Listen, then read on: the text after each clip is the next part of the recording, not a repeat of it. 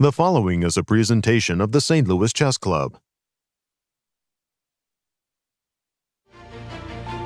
Stunning sacrifices were met with sterling defense at the St. Louis Rapid Blitz. Despite players taking dynamic risks, nearly every battle ended in a fighting draw. Leader Liem kept swinging for the fences in an effort to expand his lead, but eventually struck out against Fabiano Caruana, losing after 2 close draws. This left the door open for a victorious Robson to catapult into clear first place after getting his second win.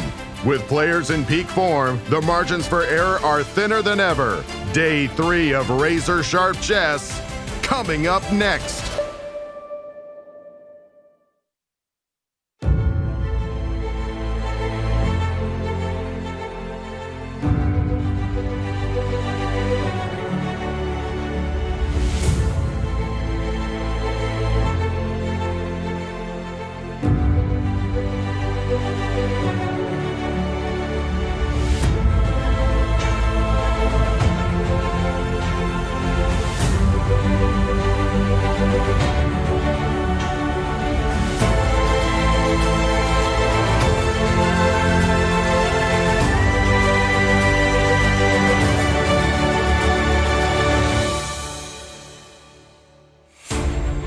Welcome to day 3 of the St. Louis Rapid Blitz.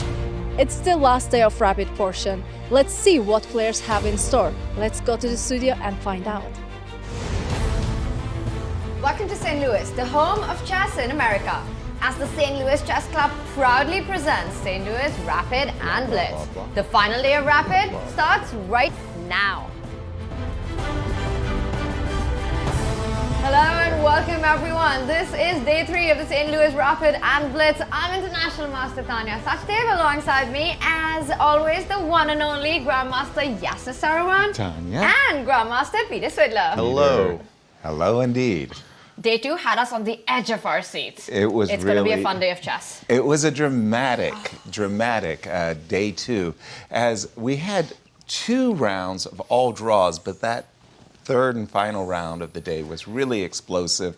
The wildcard players have outperformed. Liem kept the lead through 5 rounds, but he faltered against Fabi to open the door for Robson, another wildcard player in clear first. Tania, do the honors and tell our audience who's leading. And yes, it all comes down to today. The final 3 days of the Rapid, the final 3 games of Rapid. And there we have it going into round 7. Leading the pack is Robson. And trailing close with 7 points, 3 players, Maxime, Vachier-Lagrave, Anish Giri, and Liem. The wildcards continue to impress. Alireza Firouzja, who had to suffer a loss in day 2, which has seen him go down in the standings, has to come back into form today for a big finish. And I'm looking at Wesley So at the very bottom of the cross table. That is so unusual to see. We'll see if he can bounce back. Tell us about the format for this competition. It's an incredibly fun format. We saw there, we've got 4 wildcards, and that's what I love about the tournament as well. You've got the heavyweights, you've got the big names, and fighting amongst them is Robson, our Sevian, Liem impressing us all, and this is the action that's coming up with the players again starting with 25 minutes on the clock, a 10-second increment. We have 3 games of Rapid, the final 3 games. It's 2 points for a win, a point for a draw, 0 for a loss, and then tomorrow things switch up. Absolutely. While Rapid ends, Blitz begins tomorrow. It will be a double round robin in the Blitz traditional points system of 1 win for a win, half a point for the draw. The players get 5 minutes per side for the game, and every time they complete the move by pressing their clock, they'll get 2-second bonus. No draw offers throughout this competition. Tell us about the remaining schedule. Let's take a look. We are in day 3 once again, the final day of the Rapid. Tomorrow we switch it up with day 1 of the Blitz. It's going to be 18 games in total for the Blitz, a double round robin. The players play each other twice with reversed colors, so there's still a lot of chess to be played, a lot of points to be earned. 18 points to be exact in the Blitz. But thanks to the double rounds today, 6 points up for grabs. Peter, wonderful to have you in studio. Very happy to be here. Tell us about the road ahead for these leaders. Absolutely. We have a leading group of 4 players, so let's take a look what awaits them today. Starting with our former leader, Liem, who lost his last round game and is now tied for second, as you can see on your screen. He has a very, very tough working day ahead. Black against Alireza Firouzja, black against Nepomniachtchi, and a white game against MVL. Alireza is not having a particularly stellar tournament so far, but this is a very, very tough lineup. After him, we have Anish Giri, also tied for second. Anish starts with the 2 white games, which is an easier schedule. White against Jeffery, Xiong, white against Fabiano, Caruana, and also playing Alireza Firouzja in the last round. Another player tied for second is Maxime Vachier-Lagrave, who we will see on our screens next, with another very, very tough schedule. Of course, this is a very strong tournament, so nobody's going to have it easy, but I think a slightly softer schedule potentially. As soon as we... I like the graphics fail. I understand the temptation to always look at Anish. Like, looking at Anish is many people's favorite pastime. But at some point we should maybe get MVL up on screen. There he is, the handsome devil. White against Robson, black against Liem, and then white against Sevian in the last round. And on that note, we come to our tournament leader, Robson, who is in pole position on 8 out of 12 so far, playing against MVL, then against Nepomniachtchi, and ending the day black against Wesley So. Once again, a veritable murderer's row of opponents for the day. And there he is on your screen. Getting ready for this round. And we also have in studio our 4th and final commentator. Absolutely, and we would like to throw it over to Women Grandmaster Anastasiya Karlovich with more news about our wonderful tournament. Hello, Peter. Hello, Yasser and Tania. I'm so glad to be here with you today. And actually, yesterday we had a very unexpected result. At the end of the day, Anish Giri managed to win against Sam Sevian. And how he won this game? Sam lost on time. And after that, Anish, true to himself, published a post in the Instagram account. So let's have a look. What did he say? Yeah, so Anish, now we see him on the screen, and now we can see his post. Will keep wearing my hoodie until security removes me. What did he mean by this post? What did he threaten, actually, to all of us? Infectious players are very superstitious people, and sometimes they have their rituals and habits during the tournament. So I think he believed that the hoodie brought him luck yesterday, and he actually wanted to keep wearing. He threatened us that he would keep wearing it until the end of the tournament. But look, no, it didn't happen. Today Anish changed his hoodie and appeared in a different outfit.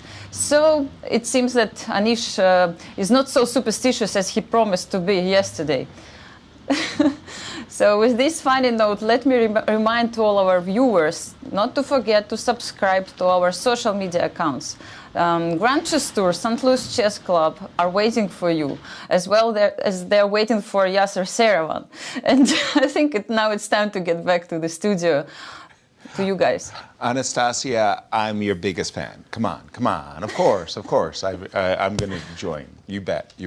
In the meanwhile, Anish Giri in the hood with a new hoodie. Yeah, I saw that. That looked pretty good, actually. Did I get a hoodie? I didn't get a hoodie. He's got his fashion game on, and with that win that he had yesterday, I think he can also feel that perhaps the luck is switching. Yeah. Today it's time to go all in, and he is tied for second.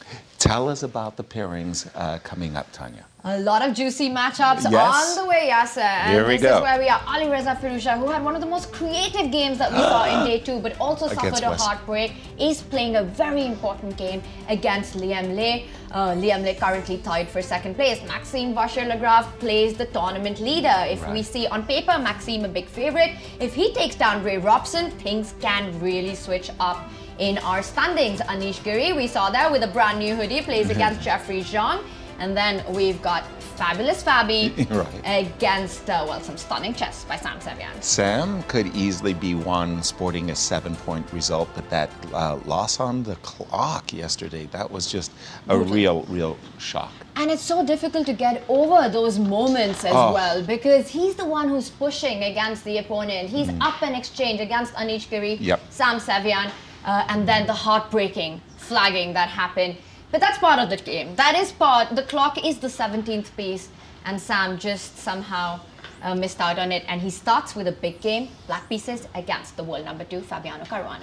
And Peter, I think you had an excellent explanation as to why Sam actually lost that game on time, because he got this opportunity to go into king and pawn endgame, which he was analyzing. In a way, it was very unlucky for him because for many moves until that moment, he really had nothing to calculate. So he was very securely making moves in the allotted time. And then that opportunity to maybe win on the spot if it works out was presented to him. And he burned all of his time trying to figure out if it actually does work. And we have Chess is on the way. handshakes. Yep. And on the board, by English. Maxime Vachier-Lagrave, 1c4, And the English. English. And that has taken me by surprise, and it's taken Ray Robson by surprise. Certainly has. And Ray saying, just a second, what is it about my repertoire that you're trying to get me to play? And the only problem I ever had with English as white, 1c4, is it does give black an opportunity to get a foothold in the center with e5. I've always thought that that is the most challenging answer to the English, and Ray agrees. The 4 knights have become increasingly popular, and it's this move e2, e4, kind of taken this tournament a little bit by storm, hasn't it, Peter? We've only had the pure English with e4 once, and as you can see, I have a different game on the screen there. But Right. yeah, MVL does not play e4. He plays g3, which is by far the most popular move in this position and the move that most people play here. We'll see how Ray reacts. I think these days most people have included the English as part of their repertoire because it gives you an opportunity perhaps to avoid some of the more sort of heavily contested theoretical openings that you get if you play e4 or d4 and move 1. Ray clearly didn't expect c4, but he will have a repertoire against it, so Exactly. I assume he will know what he's doing. He's just, as you said, trying to figure out where he's being caught. Exactly. What is MVL expecting him to do and how to maybe fine-tune it. Bishop b4, one of the most traditional moves. d7, d5, I've always kind of felt was the most challenging. But bishop b4, Tania.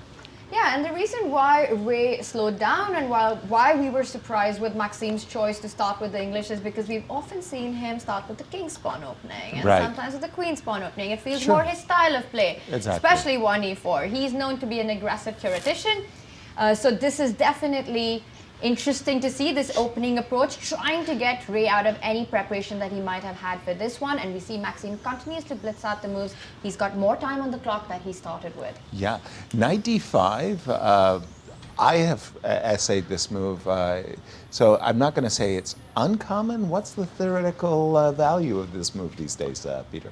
I think mainly the old lines starting with bishop g2, castles, So castles have been analyzed into dust to such a degree that people are, I think, switching up to knight d5. And knight d5 lines can in some cases get really, really wild. There's a lot E4, a lot of excitement potentially starting with white putting the knight on h4 and then often just leaving it there for black to win with the move g7, g5. Right. So if that is where we're headed, which is entirely possible, we could have a very, very fun first game to start us off on the right foot. Wonderful. As we let this on the boil, let's just go around and take a look at Firouzja versus Liem. Again, Liem kind of upset that he's coming into today's round not as the tournament leader. Losing against Fabi, that position, I mean, it always felt like 3 results, but maybe Liem was the favorite too. It really felt like a game that Liem should not have lost. Not Clear. only given the position, but his form as well. He's You're been right. so precise this tournament, converting good positions, holding solid positions. But we saw a bit of a collapse there. Just a couple of moves which were inaccurate, one after the other, and then Fabi was on top of it. A much-needed win by Fabi, that one. And Liem has to face Alireza Firouzja, Exactly. who, despite the loss yesterday, has been in form in this tournament. And we do see that it started with the Spanish opening. The Berlin in this case, and d2, d3, bishop takes c6. Again, the players are in heavy theoretical territory. I just want to say, for those of you who missed yesterday, I fully agree with Tania, who said that Firouzja's game with Wesley So was the game of the tournament. I mean, that was just an incredible game. He sacrificed his queen for 2 minor pieces. It looked like he was just at the winning post, Peter, I want to say, when he slipped and he let Wesley also defended Wesley really, really well. So escape. Yep. much of the credit must go to Wesley there, who kept on matching him blow for blow. But yeah, that was a fantastic, fantastic game to watch and to try and get some sense of.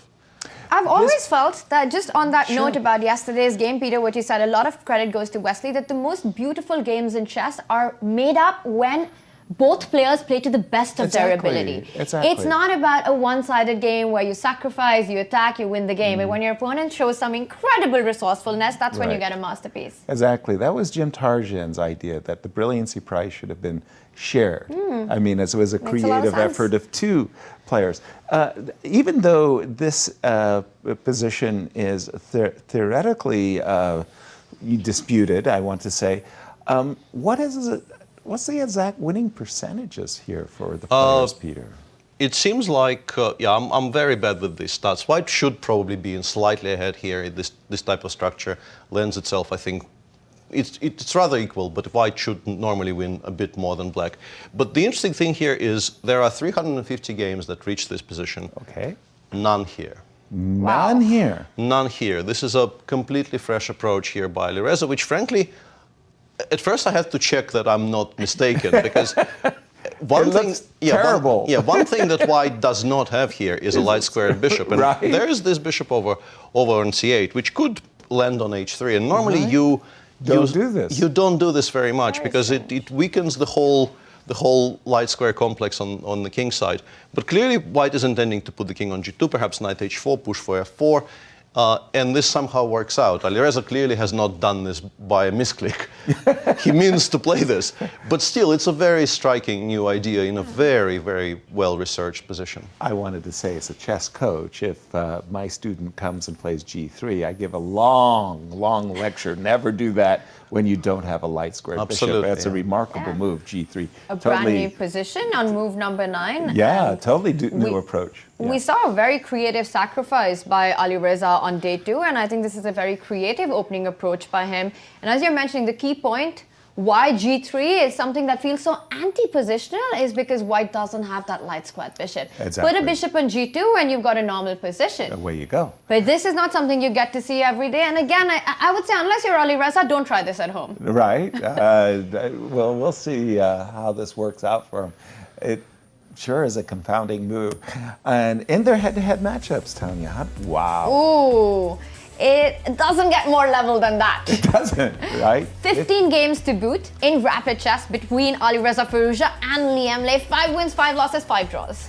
For me, I'm a little bit surprised that they have so much experience against each other. I'm wondering where they got those 15 games from, Peter. Probably the Rapid and Blitz World Championships, with some maybe Grand Chess Tour thrown in, because Liem gets wild cards occasionally. Yeah.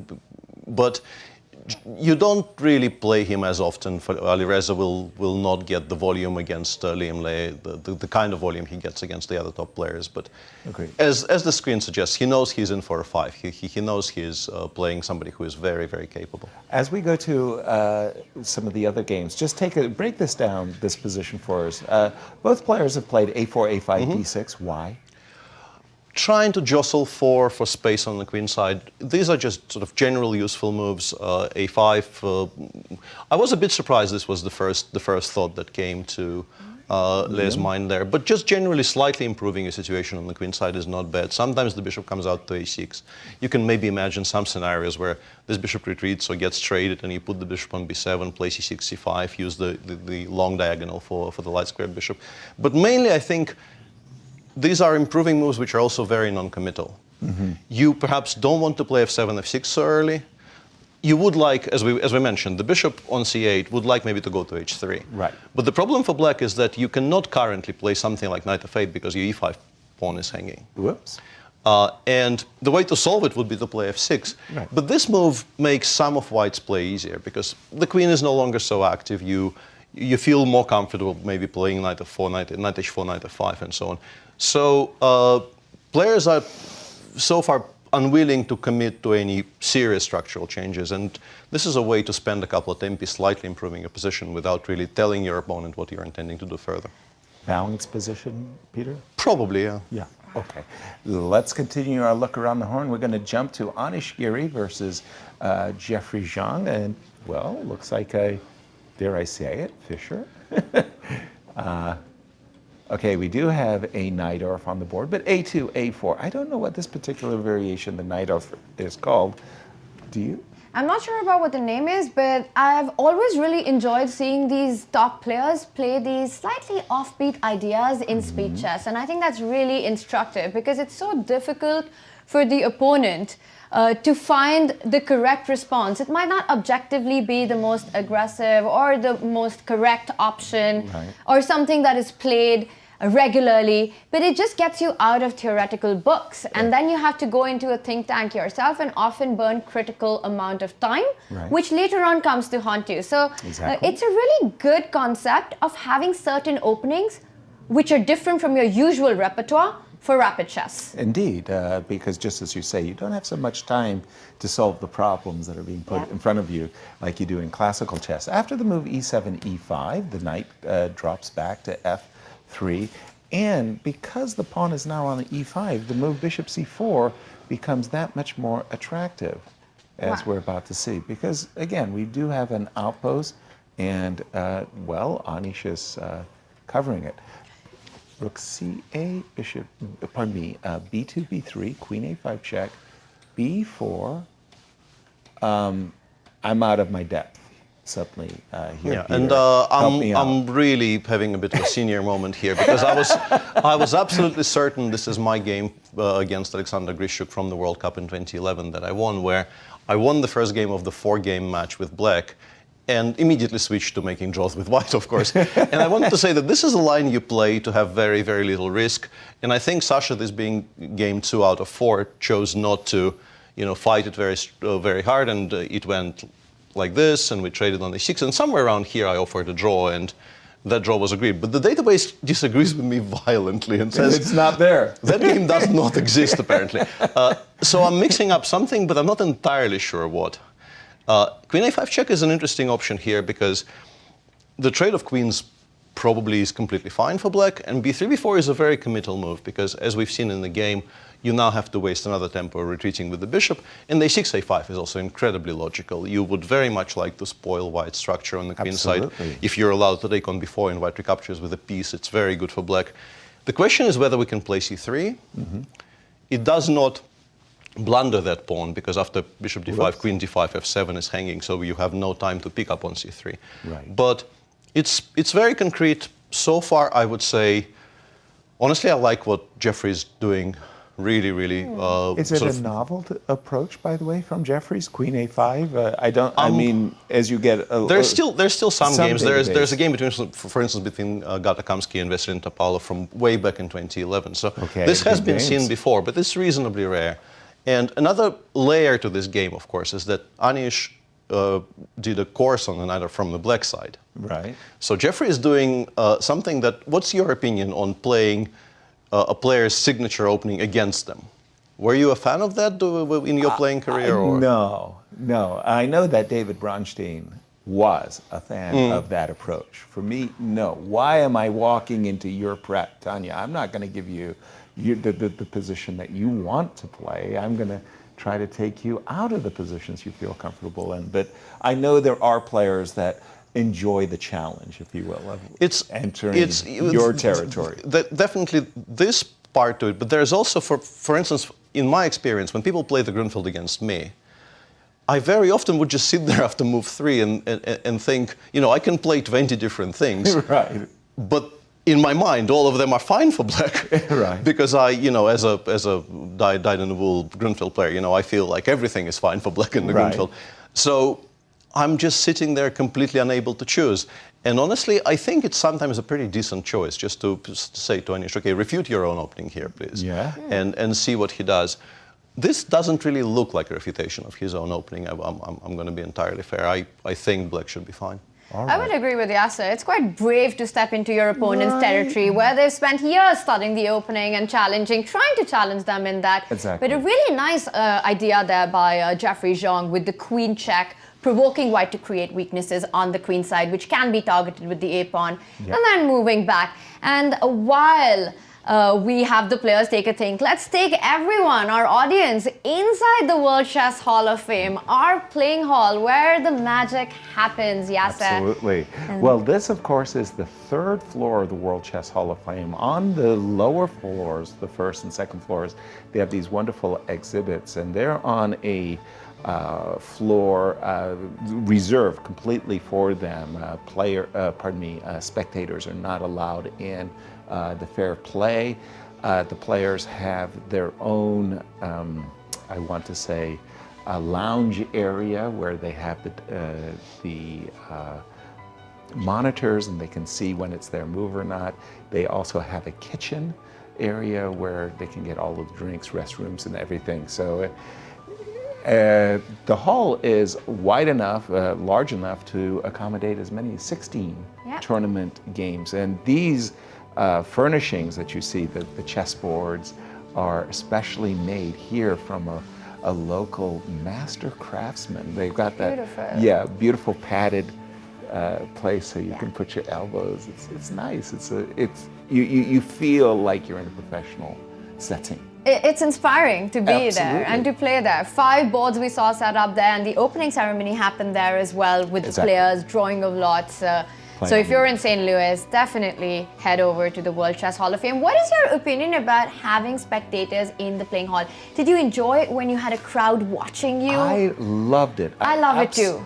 I love it too. Absolutely loved it. And I remember very much the old days of the Soviet Union. You would go into these tournament venues, which would just be standing room only. And the crowds would make noise as the players would sacrifice, oohs and ahs.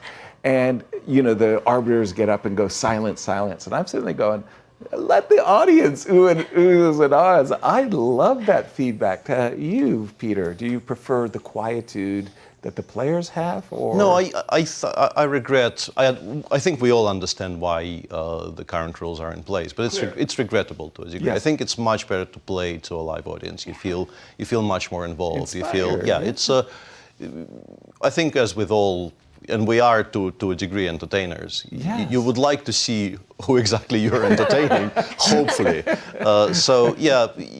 On the other hand, of course, with how strong the engines have become and how small the devices have become, it's very understandable that you don't want to create even a suspicion of something untoward going on. But regrettable. It is regrettable, yeah. I think playing with people watching is just better. Peter, another game has caught your attention. What game are you looking at? This is a game between Fabio on the white side against Sevian, who hopefully had some time to recover from that extremely unfortunate end to his game against Anish Giri yesterday. Right. Still, all 32 pieces on the board. This has been a gioco piano, which actually is a gioco piano with not very much going on outwardly, at least. A very kind of a classical approach where white goes before a4, and then there is a jostling for position in the center. And the current situation, white did achieve the d3, d4 move, which we were talking about, I think, on one of the earlier days. That it still is very much part of white's plans. But black, on the other hand, got a very nice-looking knight on f4 there. And white still needs to show what exactly it is that you're intending. And Fabi goes knight c4, which is a very logical move, but a move that invites the question, let's say, can we immediately go ed4 and follow it up with d6, d5 next move, just to resolve the situation in the center and see what's happening, which could lead to very sharp positions, of course. I'm probably inclined to recapturing with a knight unless I'm allowing queen g5. I'm still going to try to play d5 against most of your options, I think. Because I think it just gives me. I don't like allowing this knight on c4 to stand there for too long, because that's one thing to watch out for. If you do nothing here, b5, b6 could be a very annoying move to allow, because the pawn on d6 is weak.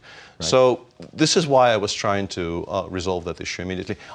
To the degree that even this, I would have to ask myself, am I worried about this or not? And the answer is probably no. But you have to figure out why.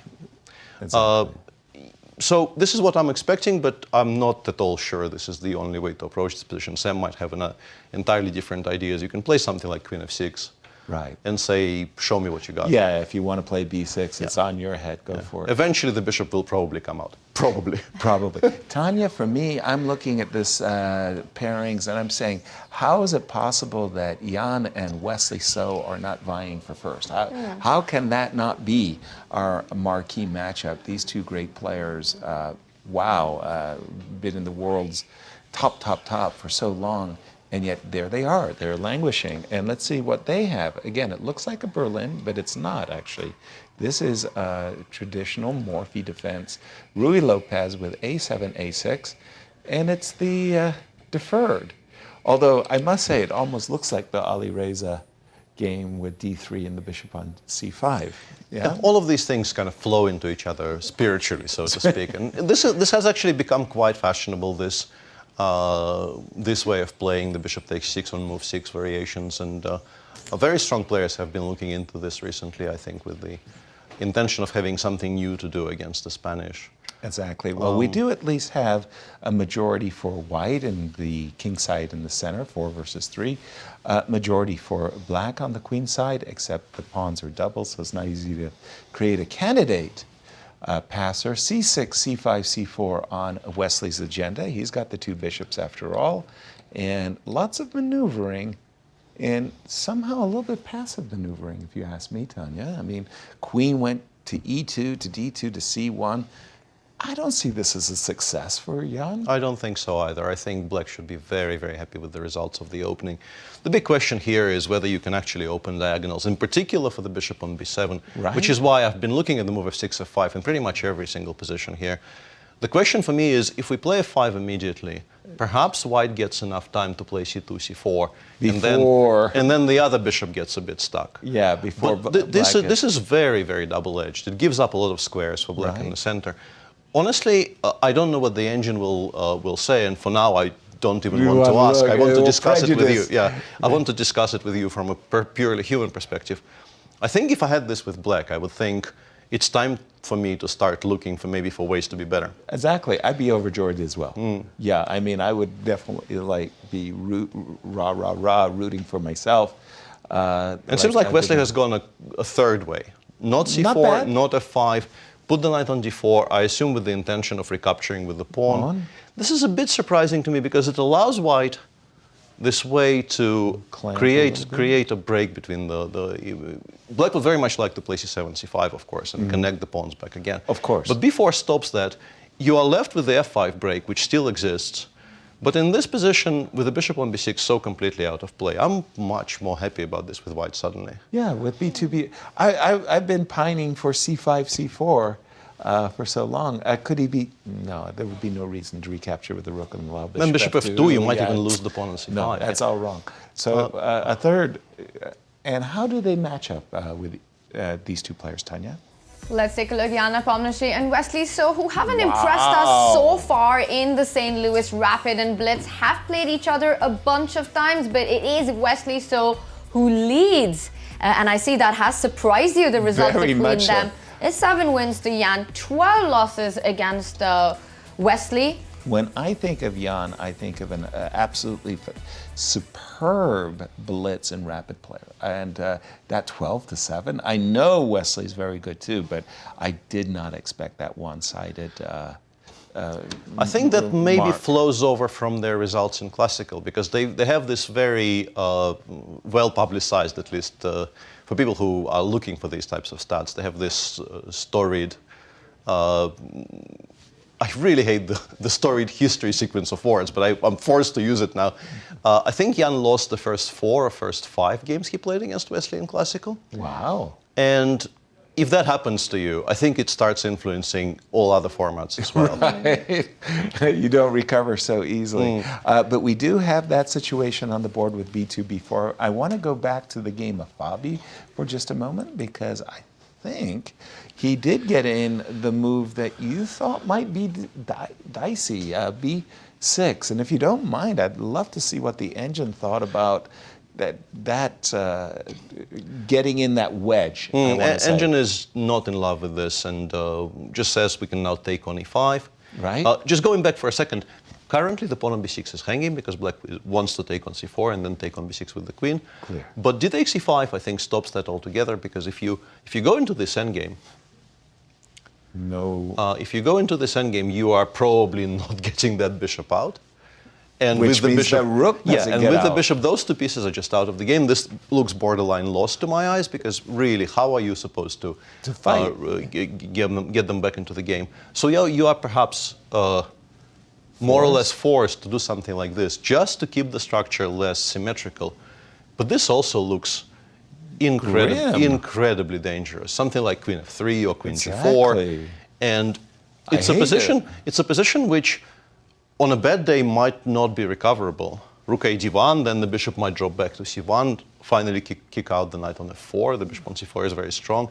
If you play d6, d5, once again, you're opening up a position in which your two pieces are still in the corner with no moves. Right. I don't like what Sam has done here. I don't know if there were real problems with what I was suggesting, but this doesn't look right. Yeah, this feels like play on one goal. I mean, for sure there. Does he have a different approach? After b6, bishop back, takes on e5, could he be angling for d5? But then 96 is very strong. Like, it feels like you're just in trouble. It does, but I hate that other variation that you said where the pawn on, as long as that pawn on b6 lives, that bishop on b8 is stuck, and the rook on a8, its neighbor is equally stuck. So this feels like perhaps we can say that my suggestion of e takes d4, I briefly switched the engine on. It does say b5, b6 is quite strong here. Really? Which I thought was possible, but I kind of refused to believe it. But it is the first engine suggestion, and it gives white a sizable edge. But honestly, I still prefer this to what Sam has done, because here I feel there's a much better chance to get some kind of a mess. For instance, I was looking at something like this. Okay, we are sacrificing an exchange, but we are left with all of our pieces on the board. We currently have 2 pawns for the exchange. An active bishop. Yeah, and hopefully some play on the king side eventually. So yeah, a bit surprising that he chose this. And it might have been because of that it was the moment to actually not take on d4 or the option. And I was wondering if there's a choice for black to actually strike in the center immediately with d5 before you manage to get your move b6 in. Because I feel b6, and maybe I'm just losing a pawn. I'll have to see. And c3 is attacked as well in some positions. You won't take with the knight here. Right. It gets complicated, but when you're playing black in these positions, you really don't want that dark squared bishop to have no future at all. And I'm just wondering if this was the moment that Sam had to break free with a central break. And I would want to see what the computer has to say about d5. If it's not it doesn't work. Doesn't like it, no. Doesn't like it either. And that's takes on d5 if we just go back. E takes d5? It takes d5. It says you actually just have to give up on e5 and play bishop f5. No, this was not part of the plan. Yeah, but this is probably Maybe things have gone wrong for black already then.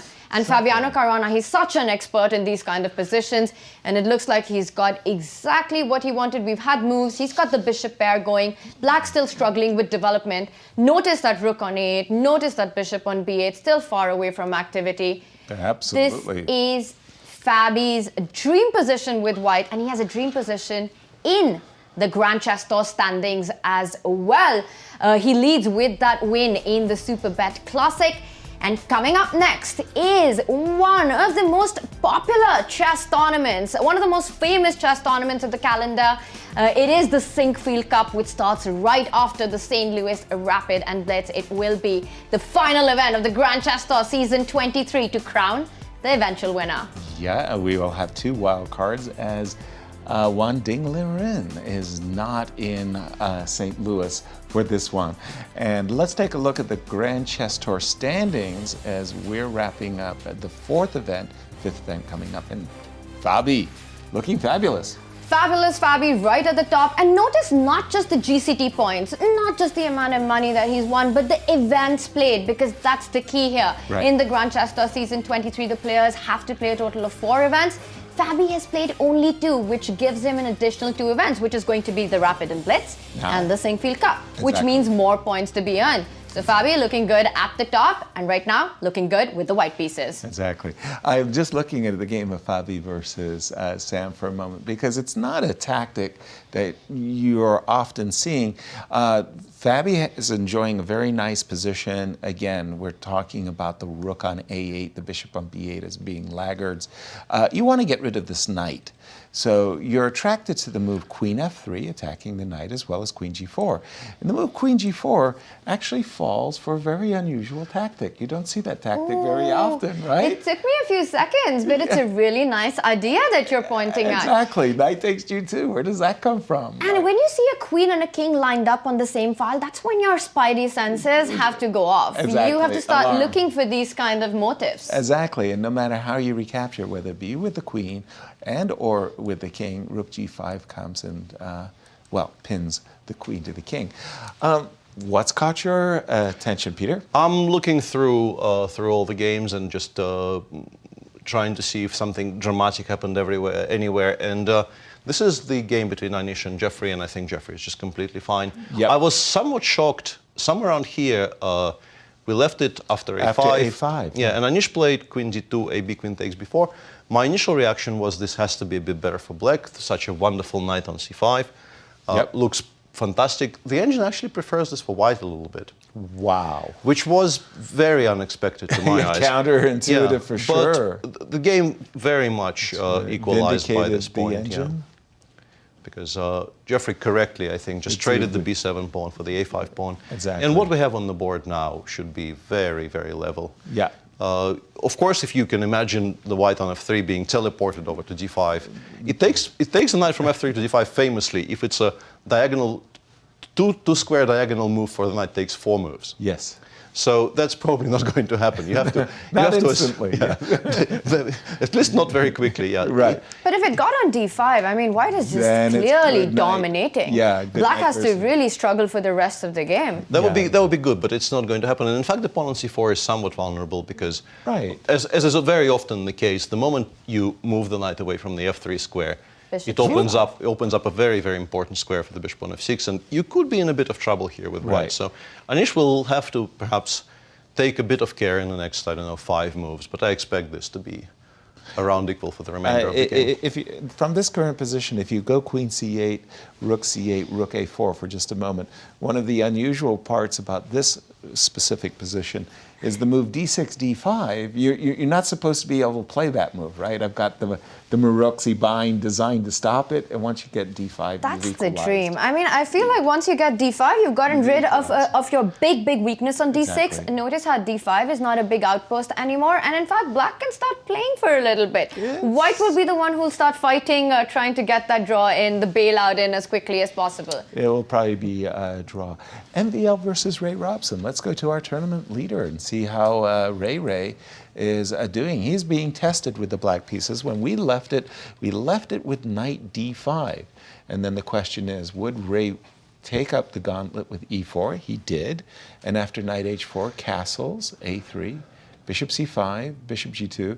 Peter, jump in whenever the players get out of their, let's say, into novel ground. Let me know. The most famous game reaching this particular position, the one you just had on your screen after castles rook e8, Hikaru Nakamura won a very famous game against Vishy Anand in the Moscow candidates here. I think he played e2, e3 in this position, if I remember correctly. And then Vishy played it a bit imprecisely and was kind of blown out of the water by some sacrificial play by Hikaru. d3 is a much more conservative option. It makes sure that we never blunder g5. never blunder that knight on h4 by g7, but with h7, g5, because now our bishop on c1 controls that square.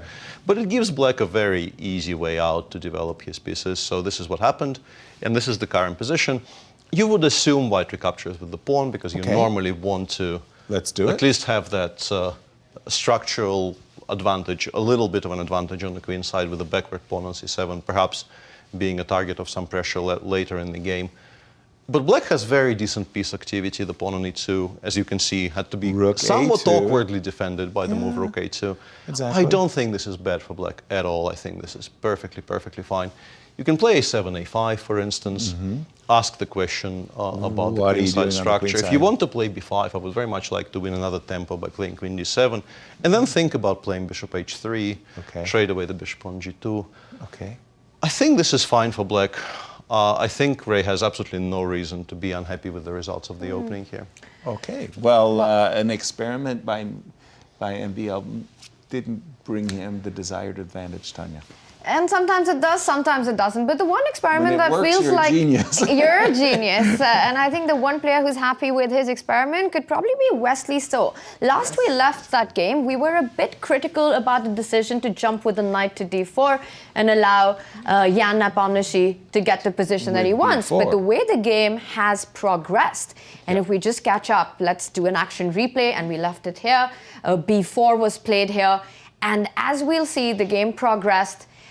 Wesley managed to get the queen to a nice spot on c4, also opened up the A line eventually after a trade on b4. The rook landed up on a8. Black has the bishop pair. And eventually I really liked what happened here. When white targeted, challenged the A line, a very instructive moment after rook a1, where black says, yes, you want to trade, but you're going to trade on my terms. You'll trade on the square that I want to. And rook a4, I think, is a really nice move here. If you get the passed pawn, that's what you're talking about, trading on your terms? Exactly, and white can't really avoid that because black plans to double up and put enough pressure on the A line, overloading that queen on b2, which not only has to defend the rook on a1, but also the pawn on b4, which forces white to take a decision. And if you trade on black's term, black is awarded with a potentially dangerous passed pawn on a4. I don't know how good this is, but it feels like Wesley has created chances. It does, and again, the two bishops, Peter, jump right in on this. I just want to agree with everything that has been said. It's a very nice sequence. I honestly, It's a good day. to my eyes, and this is a structural decision which I think people will disagree, but You're supposed to take on f5, I think aren't you? e5 is just better. I think You have to. weirdly, giving yourself this passer in the center, it just kills off your own pieces, because if we take on f5, next move we will put the bishop on g3, we will put a rook on the e file. Yeah. Perhaps he was maybe slightly worried about allowing something like rook e8, rook d1, rook e3. But if you're worried about that, even though, as you can see, the engine isn't worried because it says we can drive it away. Yeah. But if you are worried about that, you can start with rook d1, I'm pretty sure. It's Exactly. not gonna hurt you very much. Right. So I was a bit surprised by e5, and also I was quite surprised by just how willing Jan was just to take on a4 at the first opportunity, because I think the engine suggests you can try playing with the idea of e5, e6, because we can even do it immediately. The point being, if it gets picked up, we take on d4, and we are very happy with this trade. I think it frees up our position quite dramatically. Right. So he could have tried, perhaps not giving black such an easy ride here. And the position they have now, which I think is this position, right? All of this. Excuse me, I should have. All of this has been played. It's not going to be easy for Wesley to win, because there is still the issue of the bishop on b6 not really doing very much. And white has blockaded the pawn on a4 quite sufficiently. So the way to win would be, I would suspect, eventually maybe going for some kind of g5, g4 break, trying to make the bishop on c6 into a much stronger piece by removing the... Whoa! No, that didn't happen. That did not happen. Your electromagnetic energy, just knight c5, that's a bailout move, if you ask me. Yeah, Peter. he's trying to make this into some kind of an opposite color bishop game. Right. Also noticeable that he is allowing queen f5 check and bishop g1, f1 check, which looks scary, but probably isn't, because the rook on a3 also does a very good job covering the Stopping third, bishop f3, covering the third and not allowing any sacrifices. So yeah, Jan is clearly fighting for a draw here. Maybe he will achieve it, but I think his play starting from this point onwards is a little bit too compliant. Yes. I think he could have asked more questions. In the immortal words of James Harley McCormick, it seems to me like white is seizing the defensive. And not just in this game. Well, here white is on the defense, but another game where it looks like white is in driver's seat, and I want to draw your attention to that one, is Fabi's position. Let's take a look. A lot of decisions to be made right now with the last few moves that we are seeing, and perhaps we can do a quick action replay between Fabiano and Sam Sevian. It wasn't that much, Tanya. We left it here, and we were looking at queen g4, knight g2, and queen f3 was Fabi's choice. And Sam felt like if he doesn't liberate this bishop shortly, he may never get an And opportunity this got to my play attention. d5. Yes. It's not always about trying to defend your piece. Offense can also be a form of defense. And here we see Exactly. d5. You're pointing out the bishop opens up. Black is also eyeing the bishop pair Right. that white has right now. So the c4 bishop is hanging, and Fabi has snapped up the knight on d4. Now the question is, what happens after rook takes e4, right? I think Yeah, it has and- to be played, and it has to be Yes. very precisely calculated, because opening up the e-file, you win a pawn, because you will eventually pick up that bishop on c4. But after, let's say, queen f3, if you sort of naively take on c4, c4 immediately, you might be in quite a Crying. lot of trouble after Yeah. rook e7. You still have rook f4, so And then perhaps you queen e- don't resign. But 3? Is that the move here? Queen e3? I'm not sure. There's bishop d6, so at the very least you will lose the b7. pawn on b7. And maybe there is even more trouble coming your way. But I briefly looked at what the machine is suggesting, and the machine says it's very clever for black to start by chasing the queen away from the f3 square, so that once you eventually take on c4, f7 will not be hanging after rook e7. So that wins you some time. And after queen e2, you actually continue chasing it around and force white to put it on a square which is not as good, perhaps d3. But even this position, I would take white in. Yeah, because bishop d6 is coming one day or another. Eventually, you will have to include the those b7, pieces in the yeah. game, and that probably costs you the b7 pawn. Sure. A lot of pieces come off, though, and I wouldn't be surprised if the machine actually holds this position, because it's a dangerous passer, but material is equal. Right. Black has solved sort of the first wave of problems, and you can start playing something like queen e5 or queen c5, attack the pawn on c3. But we'd all pick white in this position, course. Sure, right? with Of that course. passer on b6, yeah. I just want to point Rook on out the that seventh rank. Yeah. on the topic of machines being very good at chess, we only really looked at queen f3, queen g4. Sure. And then at some point I clicked this magic button, and the button says the Get best rid move of in the the position knight. is g3, with the intention, I assume, in this position of Winning the knight. sacrificing something. I didn't check. I got slightly stuck here because, yes, we've forked the rook and the knight here, but Clever. with rook takes e4, black seemingly escapes, and my first look at this position was we are down a bunch of material. Why? I have a suspicion. The point is we play queen e2 here, And then we just give this check, that's and then nasty. in this endgame, we just point at those two pieces and say, those aren't ever making a move. Exactly. But I would need to check with the engine to see if I'm correct or not. Let's actually do that. No? You're slightly worse, Peter. Why are we I'll give you credit. Okay. Bishop takes f7 apparently wins on this spot. I don't know why. nasty. I don't know. You can't take with the knight Knight, because the rook rook on is e4 hanging. is hanging. Yeah, that one is easy. That one is easy. But the question is, You take why with the can't we king. take with the king? Now we take the knight and queen h5. queen h5. Now we do this, Queen and then we h5. include an intermediate check, and then we go rook takes e1, and then once again we point to the other side of the board and say we have 3 pieces in play, and you, sir, only have 1. One. And it's So- your king. So G3 was very strong there for Fabi, but he played a A move. missed opportunity. I think he that's played a move nice. that most of us would have played. I think Right. queen f3 is just so logical, and it just begs to be played. And rook e4, is that on? He has played rook e4 and rook takes c4 naively, as you suggested. No, it there's to be. there's also G6 included, so there was some chasing going It on. was a queen f5, perhaps. Yeah. Okay, just a second. Let me refresh my board to confirm that. But yes, he did play queen f5. Similar idea. Please recapture the bishop so that rook e7 and maybe even, well, no, rook d7. You still have rook f4. He did after, excuse me. He did play g6, I wanted to say. G6, queen f3, and he didn't play rook f4 as suggested. He by played rook the takes engine. c4, but shockingly, G6 looks like a weakening move. But the engine actually suggests it's better for black to have it, I think. Because if we continue the variation from As here... before, rook e7. Yeah, rook e7, black can play rook f4. Okay. And after queen d3, Yeah. the fact that there is now a G7 square for the king, which wasn't available before, allows black apparently to take queen takes b6. Whoa. Allow Whoa. rook e8 check, which would have been mate, Right. without the Otherwise- inclusion of g7, g6. And now king g7, f2 is hanging. You still would be, I think, very, very worried with black because there's this seemingly eternal pin on the back rank. Right. But the engine weirdly suggests this is fine.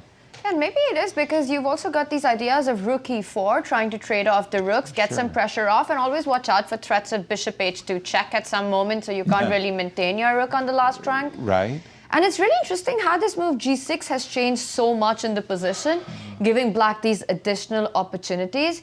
And we see Fabi there on our screens. He's thinking. He's under 9 minutes on the clock, a little ahead, and he goes in. He goes in with the rook. Rook e7 played. So rook to f4 is the move that we're expecting. Blitzed out immediately. By Sam. Rook f4. And, okay, I kind of like the b6 pawn. I mean, queen e3. Is it rook Is it rook e4? Rook e4, I think, is the way to go here. Yeah, you can't allow rook e8 check, and if you can lose the pawn on d5 instead of the pawn on b7, I think you take that every day, any day of the week. I'm just a little curious because I'm not exactly sure how you're still untangling. We can play bishop d6 because we have bishop h2 check, right? Oh, that's what it hinges on, I think. That's nasty. Of course, That's I what was it setting hinges you up on. for this terrible trap where I was going to go rook to e8. And this looks like the players are about to make a repetition.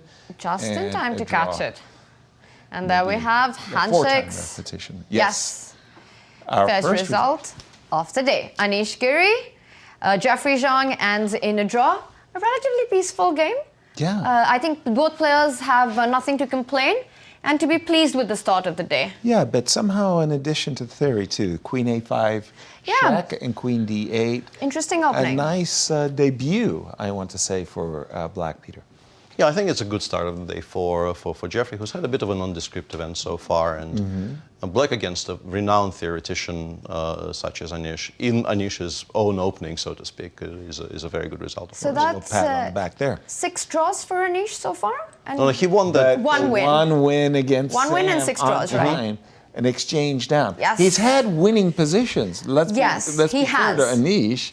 He just didn't capitalize. He only capitalized when he was in a bad position. in a bad position. That's the secret. That's the secret sauce how for it's done. Anish's win. I wanted to go to our tournament leader, Ray Robson, do it. against MVL. When we left it, we thought that Ray had pretty much gotten a balanced position. A5, B5 on the board, A4, and an indication that Ray's a little bit more ambitious. He's thinking maybe rook A5, maybe I can artificially isolate the pawn on B5. King H1, a prelude. You want to maybe play F4. Maybe you don't want to play F4, but in any case, you need to give yourself the option. So It's in the air now. Yes, precisely so. Queen D7, gift me the pawn on B5. Not so fast. Rook B2, rook A5. Now it comes. F4, and Only away square. we go. Queen to D3. This, I don't think I'm going to be trapping the bishop anytime soon, but okay, just something to ensure that it doesn't get trapped. Ray played bishop H3, and give us your take on this position, Peter, of our tournament leader. I can see the engine suggesting this is completely equal. My question is, the very logical continuation from here seems to be Take.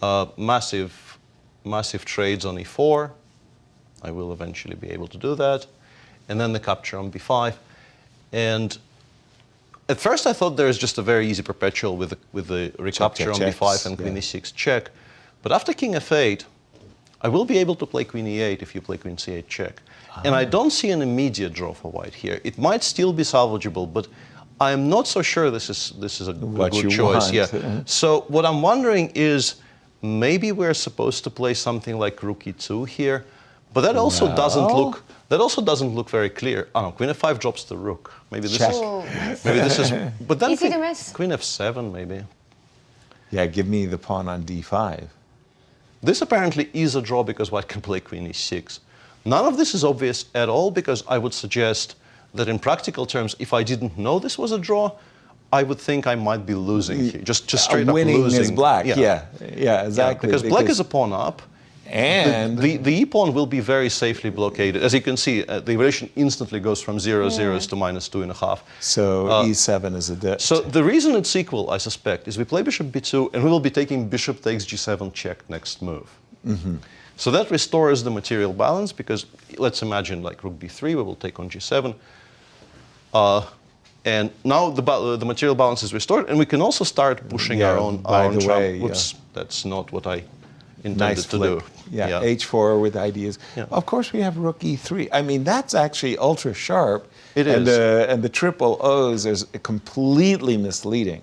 And 30 they seconds got to almost... for Ray Robson, and queen takes g6. a little less than 10 minutes for So Maxime rook e2 Vachier-Lagrave. hasn't been played. Queen takes g6 was chosen instead. And rook takes d5 Rook quickly. d5.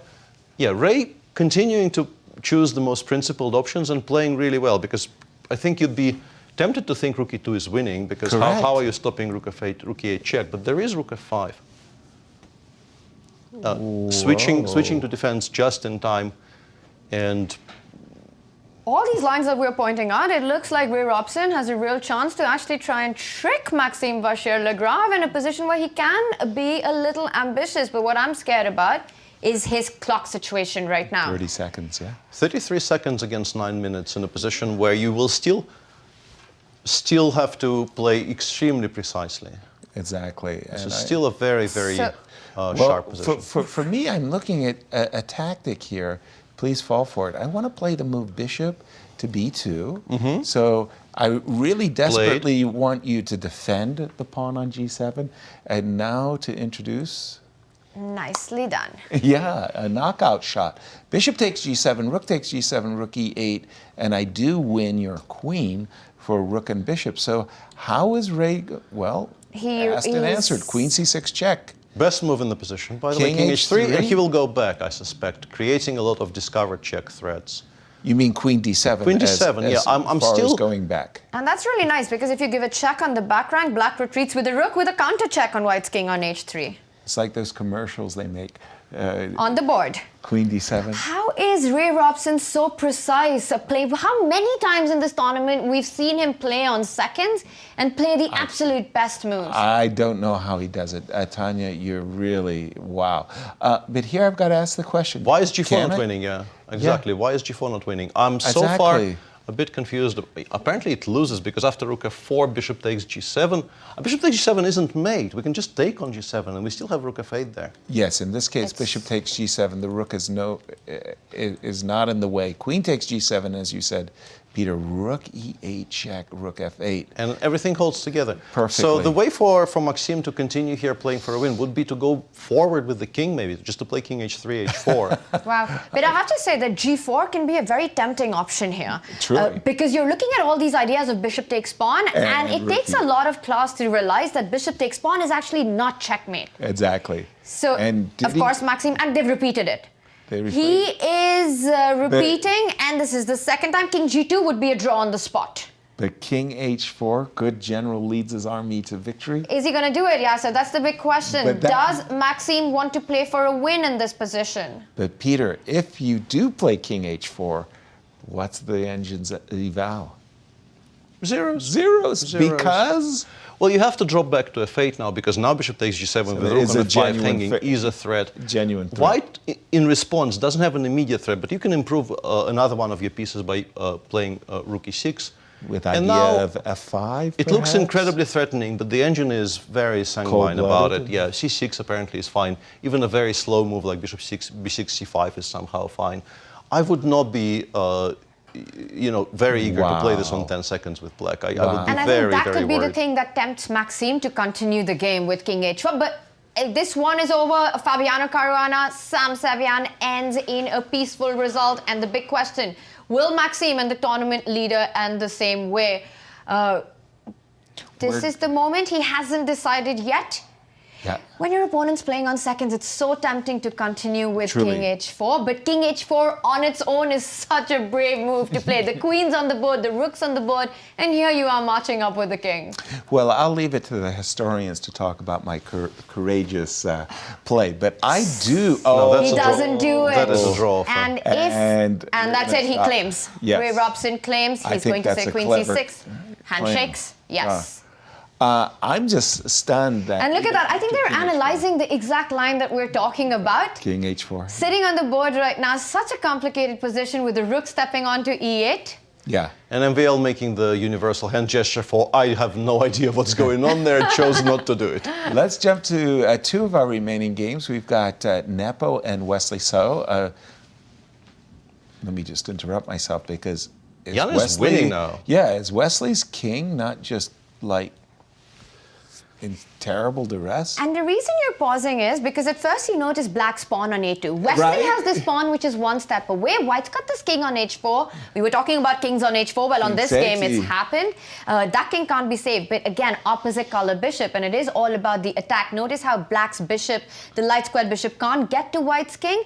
But on the other hand, the queen and bishop that Jan have can create a mating net around the e7 square. Absolutely. And the big question is, who's getting to whose king first? I think Jan is getting to Wesley's game. I'm just looking at queen e6 check, which he has just played. King d8, queen d6 check. Don't go to c8, yes. Don't go to c8. That will walk into mate in one. You've got to go back.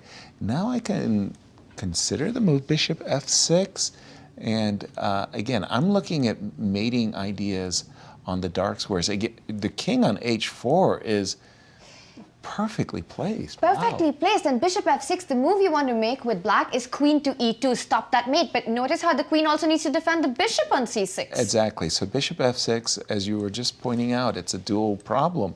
You want to defend the mate. Shockingly, black can actually go king f7, king g8, and this is not mate.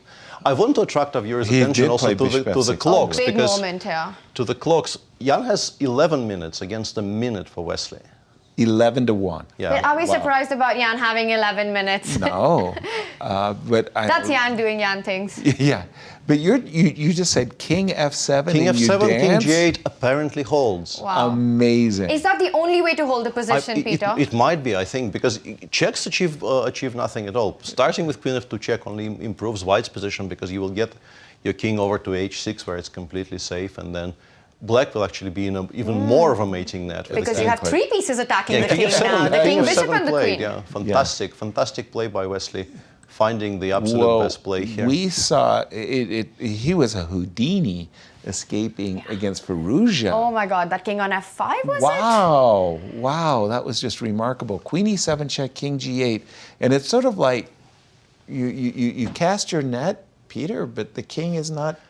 Yeah, given captured. some more time, the engine is now saying this is also pretty bad. But you have to Because start of making quiet Queen moves. e6 check? No, you just make quiet moves here. It goes, quiet move? It goes bishop c3 for reasons unexplained.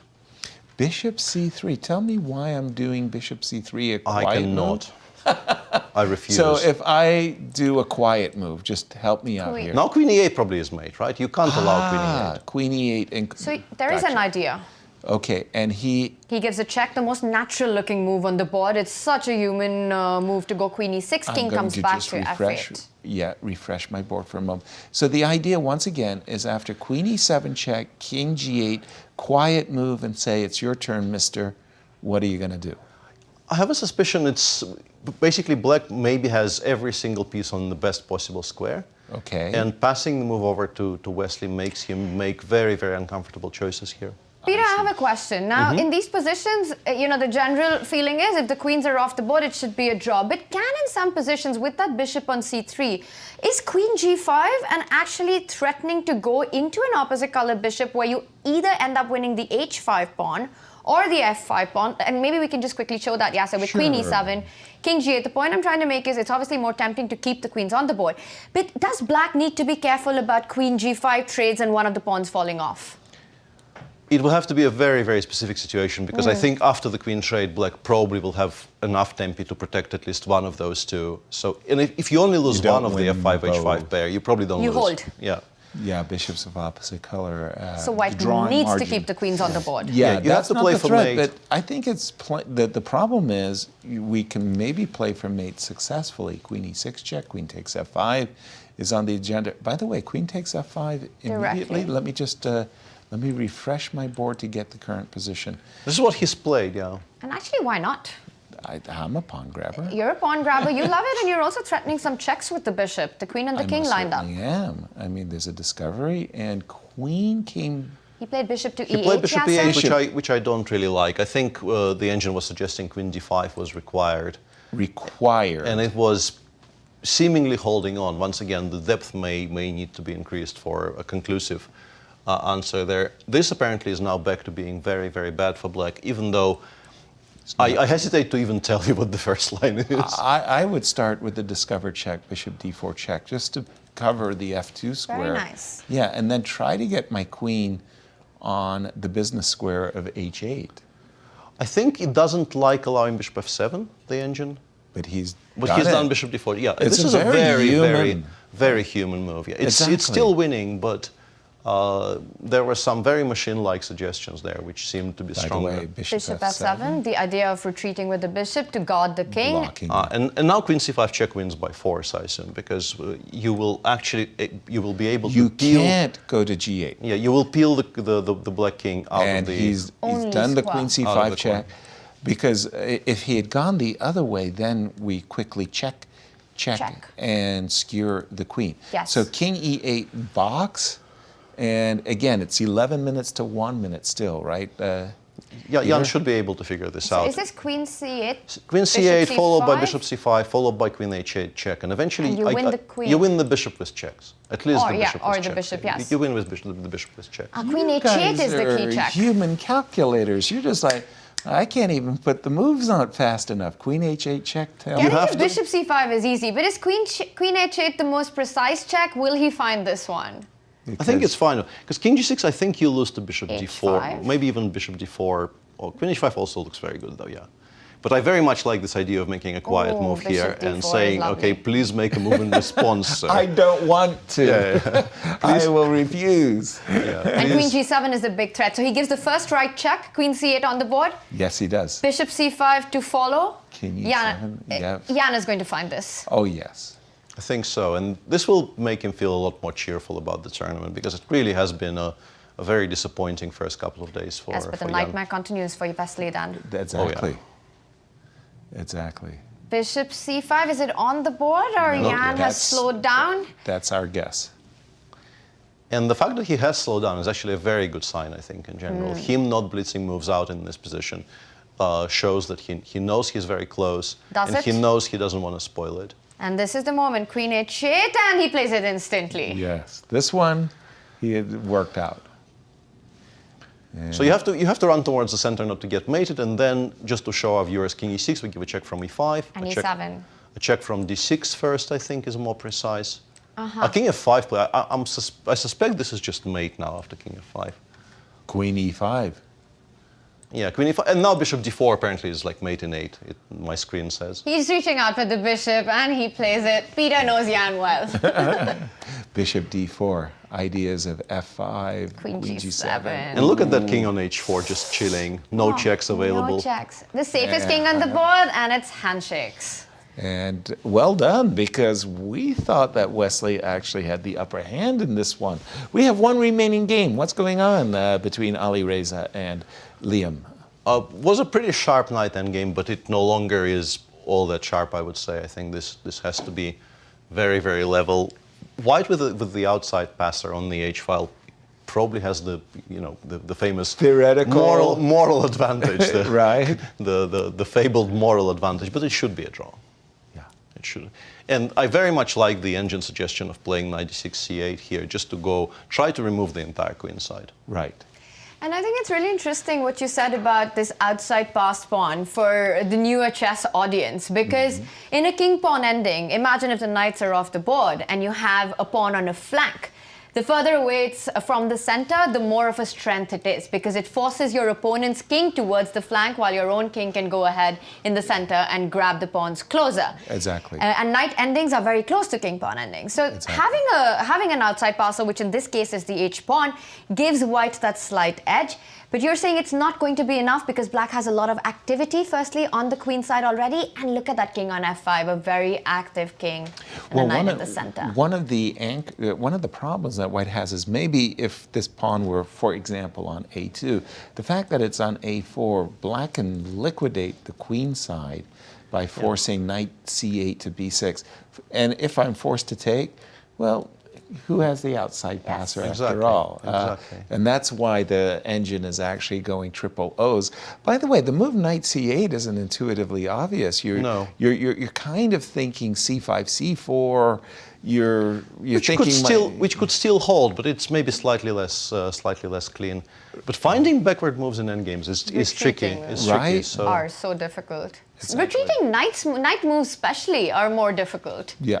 So h2, h3 tries to say also, kind of hoping to tip the balance in my favor. If I can get, I see the king, by the way, as being beautifully placed on f5. If I can get your king to release itself and go somewhere, I would be very happy. By the way, Knight b7? Knight b7 as a retreating move, not Similar knight c8. idea. He wants to go to c5. And very quickly, knight f3 with the idea of knight d4 check. This is a very safe choice, but knight e4 arguably was maybe the slightly more challenging one, because what Alireza will get now is a position where he will have f and h against f.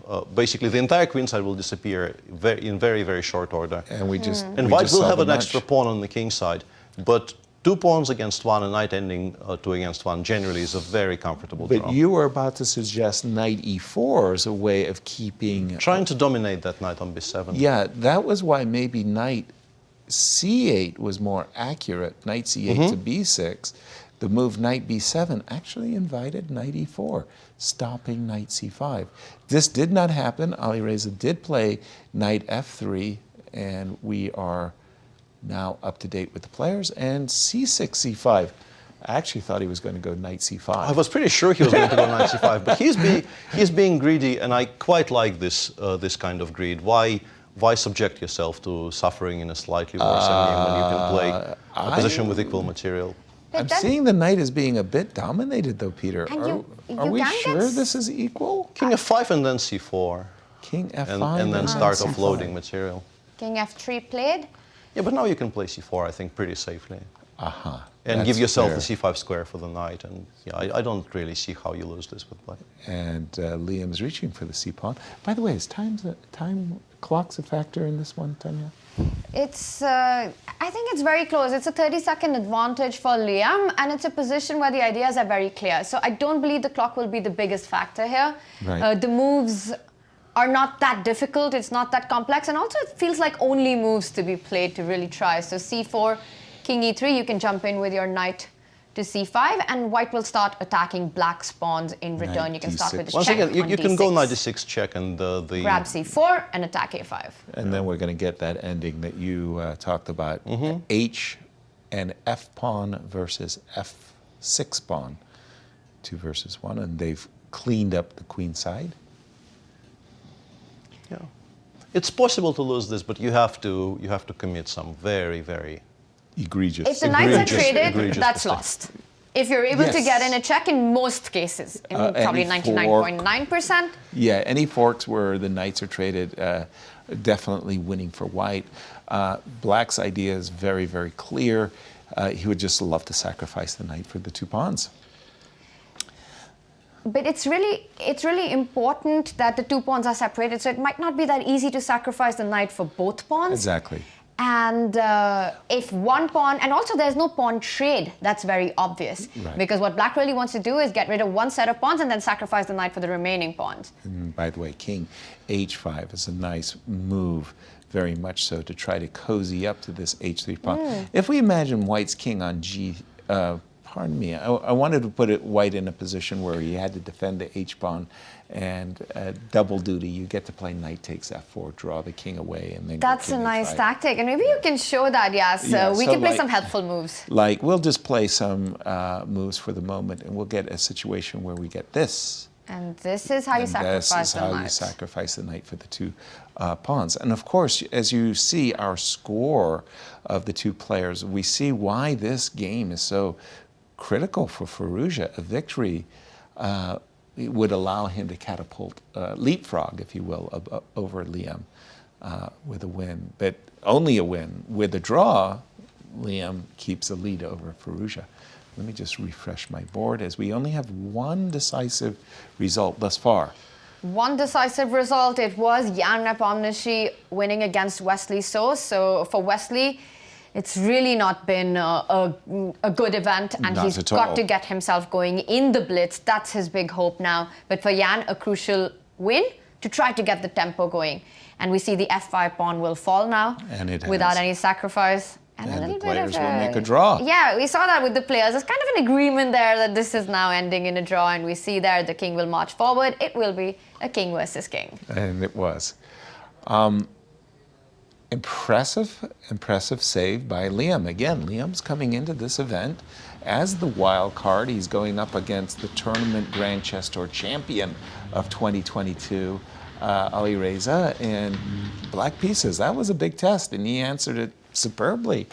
Fantastic round for Liem, I want to say. I think he Peter. should be satisfied with this. Very much so. He defended the slightly unpleasant position very, very carefully and didn't really look like he was in trouble at any particular point. And starting with a draw with black against Alireza is a very sound start of the day. Right. And let's take a look at the standings, Tanya, after round 7 in the history books. Absolutely, Yasser. Going into the penultimate round of the Rapid, we've got Ray Robson, the wild card. If you're a supporter of the underdog, you should be feeling very proud in this Exactly. tournament.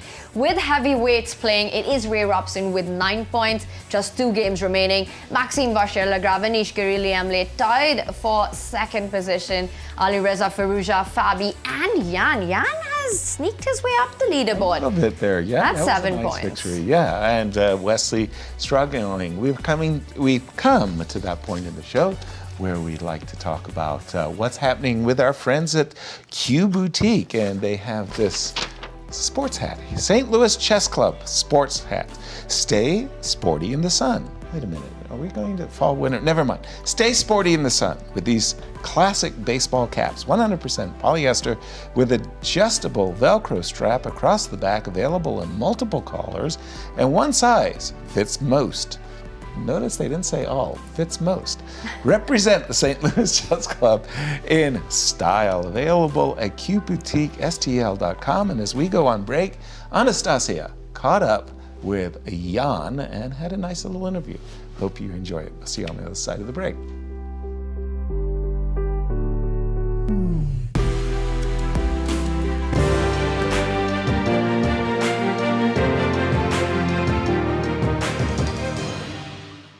Jan, welcome to St. Louis. Welcome to Grand Chess Tour. It's great to see you here again. How did you feel when you came back here after more than 1 year? And what was your initial reaction when you came to the hotel, to the club? Well, it's good to see the club finally renovated. I think it took a while. So last year everything was like a little bit of mess. So another entrance, another door, another room, another everything. Okay, this year it looks like the job's done, or maybe I haven't been to everywhere, just here. So for now, but I hope so. Yeah, it's finally a chance to see the city, and just not just in the midsummer when it's like a little bit too hot, but in November, so it's it's still warm enough, but I expect it to get a little bit frosty closer to the end of the tournament. Yeah, like end of November. But for now, yeah, it's very fine. So finally, it's no heat, but just some Nice. normal average temperature. Yeah. Yeah, that's true. And speaking about your GCT situation, you played in the tournaments in Romania, then in Croatia. So where are you now, and where do you want to get? You tell me. I never. That's maybe the problem with my overall results. But I never check the standings of the GCT tour. I know other guys do, and they play for result. But I just play, for no. Let's say not for fun, but yeah, for some experience, for some excitement. But yeah, I think I'm doing not that bad. if not a tournament in Bucharest, I would be doing like nice. I think because it was like some second place in Croatia, but yeah, well. Where do you want to That's get, like- let's say, the second part? Well, I want to win, but you know, I always want to win. But I don't think it depends only on me. Sometimes it doesn't, but last year actually you came very close. You were second and Yeah, last year you had I chances. Yeah. Thank you for reminding. That's very, you know, very heartwarming, very touching of you. Yes, of course. I mean, sorry to remind you about this. It was a really special event in any case. And which Thinkful Cup, which GCT event was the most memorable for you? I guess London 2017. Then you know, I had no hopes for anything, but then suddenly, okay, I won 3 in a row, and yeah, if only Mickey Adams would accept a threefold repetition at some point against Fabi, it would be a very fine event to win. But then okay, it came to tie breaks, and then okay, Fabi surprisingly after 6 hour game was more fresh than me, who was watching this 6 hour game. Yeah, but anyway, it was like a good event. But yeah, normally I expect, you know, every next event to be better. Yeah. Yeah, maybe. Let's see what happens this year. But let's speak a little bit about something else, the candidates tournament, because everybody is talking about it. You know, the GCT event is also part of this FIDE circuit, and few players are still fighting for the spot.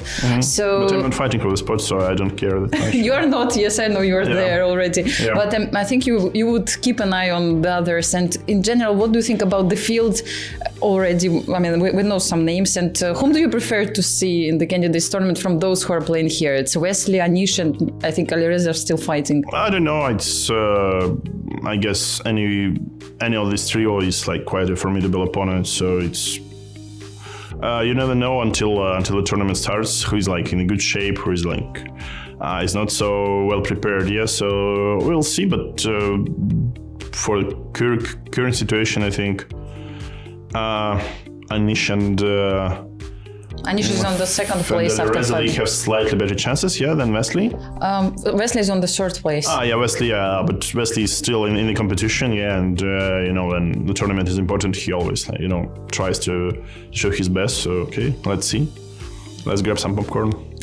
For sure. But you're still playing here, and you will play in the candidates. You won 2 previous ones, and are you ready to repeat the success? What are you doing for it? Absolutely, I don't mind. But that's, you know, it's once again, it depends on many factors.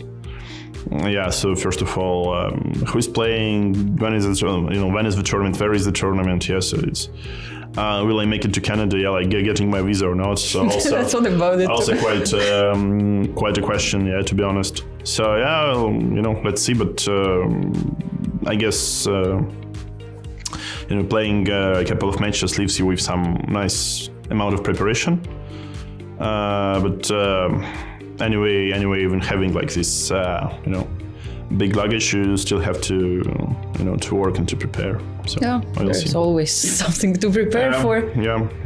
And I wish you to play well in the tournament.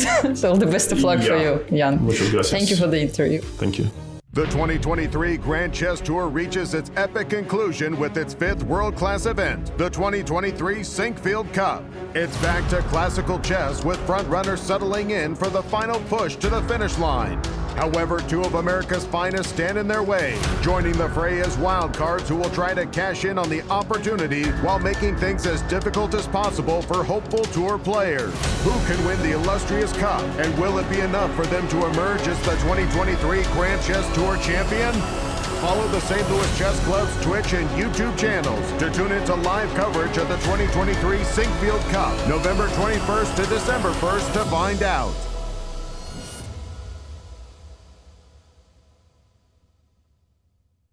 Hello, I'm Women's Grandmaster Begim Tokhorjanova. I will be creating content for Grand Chess Tour. Follow us on social media and catch more behind-the-scenes content.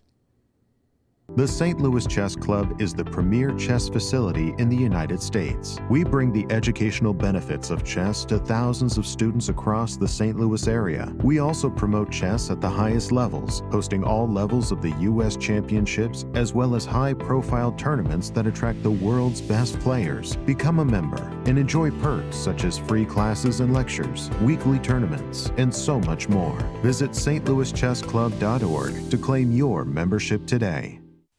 The World Chess Hall of Fame, located in the heart of St. Louis's historic Central West End. Want to know why chess has intrigued people around the world for nearly 1,500 years? Stop by and learn about the impact of chess from our 3 floors showcasing the art, culture, and history of the game. The World Chess Hall of Fame has something for everyone to enjoy. For more information on current exhibits, please visit worldchesshof.org.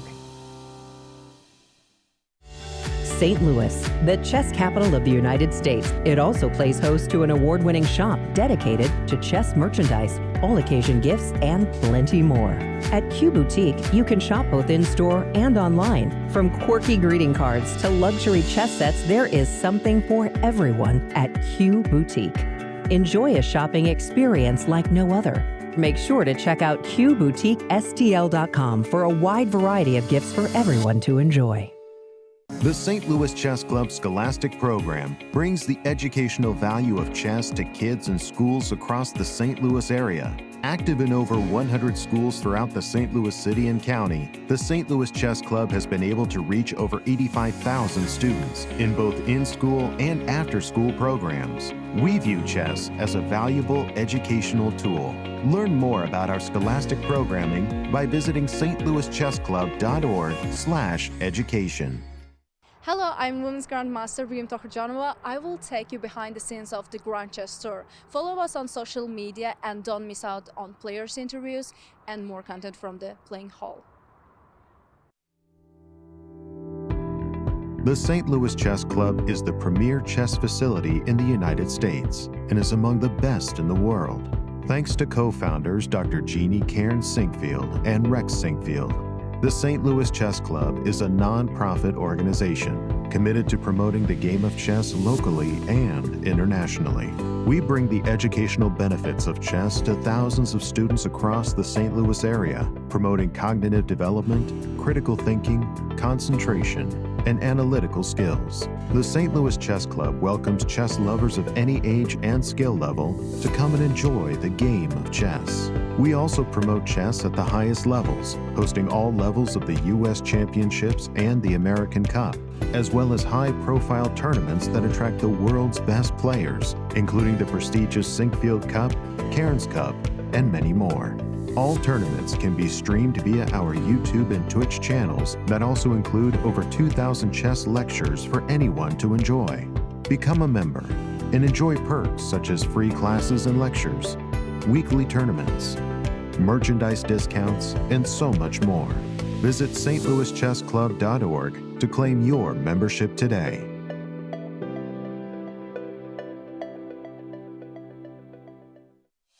The World Chess Hall of Fame, located in the heart of St. Louis's historic Central West End. Want to know why chess has intrigued people around the world for nearly 1,500 years? Stop by and learn about the impact of chess from our 3 floors showcasing the art, culture, and history of the game.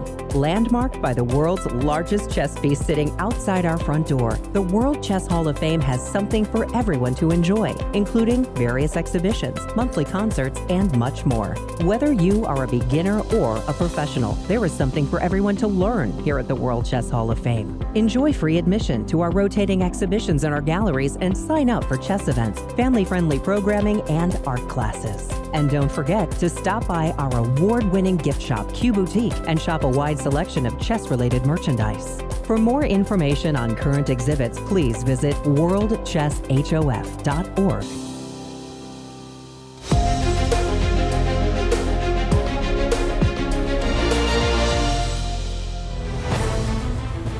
Welcome back, everyone, as we're about to kick off round 8, the penultimate round of the St. Louis Rapid. And it's been quite a day already with just 2 games remaining. It's fire on the board. What we're expecting, let's take a look at the standings. And this is where we are. going into round 8. Few would have predicted this at the start of the tournament. Robson, after round 7, leading in this monstrous field with 9 points. He's feeling really good, and he's playing really good. He just drew against MVL with the black pieces. MVL, Anish Giri, Liem Lee, all in a tie for second. And as you mentioned, Jan Nepo just kind of sneaking up there. He hasn't done that great, but he's feeling better. Pairings for this round 8, Tanya. With just 2 games remaining, the players have to bring in all their energy on the board, and it is juicy matchups all around, starting with Anish Giri taking on Fabiano Caruana. Tournament leader Robson will play Jan Nepomniachtchi, We just spoke about who Nepo. has been finding his rhythm and form the last couple of games. Liem faces Maxime Vachier-Lagrave. Jeffery Xiong against the struggling So Wesley, and Sevian plays Alireza Firouzja. Liem versus MVL, 2 players tied for second. That'll be a very interesting marquee matchup indeed. And why are these rapid results so important? Because in our history, we looked it up just to confirm it, most often the player who wins the rapid, Tanya, wins it all. Ended up winning the entire Rapid and Blitz, and this is the 4th stop of the Grand Chess Tour. Robson looking good to get in that victory, and there we have it, our past winners. Magnus Carlsen won the Rapid, won the Blitz. Levon Aronian won the Rapid, won the Blitz. Hikaru Nakamura in 2018, winner of both events. It was Magnus Carlsen again in 2019 and 2019. Yes, Côte d'Ivoire, and Maxime Vachier-Lagrave, the Paris Rapid and Blitz. That said, 2023, we have been seeing a switch up around that. The first... Look at this. You still go on. We still go on, and we see was the Tata tradition played? does continue. Was Tata played in... Where was Tata played? Tata Steel 2019 was in India. I know that, but where was it? In Calcutta. Calcutta. It was in Kolkata, and Magnus Carlsen once again winning 2019. It was Levon Aronian who won the St. Louis Rapid and Blitz, and as we see so many times in the history of a Grand Chess Tour, a player winning the Rapid goes on to win the Blitz. If Robson finishes the task ahead of him and goes on to repeat tradition, that would be historical in the chess world. No question about it. Wow, that would be amazing. Peter, you were so enthusiastic about what we missed yesterday. Please, wanted to show a highlighted line that moment. was suggested by the machine as always, but we spoke at length about this game. This was a very dramatic game in round 5 between Anish Giri on the white side against Liem. The game that White didn't miss a win here, but there's a very, very beautiful forced win available to Anish here, starting with this move, Rook A3. And I want to ask you guys, why can't we take this rook? Well, Knight F6. Knight F6, I have this incredibly beautiful move, Queen G3 check. Oh. And maybe this is still winning, because if you take this loses for White, but maybe you still win with Queen takes G3, but it will take ages. Yeah, you got to break down the fortress. You're not even assured of the result. But Knight G5, stopping Queen G3. This is just so beautiful. You give up all of your pieces apart from that one queen on G6, and it delivers the final blow on the H6 square. And the big difference with what Anish did in the game is that Black in the game defended by pinning this knight on this diagonal, and the move Rook A3 stops that from happening. D3. The knight continues being free to roam, and for instance, after Queen C1, we can and we should play the move Knight D6, creating a threat of Knight F7 mate, and then we go Rook G3, and everything starts collapsing, and we win. I just wanted to show this variation specifically because it is just such a wonderful example of using all of your resources optimally. Sometimes Peter, all you need is a queen. That is very true. Peter, thank you. Could be life advice as well. That is really beautiful. Stunning but line. What is really, really nice is that desirable Knight F6 meets Queen G3. I also wanted to show that. That is a very pleasing move to make. And Knight F6 is the more tempting option, the one that you play instantly. And a really stunning line there. Anish Giri missing the win with that, and the game eventually ended in a draw. Okay, now I got to ask, when did that occur to you? Where was it just Staring going at the screen helps a great deal.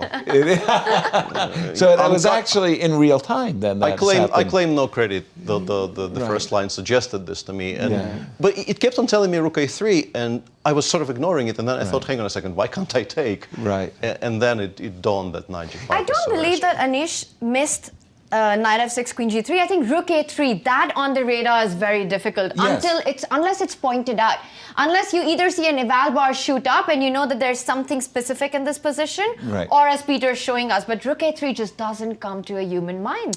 No, especially for me, in this particular case, it feels like white's dominating. So a move like Rook F7, Rook F3, I don't have to do anything complicated. It's all winning. Yeah. But Rook A3 is sweet. Yes, it's a retreating move. And it's a hanging rook. And it's a hanging rook. As the players are getting ready for round 8. By the way, that's something I missed today. In the old days, before chess engines were very strong, you'd be sitting at your dinner, you'd be thinking about the game that's adjourned or just been played and completed, and then boink, you're thunderstruck, because you come up with Rook A3. You immediately look around the dining hall and you find your opponent and say, dude, you know I had you with Rook A3. And they're like, oh, thank God you didn't play that. You missed those times, Peter?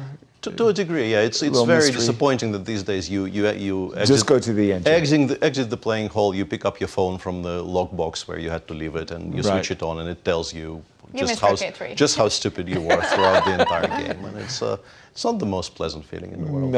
No. As the players are getting ready for this round 8, again, I just want to refresh everybody's the standings, if you don't mind, as Ray Robson is doing something just unbelievable. Wild card player, invited at the last moment. There you see him in clear first. I mean, talk about, we're going to give you a moment in the sun. Ray says, let me take advantage of it, Tania. This could very well be the tournament of his life. If he manages to finish at the top. Won the Czech Masters earlier this year against a very, very strong field. So he is having a second wind in his chess career, and he's enjoying life. But right now, Jan Nepomniachtchi might have something to say about that.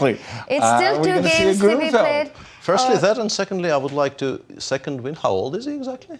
He's 22? No, no, 28. He's 28. 28. Still, I still second win? will not allow it. No. No. I think he's way too young for second wins. Well, these days they start chess. You become a grandmaster at 14 or 12 or some crazy age. Still not allowing that. You know, Larry Christensen once won the kindergarten championship and then went into a slump for like 7 years. So he got a third, fourth, and fifth win. Yeah. Sorry, Tania. No, and I was going to say the American wildcards in this tournament: Ray Robson, Jeffery Xiong, Sam Sevian. All these 3 players were prodigies. Growing up, they set so many records as youngsters, becoming grandmasters at a very young age. I think they were 14 years old. And they continue to impress. And these are the kind of opportunities that maybe these players don't get as much. And that is what is amazing about a tournament like this, where you've got the top players in the world playing, but you've also got these extremely strong, talented youngsters with a stage where they can play against the absolute best in the world, and here we've got Ray Robson leading the field. No question, and I felt that way also during the Tata Steel, when the Tata Steel tournament went to India, and I saw all of those junior players playing in the Rapids and Blitz, and I thought, oh dear, India's coming. India's coming. We have a Grunfeld on the board. This looks all very traditional. Grunfeld expert in the house. Exactly. But I just wanted to say, I think we've got some chaos. No, it's also Grunfeld. We got Grunfelds all around. There's 2 Grunfelds today, and it's always nice to see. The other one is Ray's still choosing what to play, and he ends up playing the classical, the Bishop C4, Knight E2 setup. A much more quirky version is being played in a game between Lei and MVL, but it also could have been crazier, I think. MVL went for a quieter reply to what I think is colloquially known as an Armenian Grunfeld. Really? It's It's so funny, Peter. I mean, you've been playing Grunfeld your career, so you've seen openings come in and out of fashion. Bishop c4, knight e2, that was the setup for the 50s, 60s, 70s, and away you go. Then knight f3, bishop e2 became the setup, and now we're seeing. It's very much back in vogue and is Back to the future, giving a lot of headaches, I think, for the Grunfeld players. Very interesting to see what Jan will bishop do here. g4 very quickly. This by is the the very, very old main line, provided he goes f3, knight a5. He might go bishop d7, though. There is a very important choice on the next move. f3 will be played, as we can see on the screen here. He goes for bishop d7. He doesn't go for knight a5. That was played in the Kasparov-Karpov 1990 World Championship match. And I think Anatoly showed that there are some issues. Eventually, it was worked out. It has to be, you have to be very, very precise. Knight a5 in this position is my recommendation in the course, but it wasn't a particularly happy recommendation because I have always been and have become even more lazy as years go by. And there is a lot of memorization involved if you want to play f3, knight a5 in this position. Right. I used to be the bishop d7 main, so to speak. I played this exclusively for many, many years. But I've become a bit disillusioned with this line because I think it gives white a number of options for getting a pleasant position. Please share. Well, the positions after rook c1, rook c8, queen d2, I think are not entirely equal. But there's also additional issues. Like there's a lot of lines where you actually have to be very careful if white just takes on c5. Perhaps not immediately here, but there's a lot of intricate differences between all the versions in which white goes dc5. You constantly have to watch for d4, d5 ideas. And as everywhere else, these days the move h4 remarkably is always going to be a bit of an issue at least. So it's playable. I understand why Jan chose it because I think compared with bishop g4, knight a5, if we compare the winning chances black has in this position and the position of the bishop d7, I think bishop d7 gives you a much bigger chance of a 3-result game. But it's also riskier, I think, objectively. All right, let's jump in that case to the game between Liem and MVL. Again, they're playing a Grunfeld, and these two players are actually in a tie for second. And we've got a very different approach by white. What happened? Absolutely. Liem played knight f3 here, bishop g7, c takes d5, knight takes d5, and knight a4. And this move looks very, very outlandish, I think, at first glance. And the Armenian Grunfeld, even more specifically the Nadanian Grunfeld, there's an Armenian player called Ashot Nadanian who many, many years ago discovered the idea of taking on d5 and playing knight a4 on move 5, not on move 6. But there are obviously a lot of transpositions between these two. The idea, of course, is we want to play to e4, and we want to do it without giving black the option of trading on c3, which strengthens our center, but also black doesn't have to spend the tempo running away with the knight. There's lots of potential replies here. MVL goes for the most straightforward. He goes castles e4, knight b6, bishop e3. And in this position, there's a lot of very sharp lines, starting with bishop g4, to which white, I think, is supposed to reply knight c5. Black can play a number of things here. But MVL, I guess, caught by surprise a little bit by this choice by Lei. He goes knight takes a4 and c5, which I always thought was sort of very sensible, but didn't entirely equalize, because the position you get after rook d1, she takes d4 and knight takes d4, it looks even? Yeah, even-ish, but generally speaking, when there's a knight on d4 against a knight on b8, you end up having to play precisely to minimize the slight pressure that white probably has here. It's not bad. I'm not going to suggest that MVL has committed some kind of an unforgivable sin here, not going for the sharper options. But this never really inspired me very much as a black player, because I think you are only really trying to make a draw here. And you might even have to work a little bit for it. After that came bishop g4, f3, bishop d7. f3, bishop d7, and queen a3. And yeah, this is a very typical structure where if you give white time to play, let's say, bishop c4, even bishop e2, and then castle short, and black still has no comfortable way of playing knight c6, I think you will start feeling like you're in a lot of trouble. And the current issue is, of course, if knight c6, white will take. Greedily. And the bishop on d7 is pinned, meaning that you absolutely have to recapture with the pawn. And this is just not not nice. pleasant at all. No. And how do you avoid it? Yeah, you would like to play queen c8 and knight c6, but you don't want to hang your e7 e7 pawn. is hanging, yeah, so let's say I can even maybe wait for a move. Yeah. Maybe we could take on e7 immediately as well, yeah. But so I was going to say, I'm going to have to play queen c8, Tanya, with the inclusion of a move rook e8. That's a tempo I don't want to throw That is extremely away. slow. I'm not And happy you throwing could, you could start running into serious trouble, because let's say I go bishop c4, I also force Now you to I play have to e7. go back. Yeah, either go back or play e7, e6, and No, then I'm not let's say I happy. go knight b5. No, I'm not happy. Maybe we're still sort of okay after bishop takes b5, but none of this is a dream, right? No. None of this is a dream. It's not what Grunfeld players aspire to. Not It's particularly. not very often that you're able to take Maxime Vachier-Lagrave by surprise in a Grunfeld. That is for sure. And I think for Liem, it has been a bit of an opening success. Getting this position where Black still has to solve the problem of development. And we see that Maxime, a6. not sure about how to get that knight to c6, has made the seemingly waiting move a6. How does this help the cause of development? I have a feeling that maybe he is trying to prepare to play e7, e5. My question would be, if you are so worried about the knight landing on the b5 square, have you actually stopped it? Would be my question. No.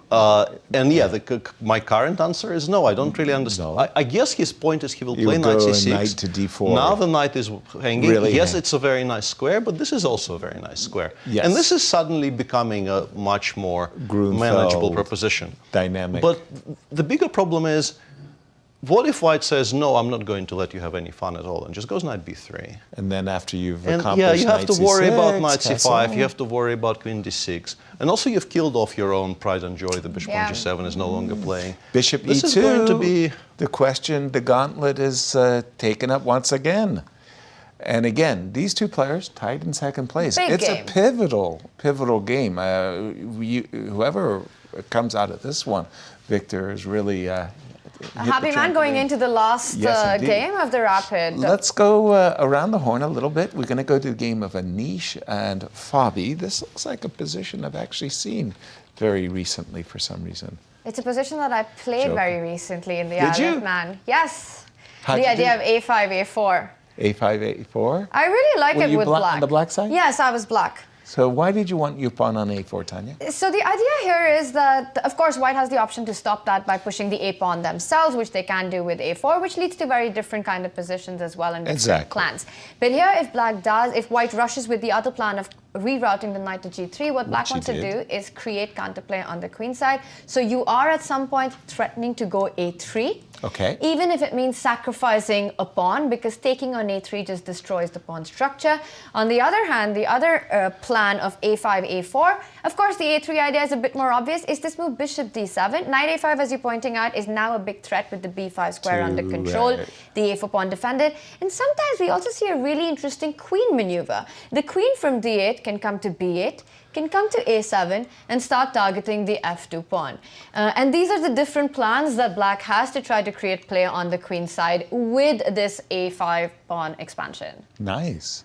So there you're seeing a nice opening theory. Thank you, Tanya.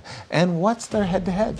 Let's take a look. Anish Giri and Fabiano Caruana, two very good friends off the board. Close, And but... close fight, have played against each other a number of times, but right now it is Fabi who leads their head-to-head with 9 wins, and it's only 6 wins to Anish. 33% better score. Nicely done, yes. Victory. Knight e7 was played. By the way, to avoid what you have spoken about, avoid losing the two bishops to knight c6 to a5, bishop b5, knight e7, the light squared bishops were extracted from the board. Interesting dance of the knights, both players getting their knights to g6 and g3. Bishop e3 and immediate captures. And, you know, Peter, it's always been funny. To my mind, I was taught that when you give up this, they actually called it surrendering the center. You surrender the center. You were supposed to play d5 like almost always. No, you just surrender the center and you leave them there. Yeah, What's it's, going on? I think it's just tactical here because after bishop b3, there is a positional threat of taking on e5 and taking on b6, spoiling the black structure. Okay, and there is no comfortable way of dealing with it. Like moves like rook a6 or queen c6 don't really look all that Feel great. artificial. And I just want to point out that I absolutely have no memory of this whatsoever, but I lost this position to Peter Leko in 2020, apparently. Really? I have no memory of it. Well, very good. You have put it out of your database. I wish I could claim that this is, proper management of positive mindset. I just have no memory of things. It's not really me being such a sunny and positive person. It's just, right. That's the way it is. Yeah. So ed4, Peter recaptured with the c pawn, and actually most people here, there's 4 games here, including some reasonably high-rated ones, and every single person here took with the pawn. So bishop takes d4 is technically a novelty by Anish. This is logical. Queen b5 is also quite logical, activating the queen, reminding white that the pawn on b2 could be potentially a target. Queen c2, rook a c8. I like the move rook e3 because the other rook will come into e1. Maybe the c3. Overprotecting the e4 pawn, the Yasser. Oh, yeah. Peter Leko, yes. Peter Leko.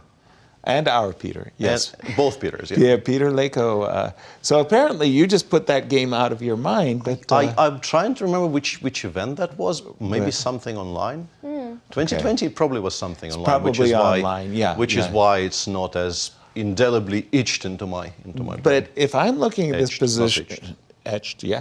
If I'm looking at this position, I'm liking white. Yeah. I have everything. I have the center. I have more control. I have, the rover, and I can switch. I can go rook a3, reminding you. I can go rook a3, rook c3. I can play for d5, knight.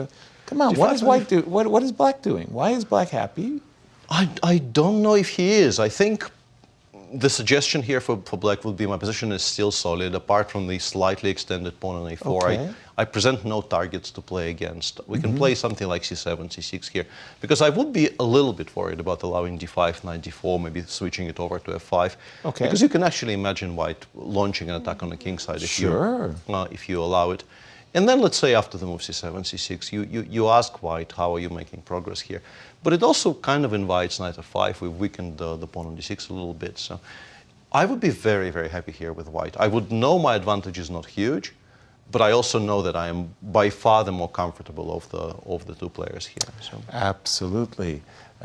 Well, we're going to keep an eye on this. We're going to go around the horn. We're just going to jump in on the game of Sam Sevian. And my pick, by the way, Alireza, which after his loss to Ray Robson and his failure to get Wesley, is kind of drifting. We'll see if he repairs in time for the Blitz.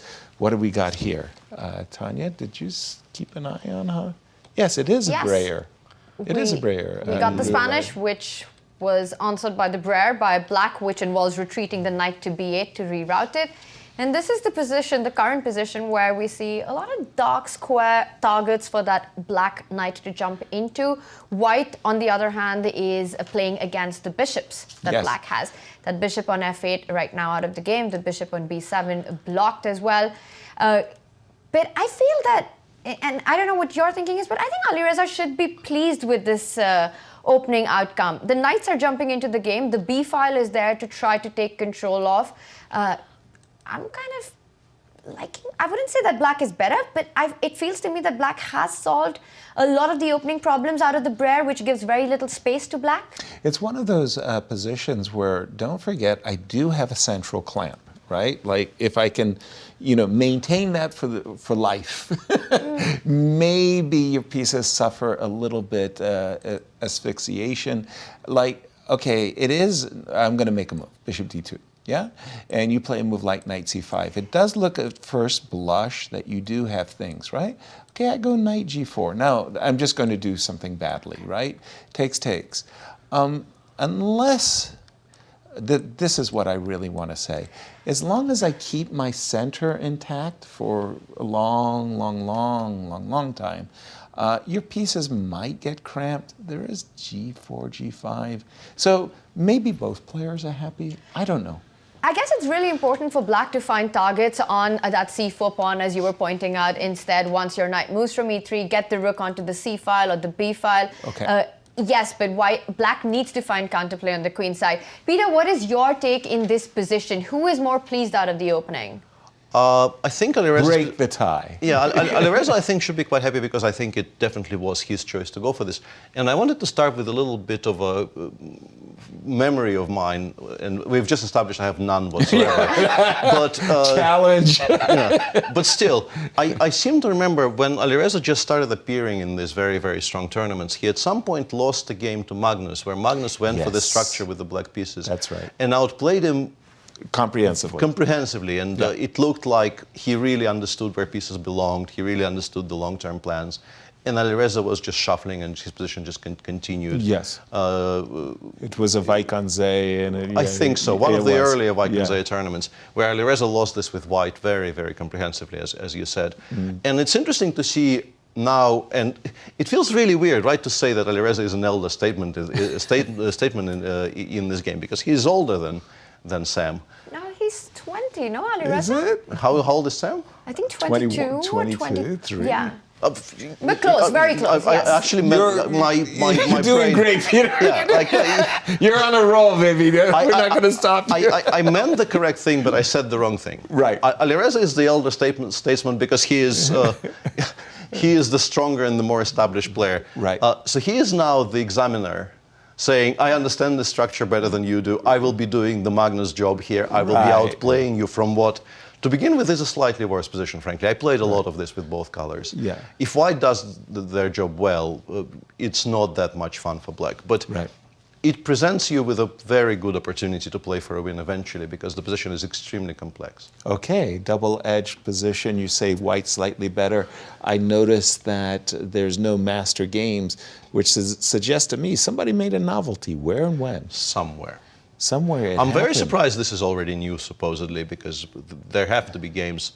Fabi actually had the position all the way up to c4 in his game against the Incr way back in 2016, and also I'm guessing this is a game against Parham Maksudlu in 2020. So this is a reasonably well-known position. There's a bunch of games from here, but A5 is already not a very popular choice.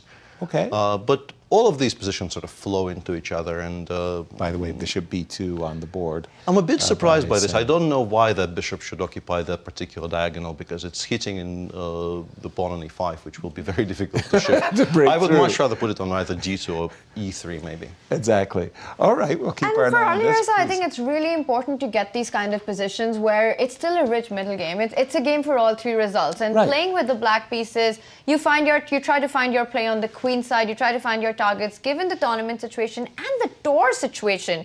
For Alireza, I think to get this with the black pieces, it is looking good, but still a long, long way to go, and could be anyone's game. Let's continue with our games, and and we're getting an update that one of our players is already down on the clock, and no prizes for guessing who. I'm going to go with Ray Robson on this one. And I was right.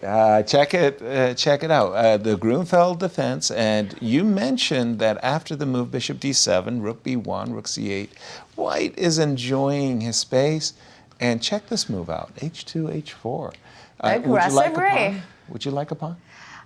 You know, I would like a pawn, but I also really like my queen. Yes, exactly. But let's show it, yes. The problem with getting greedy the cookie, here. On offer should not be accepted, as you will end up either with knight g3 or g4, queen h3. But knight g3 feels like the easiest path to and it is winning Her Highness. That's right. So no capture, no grabbing the pawn. In fact, black often wants to trade queens, Peter. Yeah, in this line, you generally feel like the Grunfeld endgame will be quite okay for you, and white, on the other hand, very often just declines this, and queen b2 is a very typical way to avoid the queen trade. And the clock times, how bad is Ray's misuse of the clock? We've seen worse. Much worse. We've seen worse. But I want to ask you, Yas, because you know Ray Robson so many years. What is it about his chess what are his strengths that when he's down to those crucial minutes in positions which are so complicated and critical, how is he able to maintain his accuracy with just seconds on the clock? I have no idea. I really don't know how they do it. I've get frazzled in time trouble. A dear friend of mine, Victor Korchnoi, Victor was habitually in time trouble, and he oftentimes played better when he was under the pressure of the clock. Like he would sit at the board, think for an hour, and play something that you kind of think to yourself, why did you even come up with that? Whereas when he was under the pressure of the ticking clock, his accuracy, his calculation was sublime. And Ray actually so just impressive. it really, really is. I mean, you almost want to say to Ray, don't play rapid chess. You're going to get 5 minutes and 10 seconds per move. And he'd probably be in time trouble as well. Yeah, it's been just amazing to watch him handle those situations. And speaking of good friends in time trouble, Peter, your good friend, Alexander Grischuk. I can't imagine a bigger example. A legend. And when he's playing on seconds, I mean, his chess is just God-level chess. How does he do it? You build tolerance, I suppose. I don't really know. I've played next to him in team events, and it's a very difficult experience to watch him do it. But he, more often than not, he would come out smelling of roses when the time control is reached. And yeah, I don't know. For me, I wouldn't be able to do it for a small fraction of the career that he's had, seemingly having horrible time troubles in every game. I'm in awe of it. I have this image of myself as well. I'm playing on an Olympic team with Walter Brown. So we've got, 5 members of the team horrified, like tasered, watching Walter Brown in a frenzy time scramble coming up, as you said, smelling like a rose and, coming out, adjusting his tie. How was it, guys? And we're all collapsing. Like, we want to kill you is how it was. We'll need to ask Ray at the end of it. How do you do it? Tell us about the current position of Ray's, if you don't mind. I mean, we talk about his time trouble, but let's talk about the position. Well, only a couple of moves were added after Queen B2. The engine was suggesting you could go for immediate very typical simplifications with knight e5, seemingly like a temporary piece sacrifice attacking the bishop on c4, and this seems to work out fine for black. Okay. But it also simplifies the position to such a degree that I think Jan, who needs a win here, I think Jan is in general a very, very ambitious player. He preserves play by playing rook f d8, and now after rook fc1, also a very logical move. Defending the bishop? Defending the bishop, just strengthening your position in general. It feels like white should have a small edge, but all to play for, I would say. It's still a very complicated position which cannot be simplified to a few sentences. I feel like the move h2, h4 is a jab. You just want to kind of throw it out there. You want to play h5, but with queen on a5, should I... That does a very good job of stopping it. Exactly. It also supports the idea of sometimes maybe playing bishop b3, g5, attacking that rook on d8, because it's a very good square for the rook, and you would like for black to move it away from it. So, for instance, bishop f8 now is an interesting option, presenting white with this interesting problem of how to deal with the threat of bishop f8, a3, skewering the queen and the rook on c1. And to this you could reply, for instance, with the move bishop g5. And then you could get this really strange, funny line where everything gets picked up. And supposedly this ends up being fine for black after all of these pieces come off the board, and you get a very standard Grunfeld endgame where if this pawn was already on h6, this maybe would have been a bit annoying, but it's not, and it's not going to get there. Black will be in time to stop it from appearing on h6. So this is not bad at all. Jan prefers bishop f6 though, and I think once again Jan wants to preserve as many pieces on the board as possible. So I think for him it's much more interesting to play with the queens on. Okay. The logical reply here would be to play bishop f2. I don't think we want to give up on h4 just yet, and h5, as you said, is not really available because the queen controls the 5th rank. So I'm expecting bishop f2, and then I very much would like to know how Jan wants to continue from there. Exactly. Tanya, where would you like us to go? Let's head over to Anish and Fabi next. We will keep an eye out on the tournament leader, of course, and jump straight back. But check it out. Let's check in. And a Zaitsev position. A Zaitsev. Yes, and we left it here. It started with an Italian, I think, and we were looking at this earlier when Anish went with this a5, a4 plan. And Yasser, again, we were a bit critical about black's position, thinking that white has more space, more rook activity, but I really like the way Fabi has shown the path. He instead went for this c5 idea in the center, which fixes the center, and then managed to create a passed pawn slash weakness, I don't know what to call it, but it does give black this play and a really nice hold on the d3 square. Which he's just done. He's just managed to land his knight on d3. And it was in the 1990s that Anatoly Karpov was playing the Zaitsev, and he would get positions very similar to this, Peter. And even in the matches in the mid-80s, I think. Yeah. Already in those matches, you would see them discussing these types of structures in seemingly every second game. And a very, very interesting thing has just happened after knight d3. There's a rook hanging on e1. That's what I and wanted to Anish say. says, I don't care, because I would like to give mate on the king side. If you take on e1, I will play rook g3. And look at that massive... G7 is hanging, queen takes h6 is also a threat. Oh, knight h5, you go queen h6 anyway. Yes, Yeah. absolutely. This is nice. And we are breaking through. As you can see, complete collapse. Black maybe avoids mate, but will get completely wiped off the board. And on occasion, this did happen to Karpov. Not that often. not every single game, but and supposedly you have to play king h8 here. What? And I had a strange experience here because I saw the engine suggesting this move and I thought, why doesn't this simply lose to knight takes g7, king takes g7, rook g3 check, king h7 and knight f5. Has to be Alireza's sacrifice. And then because actually it took me a while to realize e1 is hanging. Again. And then I remembered, and black just stops the mate and also collects all of the pieces. This is just completely lost for white. That's right. So after king h8, sadly for Anish, it appears that you have to actually start defending your material. And after rook 1, e2, black can make an immediate draw with knight f4 and knight g3. Oh, and he might have to, because I think the threat of rook g3 is so strong that not availing yourself of the opportunity to make a draw right this moment might be, you might never have another one. Wow. I have a feeling that if you give white a move here, either knight takes g7 or rook g3 will be a decisive. Can you try to continue with a move like knight h5? I just want to keep the game going so that I can maybe one day create chances with the c-pawn. Are you sure you're not allowing knight g7? Yeah, I'm looking. Very scary. I'm looking at even in this position. I'm looking at knight g7, rook g3. Right. And if king h7, I'm looking at this. Right. And you will have to give up the queen. But the issue is maybe you're happy. Maybe you're actually surviving again with the move c3 Amazing. here and c2. Oh, incredible lines. But you have to be very, very sure of yourself. We have. He played knight h5 immediately. He did not play king h8.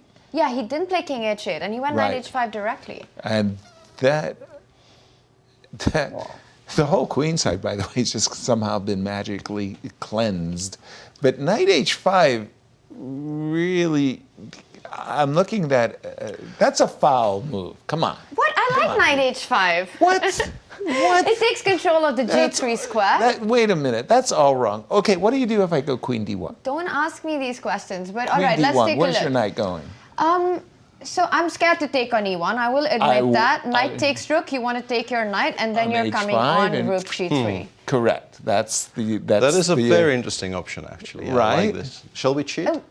Not yet. Not yet. Let's try and find a more human approach to queen to d1. So your idea is queen g4 next. For example, I think we should show that knight f4, queen g4. You're not only threatening the mate on g7, but knight h6 is a massive threat. You winning mentioned the queen. Her Highness. Yes, which disappears for black in this case. Right. Queen to d1. What are the options? I have to defend my knight on h5. I need Peter. I need you to help me here. Okay, now we cheat. We don't need to cheat. We have Peter.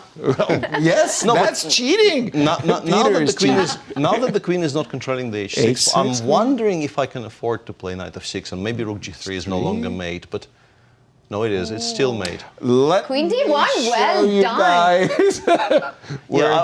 I had a feeling g6 might work, but I was very worried that we will just take on h6, and then we will go back to f5 and continue giving That was the intention, and I would just kind of strip you of one of your but e1 is hanging, so the computer suggests giving up on h6 with check, but now both this knight and the rook on e1 are hanging, and This is a playable position for white. You continue by taking on d3 and then either playing knight g4 or perhaps even playing this quiet move queen d2 for now and then dropping back to g4. Okay. This is a very interesting option. But the And thing about all zeros. yeah, the thing about knight Remarkable. h5 though, compared to the move king h8, which we were discussing earlier, is that after king h8, the rook has to stay on the e file because otherwise you lose the pawn on e4. Whereas knight h5 could go. releases that pressure, and you can actually use The more of the b-file. board. Releases the pressure on the e4 on the pawn. e4 pawn. Exactly. This is very So you can important. actually play something like rook b1 or rook a1 and continue the game in that direction. Creates a threat of rook I b6 see. perhaps, attacking the pawn on d6, which is So- often vulnerable. So The whole difference is the knight on Mm-hmm. h5 releases the pressure on e4, releases the rook from its guard duty, This is and was such a second. dangerous position. Queen second d1, best. I love that move. Yes, Queen d1 well is fantastic, done. yeah. Yeah, just to wow. I don't. Somehow I feel like we haven't gone through all of the games. Jeffery, Xiong, Wesley So, two players who haven't really shined thus far. What have we got here? Isolated queen pawn looks very nice for white, but how do you follow up? What's your knee-jerk feelings about this position, Tania? I'm gonna be honest here. While you were looking at this position, Yeah. and we will stay on this, but I have my eye out on the tournament leader. You're gonna love what's happening there. But first, let's Okay. get a quick roundup of this position because perhaps it's not the most important game for our standings. Not the most important, but interesting situation going on here. Okay, it's So bishop to Double-edged. d7. I feel it's very double-edged. You have a rook on b6. You're Yeah. hitting that pawn on a6, tying down the rook. That's right. Black's got the bishop on d7, eyeing the a4 knight. We will see how this develops. Of course. But I am really wanting to get your Right. attention on Jan's and Ray Robson's matchup because crazy piece things are sacrifice. happening on the board. Bishop f6, bishop f2, as you prescribed, Peter. b7, b6, yeah, queen Just, e1, bishop e1 here played a very logical move here. just stopping queen takes b7, bishop e1. Where's your queen going, by the way? And Jan went with queen h5, which I wonder if this was connected with some kind of a miscalculation, because he had the option of playing queen a4. It wasn't losing any material. It looks like you might be losing your queen to bishop b5, but now that the white bishop is not on f2 anymore, you can play even queen takes d4 check, actually, which is a style points move. Exactly. Because then you are win- winning back yeah, your you queen. win the queen back, and you seemingly are completely fine. And after queen a4, if white does something for a move, you go knight a5, and you secure your queen position because you cover all the squares from which it can be attacked. Exactly. But instead he played queen h5, which is an incredibly provocative option, and it was met by a very understandable g4, g5, I think. Well, And it's now not he's just down win- a piece. Yeah, it's not just winning a piece for two pawns, but it's winning the dark squared bishop. That's a huge minor piece to win for two pawns. Sorry, Tania. please. No, absolutely. What you're saying, everything that, and yes, you've blown open your opponent's king side. The king looks weak, but where are the pieces? Exactly. There is absolutely no assistance to that queen on the king side. No other rook, no rook is joining the attack. There are no potential rook lifts. The H and the G lines can, in fact, at times be even used by white to get to the black's king. Absolutely no. I see this as material and compensation for white. I love Ray's position. I think this is just outstanding for white. Also, Sorry. look at the clock situation. What is Yes, the clock it is situation? 2 18 minutes to Jan. Again, a sign that he rushed up a critical moment. That move that Peter was pointing out, the queen to a4, where he quickly played queen h5, inviting and forcing himself into this position.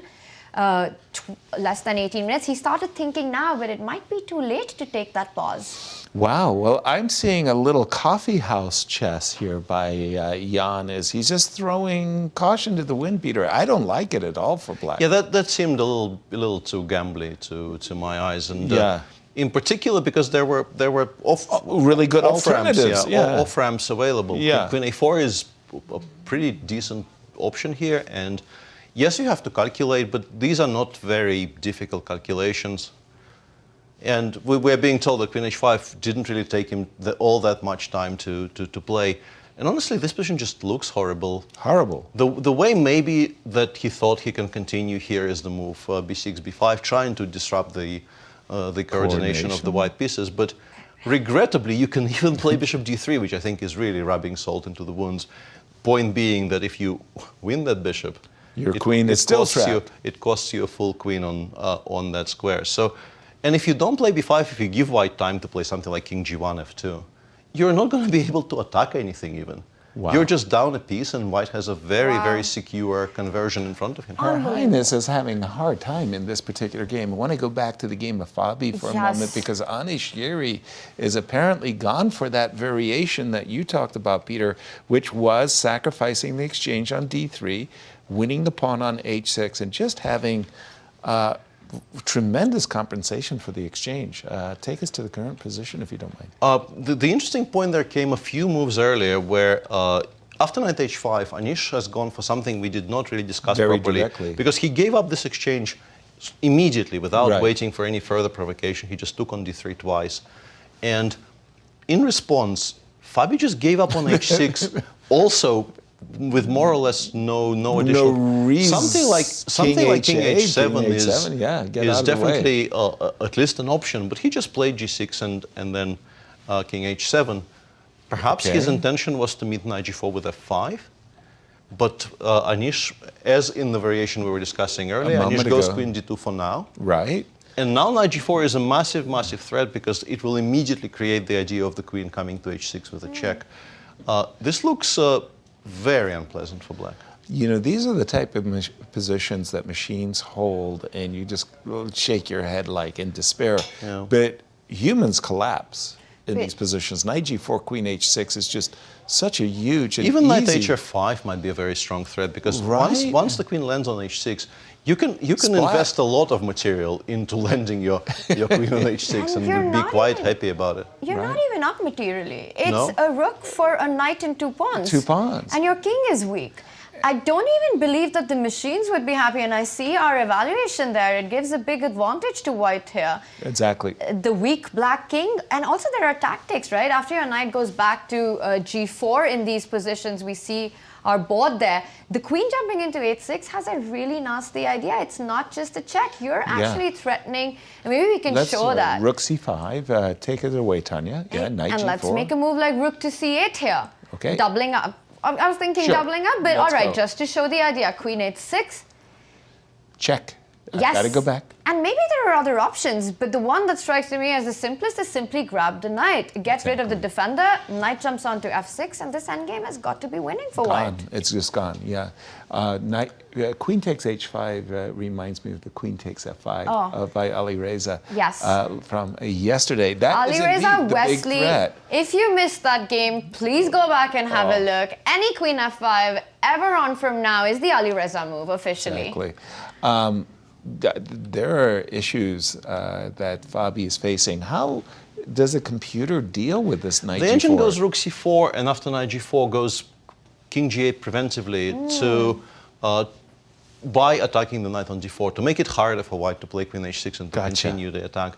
But as Tanya said, white is in fact, I think ahead on material count, so you can make some kind of a useful waiting move like king h2, well, and just say, okay, show me why you think you're doing any good at all here, and we can continue improving. Perhaps f2, f3, just supporting the pawn on e4 is a useful continuation. Getting ready to play knight c6, getting ready to play queen h6, maybe knight f5 sometimes. Getting ready to play knight f5. All of those things are absolutely in the air on every single move here, and it's just very, very difficult to play for black. As you can see, the engine suggests we can attack the knight on d4 again, but white can and should play knight f5 love to see here. that on the board. And visually, it just looks so good for it's very, very dangerous for black. But show us, the engine somehow doesn't resolve. No, if you take on f5, Peter, what is the blow? What are the ideas of these sacrifices? And very simply, we re-establish a knight on f5. This is incredible. And then it comes in and it gives mate. Yeah. So you give one knight to put your other knight on it. Yes. Yeah, on f5. Yeah, those setups with the queen knight e7 on f5. played by Fabi in the meantime. Another decent defensive move, trying to keep pieces closer to the dark squares. Perhaps after knight g4, you will be able to put the queen on f8 in some positions, stop the queen from landing on knight h6. g4, queen f8. In fact, this has already happened. Yeah, knight g4, queen f8. So queen coming over to just defend the king with queen e7, queen f8, and it just feels like you're you're primed and ready for a blow. Queen G5, Knight F5. I'm thinking about what you said. Even if it's not a blow, you put that knight on C6 and you just feel so good about your position, Oh, sure. right? Yes. The black knight on H5 is far away from getting into the game. No Like knight you G7, said, two no knight pawns. F6. Yeah, 2 pawns. I remember having these adjourned games in Olympiad. But whenever the adjournment was in my favor, I had like 12 cooks. They would all come over and show me how I should win. Whenever I was worse, they'd all just leave me alone. No one's around. No one's there to help you. But when you're winning, boy, then everybody wants to jump in. This looks like a very nice position for Anish. All the games in play, Peter, what's caught your eye?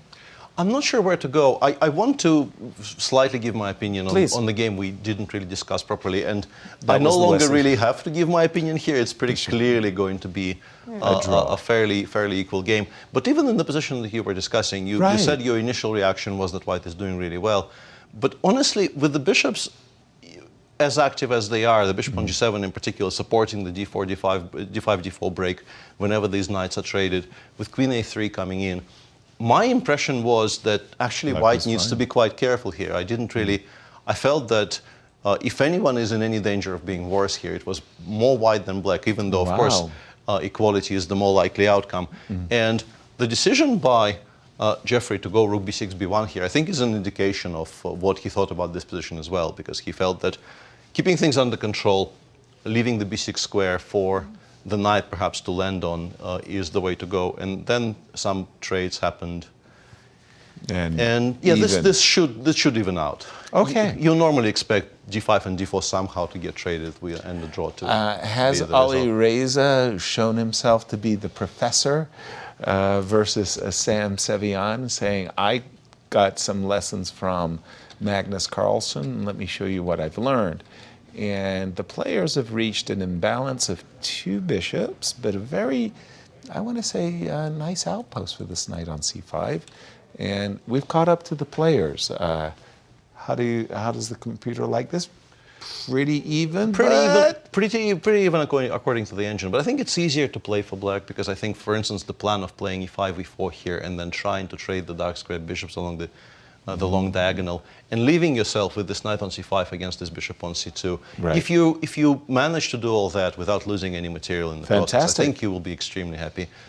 Once again, good knight versus bad bishop. The heartless engine suggests everything in life is equal, but some positions are more equal than others. Absolutely, and I would take black. Yeah. I would be choosing black here any day of the week for sure. Exactly. Let's jump back to Ray Robson and versus Jan, because when we left it, we thought that Jan was being way too optimistic, and he did play the b5, and he expanded on the queen side, but I don't get it. Me neither. And he took quite a bit of time after giving up that piece. And right. I'm just wondering, is it something he missed when he went queen h5? Because it's not a position that you go willingly into. No. It's not something that you desire to get into this piece, sacrifice thinking. Let me sacrifice my dark squared bishop for 2 pawns? No. And for no actual attack against the king. So what is it that Jan My best guess is he thought queen a4 was losing. Maybe he thought e5 blocking the diagonal and then bishop b5 wins the queen, but it doesn't because we have bishop b7 and a3 square. And that gives us the a3 square. So it must have been some kind of a miscalculation. I'm not entirely sure what kind, but yeah, I don't think he believed this is any good. No, I think he's experienced enough to know that this is never any good. Right. And he spent so much time in the position right after giving up that piece, even before he played the move b5. That does indicate that this is not part of the plan for Jan. No. But by the way, once again, let me boldly state the obvious. For Ray Robson, he's almost in disbelief how marvelous things are going. He's leading the tournament. He's playing one of the strongest grandmasters in the world, a twice challenger in Jan, and he knows he's winning the game. And it's like, guys, you're giving me the first place here. Yeah. Thank you for this. This is just amazing. It's going to be a lot about nerves for Ray right now to not only believe what is happening, but also keep, the clock situation. He's winning this position. He wins this game. He's looking so good to get that rapid championship of the St. Louis. Fantastic. And by the way, I mean, I'm sitting here in Ray's shoes, and trust me when I'm saying, you know, like I'm finding myself all excited, but I'm looking at this position and I'm thinking to myself, aren't I just taking over the game with the move rook c5? And for me, this move a2, a3 is saying, you know, okay, I'm just keeping an eye on a4. But was rook c5 not a clanker? Or I think he's trying to keep things as much under control as possible, and I think he likes the bishop on this diagonal because eventually I think d4, d5 will be an important resource for him. But it's also very difficult to go wrong, and as you can see, my eye was actually drawn to this move because of bishop h4. Bishop h4 is a massive threat, which I don't even know if black can meet. By the way, the queen on b2 intimates that rook h7, rook h1, and rook. So rook h1 was winning on the spot. Your move rook c5, I'm pretty sure, is also just completely winning, followed by, let's say, rook bc1 next move. That was the positional approach, right? But we're not going to criticize a3. No, and we've had moves. After a3, b4 was played, and Ray Robson keeps the pawns on the board, so makes a decision to go a4, and I like it because it also, in some positions, some endgames, that a pawn might come handy, a5 might be weak, h5 played, and this invites the idea of rook h1 that you've been pointing out. Or rook c5. Or and rook c5. Rook c5 was chosen, yeah. No, he's very much in control here. And by his standards, he has a minute and a half. This should Too much time, that's classical chess. Luxury. Absolute luxury for him. Yeah, he should be winning this game. Yeah, so that is a very huge result. There are two players who are tied for second. They're crossing swords. That's MVL and Liem. Jumping to that game, it looks very balanced. Yeah, we're not going to spend too much time on this. Yeah, we expect a draw there. Where's the action, Peter? Pretty much everywhere else, we've spoken about the game between Ray and Jan at length. Sure. In Giri against Fabi, there was a very critical moment a moment ago. We left it in this position. Queen f8, yeah? Yeah. Knight f3 is a very strong move here by Anish. I very much like it, and the engine also loved it. Queen g7. And e5 is also correct. Just breaking the position open in the center. d5, But after d6. d takes e5, he had to see a very beautiful geometrical solution here. The solution here was to give a check, to ignore the pawn on e5 altogether, push d5, d6. I'm pretty sure he saw up to here. Sure. And he probably didn't find a way to break through. And the engine goes queen a2 in this position. And says, I want to take on f7, I want to play knight h6 check. And things start collapsing. I want to avoid queen d5 and allowing you to play knight f6. I really just want to play knight f7. Knight f7 is, rook d6, knight f7 just loses on the spot. That's because everything starts falling apart. Queen the engine A2. tries to play rook D7? d7, but then we go queen a4, and things continue collapsing. Yeah, but understanding that you're basically winning in this position, I don't think it's very easy. No, because not at all. Yes, it looks attractive, and I guess the threat is eventually maybe if knight f4, maybe knight e4 is very strong with knight gf6 ideas, but wow. To recognize just how winning you are here, Evaluate. that is not obvious. That is not easy at all. No. And queen a2 as well as it's not an easy move. And then at the end of these few moves, to feel you've just given up a pawn and you're still clearly winning, not an easy human task. And what he did is completely understandable. He took on e5 with the knight, but that allowed Fabi to get some pieces off the board. Just in time. White is still going to be making all the running because of difference in king safety more than anything else. Okay. But this represents a massive improvement in Fabi's fortunes because he's no longer really getting mated. Some attacking pieces have gotten off the board. This probably is defendable now. Yeah, Fabi's got to be relieved right now. There was a position where it looked like a knight fork or a knight jump, a knight check would be just game over, but that's not happening. Let's jump back to our tournament leader, Ray Robson. We think Ray is in absolute cruise control. He has a piece for 2 pawns, but it's all about the clock as we see 40 seconds. And you have to get the job done. Yes. You know, you're playing against a very tricky player. Nepomniachtchi, he can be so resourceful, setting up those traps. And with 30 seconds, yes, Ray has shown incredible chess with seconds on the clock. But he's still got to get the job done, and it's not over. But Jan there shaking his head. Well, Jan's realized that the move bishop f4 set up bishop f4 g5, skewering the rook, and he had to put his queen on the h8 square, a clear indication that this is absolutely terrible. Now the question is, how you know, we very much want to play the move d4, d5 and not blunder our queen.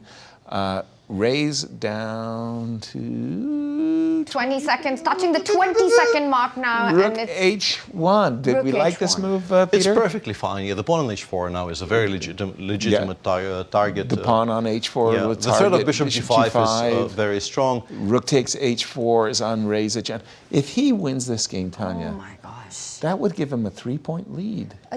Which is uncatchable because Well, you get. It depending depends on the on other boards and where they outcomes. finish because you get 2 points for a win. You're Exactly. absolutely right. Liem might draw with MVL. That would mean that Ray has a full point lead with one game One remaining. game to go.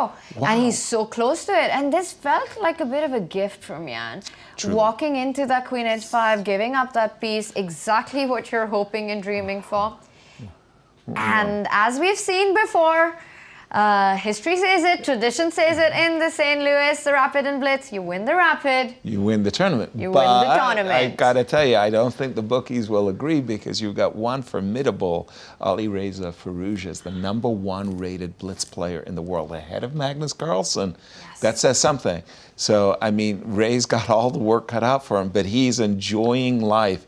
And he's just played this move, Rook h1, which sets up Bishop g5, h3, a kind of like... I very much like the idea of including the king in the game here. You want to play King g3. I wanted to play King g3 But and there then is a take it. cheapo, maybe based on Knight d4. Ah, that was the trick. Yeah, That that was is the a trick. very... He retreats with the queen instead, so pinning that knight on c6, no more knight jumps, the rook hangs on c8. And guess what? That releases the d-pawn, and now the move d4, d5, bursting open the diagonal. Also, just let me point out what Peter, we love including the king, but King g3 did allow knight takes d4. It was still and knight fine for takes white. e2 Rook takes c8 here, I think, still wins. But I like queen c1. I actually think Knight Ray's f5, move is stronger. but you've got a lot Knight of f5, pieces, I yeah. win a lot of material. All right, but we've got moves on the board. Instead, I think queen E5. c1, I like it. e5 played, and Jan is playing on the clock right now. That As is well. his only It's clear. hope. It's clear. He has is. to keep playing fast, putting the pressure on Ray's clock. Well, now he's in swindle mode. Absolutely. But after something like bishop d5, it's just so difficult to see where the counterplay will come from. There's just nothing in Ray's position to attack. This visibly reminds me of Ray's game with Alireza, where he put his pieces on squares, massive squares. Knight c6, bishop Queen e6, rook g6. Queen h5 and on the board. all of White's pieces are like on ideal squares. Queen This h5. was probably missed, because I definitely missed it. I was about to say it actually. Queen h5 is the only move that creates a threat. I like and knight g1. Did you g1. see that? He played it in No, 1 with second. 1 second, Ray. Oh my goodness. And done this I think before. Jan leaning back there thinking, how did you not lose on time there? Knight g1 defends f3, very importantly, and it sets up for rook takes h3. This is like perfectly timed. He is dare still I keeping say things it? under control, but yeah, making that move on 1 second That was... was- It was so close, and we've seen Sam Sevian on the receiving end of that, that 1 1 second. Okay, but this move, unfortunately for Jan, he wants to play a move like knight d4. But it feels like it's just going to be one check. I think I can take on c8 and That's- play king e1. That's But the also, problem. rook into pawn is a big threat, no? Sorry, yeah. what should I do? I was thinking like if you go knight d4, rook into pawn is hanging He's as well. played- He he's takes played on knight g5. e5. And can you take on h3, or does that run into like more checks on g4? And we've got a result on another board. Maxime, Vachier-Lagrave, Liem ends in a draw. We should go back But to we to have this. to rush back Rook to takes h3. our marquee matchup. No playing any joking games and allowing rook f3. What do you got? What do you got? I think you have to start by taking on c5, and then Let's after do queen it. c5, I want to play rook takes f3. Rook some- takes f3, rook takes f3. f3 check. Yeah, but I think knight takes f3 But wins. why not with the... Okay. I was thinking you could take with the rook. Then queen f3 and knight d3 check. I think this is cleaner, actually. Oh, that Very is. nice. Oh, look at you with your cheap. Because this cheap endgame, moves. we might even save on a good day, because we also pick up the pawn on a4, and there's going to be only one Remarkable. left. It's probably still Yes. lost, but maybe you get But- yourself some He could be chance. counting on it. You covered yourself nicely with the move knight takes f3. And let's just see with the magic of replay how close. 2 seconds, and he made a move and just in time. It touched one and he pressed the clock. Right? How did? I mean, it's Right there. it's instinct. So there's something Oh, very he special makes about it. how these players do that. And Jan with a slight shake of his head as soon as he pressed the clock. Oh, I almost had you. Right? But rook takes h3, huge move. Knight takes e5. And again, Jan's, his mind is screaming, where's my cheapo? Where's my cheapo? He's looking for the trick right now. He's Right. looking for anything that makes Ray Robson pause and think, even if it's not working. Exactly. The line that we see? discussed is the best chance Black has here, but unfortunately, takes f3. Ray will be able to make a lot of moves in a row Yes. very quickly, and also the position stabilizes, and that endgame probably is still lost. So Jan clearly is looking for anything else, but I don't think there is Exactly. anything else. Exactly. I don't think so. No, and if I go rook c5, queen c5, that inclusion, no tricks here. Gosh darn it.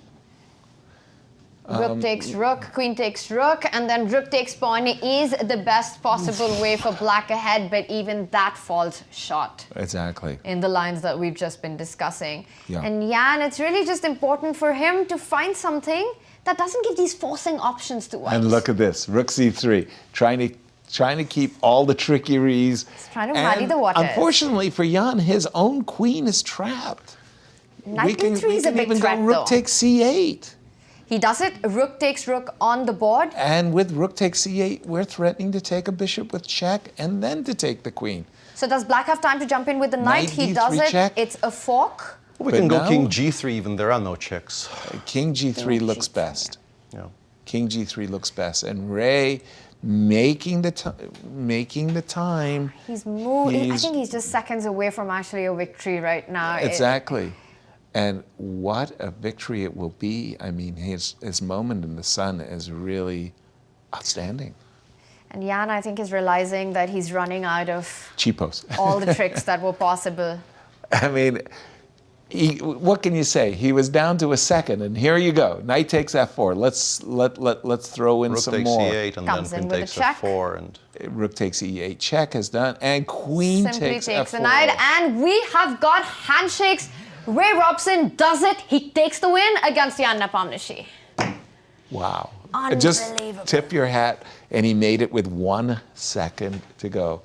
Peter, has that happened in your experience? Have you ever made a time control with 1 second? I must have at some point, but I have no defining memory of that With that. happening. People have done this against me as well, and it's just such a heartbreaking experience. Why? can't you? Why can't you just lose on Why? time? Make it Just simple. lose. Yeah, just lose. Oh boy. There's still some games games running. We still got action on. What's happening with Anish and Fabi? A fun position. A really fun position. Black- to watch, but not so much to play. No pawns. on No the black pawns side. left, but I think Fabi survives from here because White will have to move the king somewhere, and then I guess you step away from all of the All the forks. the knight on forks. f5. 97 was a trick, and maybe we can just quickly show that actually, that it's really important because you step away from the check and let's If say something you like attack. rook e5 happens, you have knight e7 check Whoop. here with queen takes g6 coming up. But yeah, this will not be blundered. King h7 on the board, as you said. And rook takes e3 now is a threat because the queen on d3 is hanging and knight e7 is no longer available. That would have been actually a better line to show after king f1. Why can't we take on e3 here? Right. For the same reason. Right. Very nicely For done. the same reason. I noticed that the engine went from plus 14 to only plus 7 when you played rook takes e3 instead of rook e5 because you did get a knight after all. we did get a knight And there, yeah. Peter, you mentioned that rook takes knight is a big threat here, but does White have time to actually just ignore it and start pushing the deep pawn? What This happens? is the big question, yeah. Thank I you. think we can Let's take go anyway d6. and take on f5 because we have a threat of knight g3 followed by Rook queen takes d3. e3, f takes e3. Again, we can't recapture as we would desire because of queen takes d3 and knight takes f5. That's the problem, Tanya. We've got this nasty threat of knight g3 discovering against the queen as well as the pawn. And he calculates it and he sidesteps with the queen c2. So with the move queen c2, however, now we are ready to meet rook takes e3 with knight takes e3. Thank you. That The means knight defends the queen. Yep. And I do have three connected, not three connected, I have three pawns and you have none. Ha ha ha. Queen c2, maybe with even ideas of knight takes g7. Peter, in these positions with the split pawns, knight and two split pawns versus the rook, there's no problem. That's a very easy draw. I mean, forget about it. Even three. I think even against three, you probably make a draw, but you don't enjoy it, right? No. You would like something cleaner. So what you're discussing is if the queens got off the board, Yeah, and the it was just knight versus rook, and white has got 3 pawns remaining. Right, so if we start with a move knight takes f5, and we provoke white into trading queens, and we do end up with a situation where I'll put my knight here, I'll put my king here. I have 3 pawns. I'm not going to lose the game, but am I going to win the game? Probably not. No, probably not. Okay, and are the clocks a factor, Tanya? Definitely a factor. I mean, look at the position. Knights on the board, clocks are always a factor. They're tricky pieces, and right now it is still Black's move here. So Yep. Fabi on the think, does he trade on f5?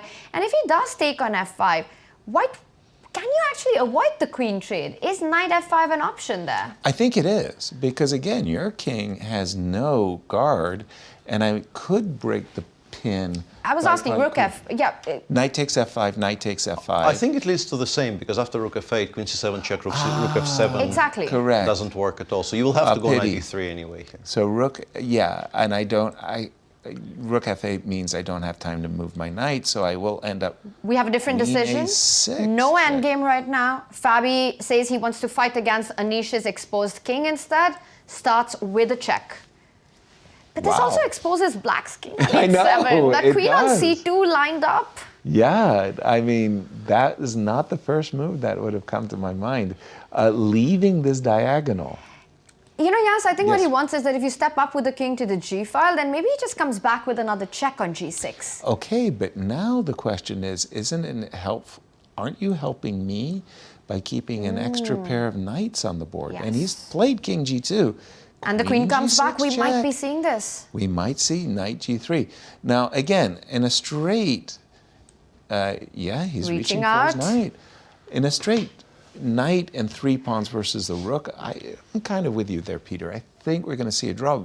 Adding an extra layer of complexity with a pair of knights helps White, helps white, I would Yes. say, yeah. Yeah, and he's gone right into this ending. And Fabi went into this ending like, yeah, I'm ready for this. I'm not sure I, don't would think have he- embraced I it. don't think he had any choice anymore. I think by playing queen a6 check, he painted himself into But a he could have corner a taken little the bit. knight on f5 and then gone into a similar endgame, but without an extra pair of knights. I'm just wondering if Fabi wanted to check, would Anish repeat? With a check, king f1, queen a6, king g2, is that something that could have played a role there? Maybe, but regardless, he is in this position. I'm not going to say it's a technical position, but I do believe Anish has more chances than maybe he deserves. Now, having said that, the the pawns are isolated and vulnerable. I think it still trends towards a draw. Right. You probably take the draw against the other two results. Obviously against the black queen, but also I think Fabi doesn't lose this. Okay, but we he's do have going to king E2. play well, and he's going to have a few unpleasant moments. And ideas of knight e4 check, and maybe you'll end up picking this pawn off the board. And we do have, by the way, rook h8. He had a somewhat interesting choice there. He could have gone on after the h3 pawn with the king, completely sidelining the king, but Right. keeping the rook on a much better file. So Right. I don't know which one is stronger. Also, let's point out that if Fabi manages to sacrifice his rook and knight for the 3 pawns in the position, Yes. and we get a king Two and knights. we get 2 knights, a pure endgame, that is a draw. Yes, that is correct. 2 knights. We might actually, you know what, I'm going to make a prediction. I think we might see that. Really? Or maybe not. By the way, I probably played 4,000 tournament games. I've never had 2 knights and a pawn. You know what I mean. 2 knights versus a pawn. I was about to ask, there was a recent, in the tournament in Düsseldorf, where I think you were a commentator. Yes, I was. There was a game there which reached that endgame, I think in our match as well, and nobody had a clue. Neither. Yes, that's right. We were Almira and I we were watching, and then they gave up a draw. Yeah. Why is I think Fabi it was. not I think it was picking up the pawn Jovanka's on game as H3? well, right? It was. I'm pretty sure Jovanka was on the does it? stronger side of that. I'm not sure myself. Sorry, Tanya. I was just wondering why Fabi wasn't picking it up. And He he eventually did. does pick up the pawn on H3, and now Black's king can't really step Fantastic. back towards the D6 pawn. But the problem is this Black's king is actually really, really active and keeping White's king at bay. And as you say, if I get in a situation where I can go rook takes F2 and knight takes D6. One gets the feeling there are going to be simpler ways to draw than that. Yeah, exactly. I don't see any issues for We might see a Fabi. repetition right here. We might see a repetition. King E5, right now. king knight C4, knight jumps back, gives a check, king Yeah. comes back. That's exactly right. Knight C4 check. King can come back to E4, and again, very, very active king, active rook, looks all good. He goes to D4 instead. Knight to king to D4. Okay. Knight to D2. Do you think if he actually picks up the pawn on D6, which is not unthinkable, yeah. do you think he starts playing for a win? Yes. Yes. Yes. He pushes. Yes, I he mean, if the starts to D6 push. pawn is gone, then you're under no danger at all. Exactly. And now Anish actually set up a very cute trick. He played D7 in this position, and it looks like rook H7 just picks it up. Right. But then we go knight F3 check, Okay. and then we go knight G5 next. Nice. Knight. Oh my gosh, and then we might get the rook versus two pawn, king versus two knights endgame. Oh my goodness. Knight G5. That's very nice. Knight takes G5 allows the queen, and otherwise I'd pick off the rook. Which is why the rook went all the way back to H8, so that... So D7 was that's a cheeky move. I mean, Very cheeky. You gotta give credit. By the way, we do have a draw, I think. Yes. Between Between Jeffery Jeffery Xiong. and Wesley. Yes. Rook H8. Rook Tanya, H8 who do you like? on the board. Would you rather have the exchange? I would, in this position. I don't believe the D pawn is going anywhere, doesn't look like and I think the draw is in my hands with black. In the pocket. That's what I would feel. Me but too. if white makes just a few mistakes, maybe you can push for more with black. Feels You it. get a little lucky. Yeah, I mean, it makes all the difference in the world. Put the white king on the C6 square, and we're unsure of ourselves. But with the king on E2, Ooh, and while players play this on, let's head over to the Firouzja board because we're getting a big update. that Alireza made a mistake. Okay, so they got into 2 seconds, did you see that? No. Another move made with just 1 second on the clock. Who had the 2 seconds? Sam Sevian, this time he made it. Yesterday blundered and lost on time. Up in exchange. Up in exchange. And Queen G5, it looks like Sam's in the driver's seat on this one. Queen F6, and look at him go. Two pawns. That's That's two pawns. two extra pawns for white. Opposite color bishop, but it feels like white's king is actually going to be safe on the H file. The queen supports the bishop. He moves the king away. And look at Alireza. He reacts. I think Alireza, when he played the move Queen B2, in his mind's eye, he was going to get a chance to play A5, A4, but the check defended the bishop, and he suddenly allowed- Sam is also ahead on the clock. Look at this. Alireza down to single digits, and Yes. Sam has 34 seconds. And he continues to shake his head. He plays queen A1. He wants to get that queen to H1. But white just keeps marching with the king. And there is a King big G4. threat of that bishop going over to F5 and starting to threaten mate. We've spoken about the opposite color bishop complex, the Absolutely. attack against black's king. This is over. This is over. This is and Alireza is just like he's beside himself. He with can't believe it, angst. yes. No, he's And the issue for him is, even if the queens come off, those endgames are also dead lost now, because Yes. the pair of F and G pawns will be enough for Sam to win. We've been looking at bishop F5, but now bishop A4, Bishop just A4. keeping that A pawn and still making the same threat. Sorry, Peter, you were about to tell us. No, you're saying exactly what I wanted to say myself. Yeah, bishop A4 was Bishop A4. Sam caught that just in time that he's ready to trade queens. Queen E7 check, let's trade queens, and I will win with the two connected passed pawns now. And only way to defend the mate is to trade the queens. Alireza does it, and this is a sad position for black. I think it's a very Perfect. comfortable win. Yeah, there's Yeah. not even a single Issue. yeah, finesse Especially required. especially with the c4 and d5. In other words, when you put your bishop on d4, I will play f6. You'll sacrifice your bishop, but then I have 2 pawns. And Alireza, my pick. He slips down the leaderboard Bang, with bang. that loss. Let's jump back to the Fabi game.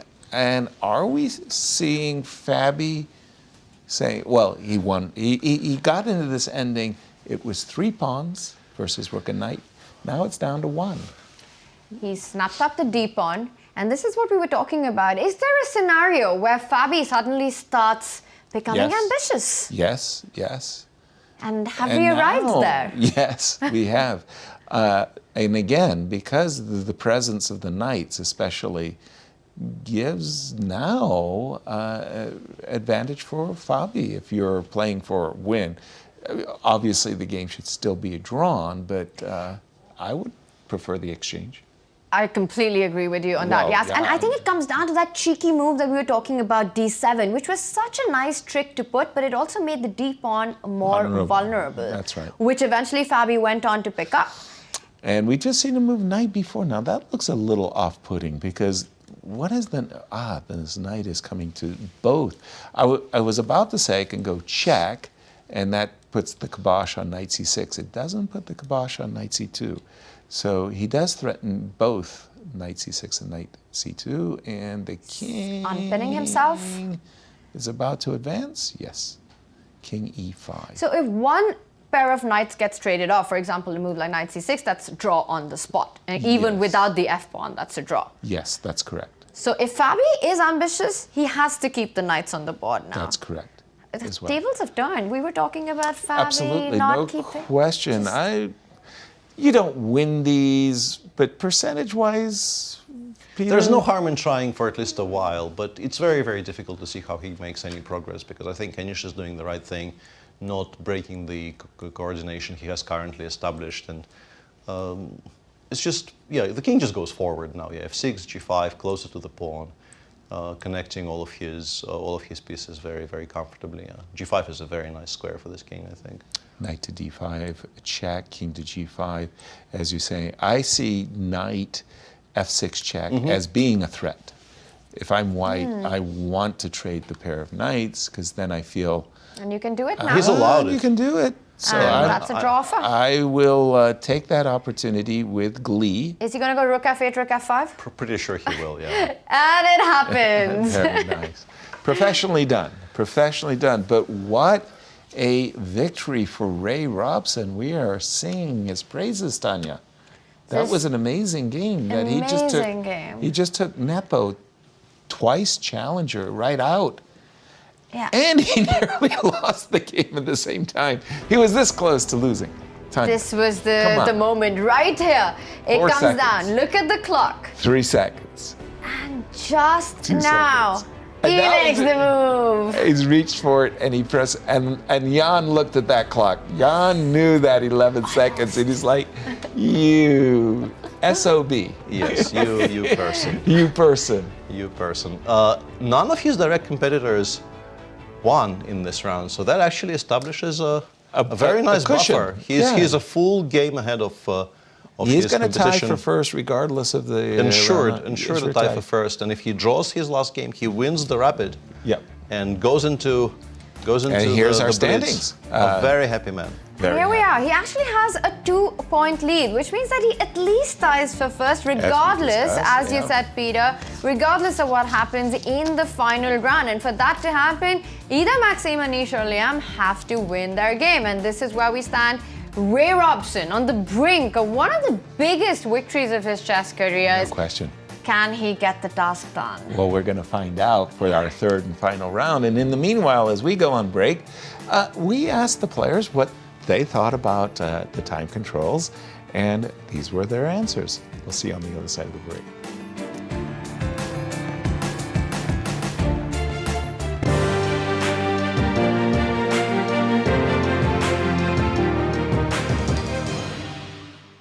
Grand Chess Tour has different time controls, Rapid, Blitz, and Classics. How do you adjust your playing style or strategy depending on the time control? Yeah, it's very different going from one time control to the other. I think, I mean, I just got back from Isle of Man, so switching from Classical to Rapid might be tricky. So I think it's important to play some training games to sort of adjust to that, and then, yeah, sort of go from there.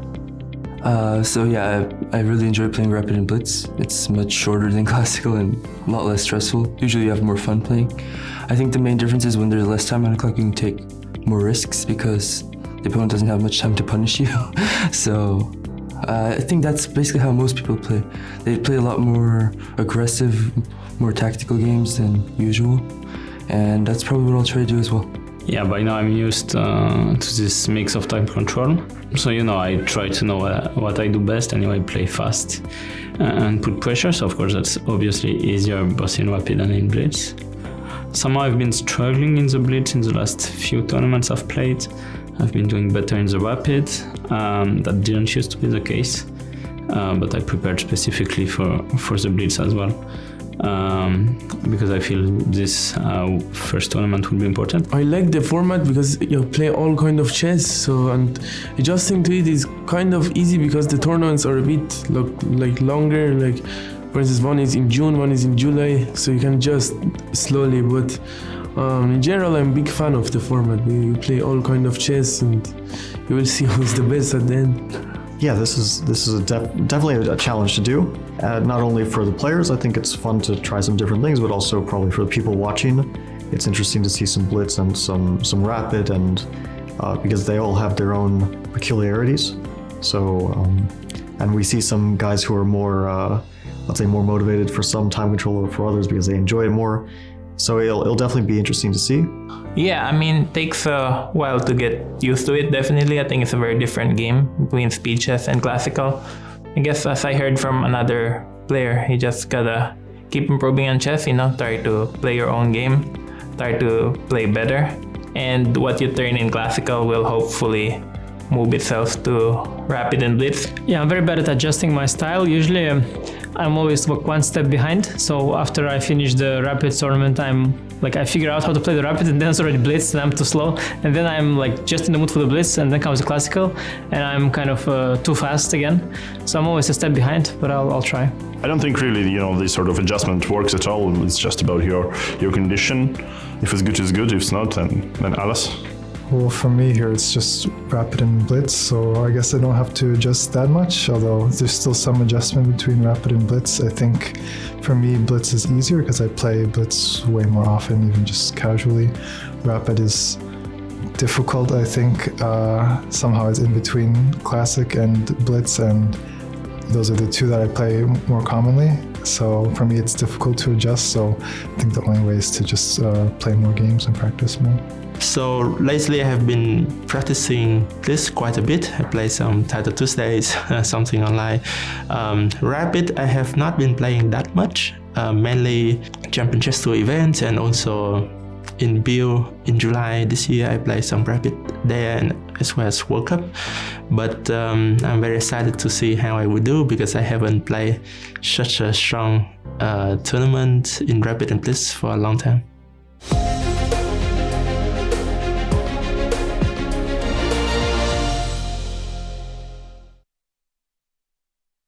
The 2023 Grand Chess Tour reaches its epic conclusion with its 5th world-class event, the 2023 Sinkfield Cup. It's back to classical chess with front-runners settling in for the final push to the finish line. However, two of America's finest stand in their way. Joining the fray is wildcards who will try to cash in on the opportunity while making things as difficult as possible for hopeful tour players. Who can win the illustrious cup, and will it be enough for them to emerge as the 2023 Grand Chess Tour champion? Follow the St. Louis Chess Club's Twitch and YouTube channels to tune into live coverage of the 2023 Sinkfield Cup, November 21st to December 1st to find out.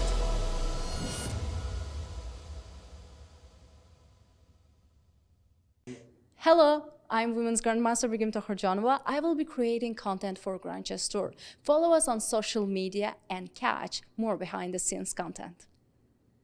The St. Louis Chess Club is the premier chess facility in the United States. We bring the educational benefits of chess to thousands of students across the St. Louis area. We also promote chess at the highest levels, hosting all levels of the U.S. championships, as well as high-profile tournaments that attract the world's best players. Become a member and enjoy perks such as free classes and lectures, weekly tournaments, and so much more. Visit stlouischessclub.org to claim your membership today.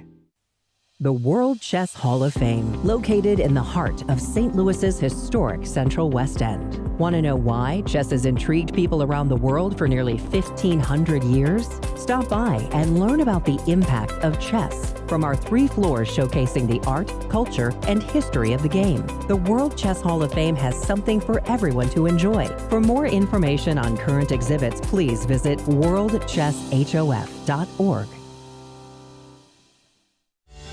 St. Louis, the chess capital of the United States. It also plays host to an award-winning shop dedicated to chess merchandise, all-occasion gifts, and plenty more. At Q Boutique, you can shop both in-store and online. From quirky greeting cards to luxury chess sets, there is something for everyone at Q Boutique. Enjoy a shopping experience like no other. Make sure to check out QBoutiqueSTL.com for a wide variety of gifts for everyone to enjoy.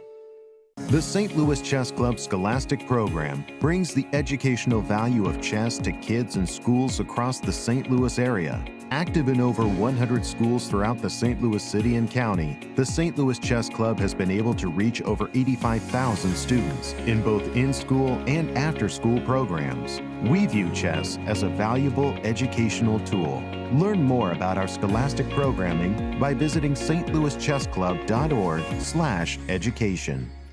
Hello, I'm Women's Grandmaster Liem.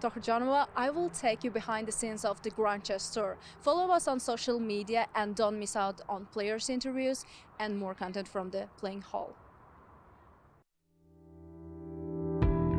The St. Louis Chess Club is the premier chess facility in the United States and is among the best in the world. Thanks to co-founders Dr. Jeannie Cairns Sinkfield and Rex Sinkfield, the St. Louis Chess Club is a non-profit organization committed to promoting the game of chess locally and internationally. We bring the educational benefits of chess to thousands of students across the St. Louis area, promoting cognitive development, critical thinking, concentration, and analytical skills. The St. Louis Chess Club welcomes chess lovers of any age and skill level to come and enjoy the game of chess. We also promote chess at the highest levels, hosting all levels of the U.S. championships and the American Cup, as well as high-profile tournaments that attract the world's best players, including the prestigious Sinkfield Cup, Cairns Cup, and many more. All tournaments can be streamed via our YouTube and Twitch channels that also include over 2,000 chess lectures for anyone to enjoy. Become a member and enjoy perks such as free classes and lectures, weekly tournaments, merchandise discounts, and so much more. Visit stlouischessclub.org to claim your membership today.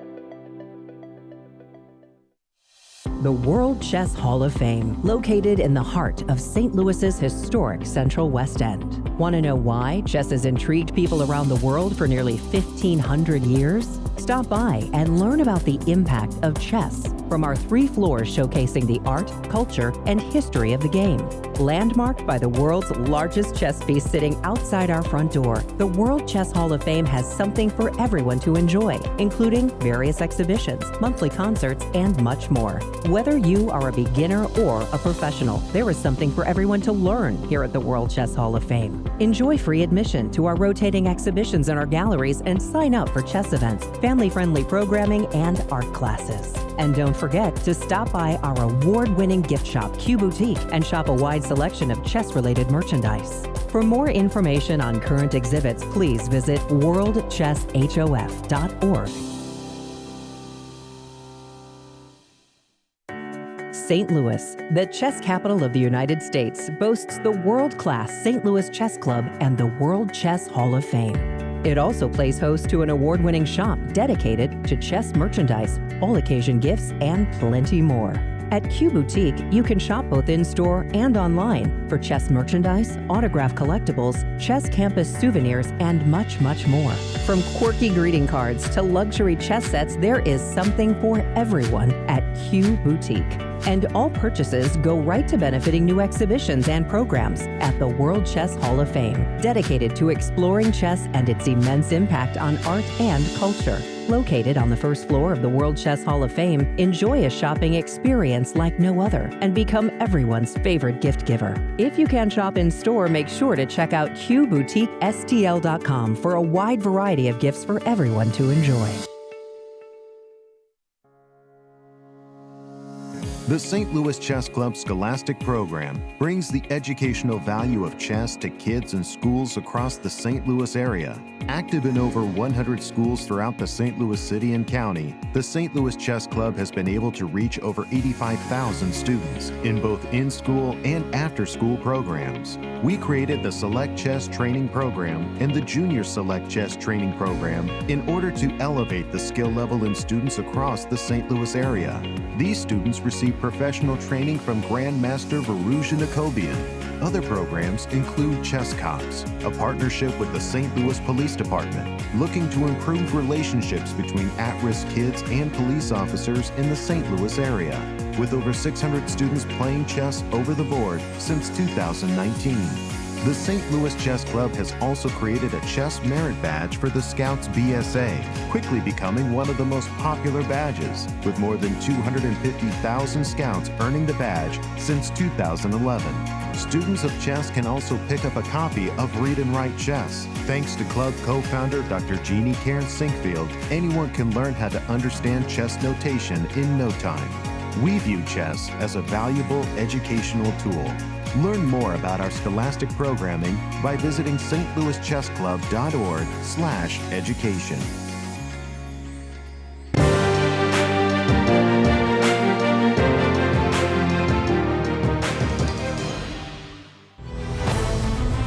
Fasten your seatbelts and get ready. It all comes down to this final 9th round of the St. Louis Rapid. Can Ray Robson do it? Can he join the likes of Hikaru Nakamura, Levon Aronian, Magnus Carlsen, Alireza, who have all won a Rapid in the Grand Chess Top? That's a pantheon. Big moment for Ray Robson.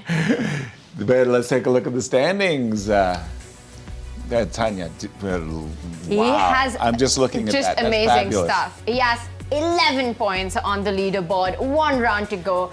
In many ways, he's unsurpassable. As we can see, he'll be at least tied for first. Maxime, Vachier-Lagrave, Anish Giri, Liem, a pack of wolves at 9 points. And then we've got Fabi and Sam with 8. But it's all eyes on Ray Robson. Big turnaround on that game that Sam Sevian won, because it looked like Alireza was the one enjoying matters.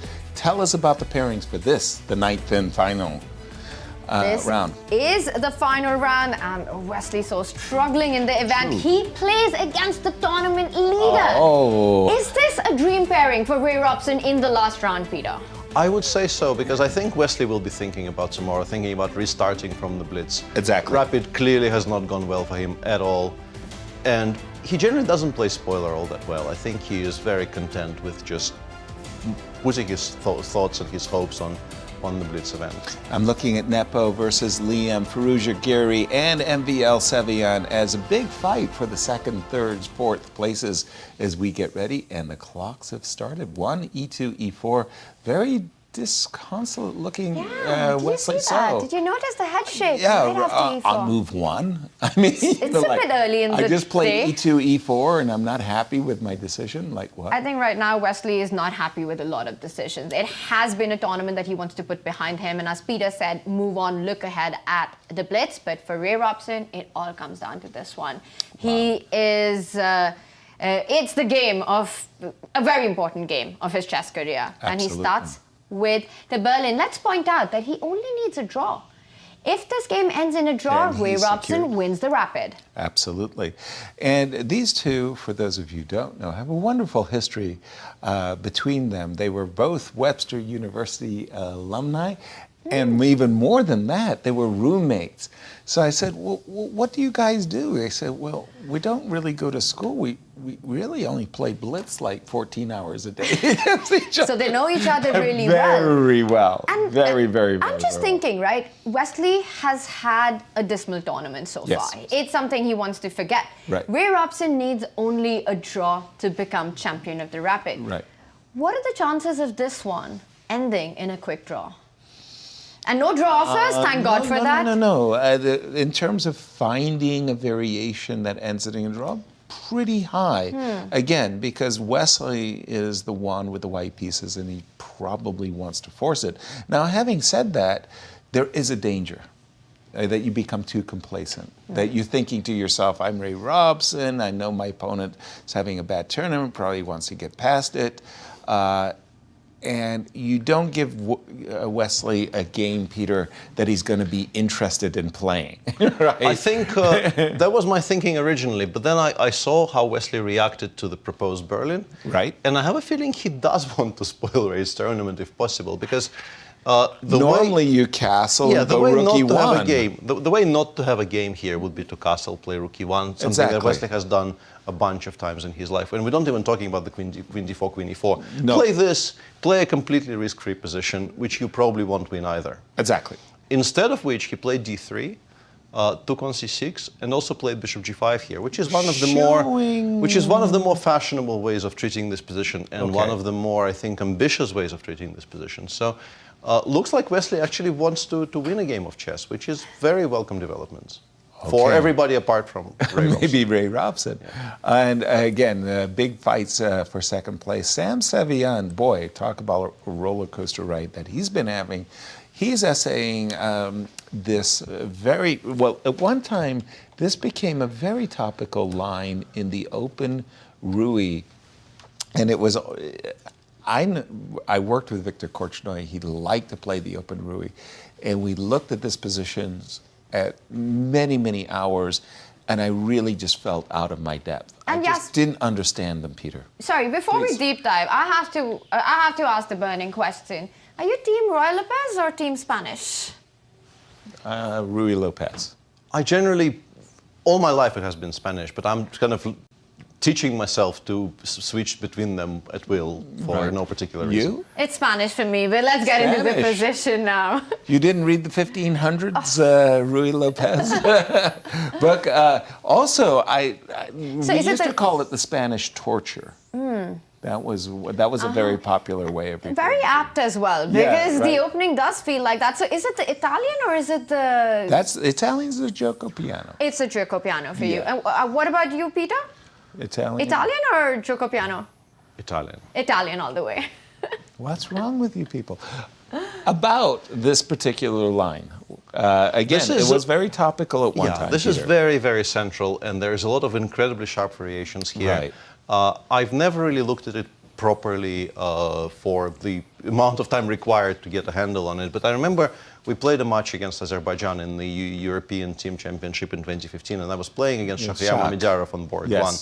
And the team of seconds for the Russian team gave me a file and said, okay, you can do this, and if he remembers everything, it will be a draw. And he had just no problem whatsoever remembering everything. Because Shah actually did put in the hours to get very acquainted with the material. Right. It gets very, very sharp very often because White often wants to play g2, g4, force the bishop to g6. We can even start showing the ideas here. It's not a good move maybe in this position immediately, but it's a move you can make very often with this specific idea of following it up with bishop a2 and breaking everything open with e5, e6. Right. This, of course, needs to be fine-tuned. If you play g4 straight away here, it might be possible for black to take on g4, which is something that you need to, of course, to keep an eye on. Right. So often they start by playing bishop f4, but as you can see, g4 is statistically the main move in this position, with White enjoying slightly the better of it, but 83% of the games end in a draw. Wow. And this is a very, very topical, very theory-heavy line. Very interesting, and where would quite the fight that you want as well for Maxime Vachier-Lagrave, currently tied for second at 9 points. So it's going to be a fun middle game. Another player who is currently tied for second, Liem. Okay. And that's an opening that's got my attention, and I know you're going to like this one because how did we get here? Why did we get here? What is happening? Exactly. So the Sveshnikov at one moment became a Kalashnikov. And no, this has always been a Kalashnikov. Always been. There was never a Sveshnikov at any point. But then this is like the Iranian player's name, Rook B8. Yes, thank you. He likes to play Rook B8. Hikaru played this in a U.S. championship game. And Peter, please help me out I don't here. really know very much about this. You've already informed me of some things I wasn't aware of. But one thing I will say is that it seems like it's Liam's choice to go into this line.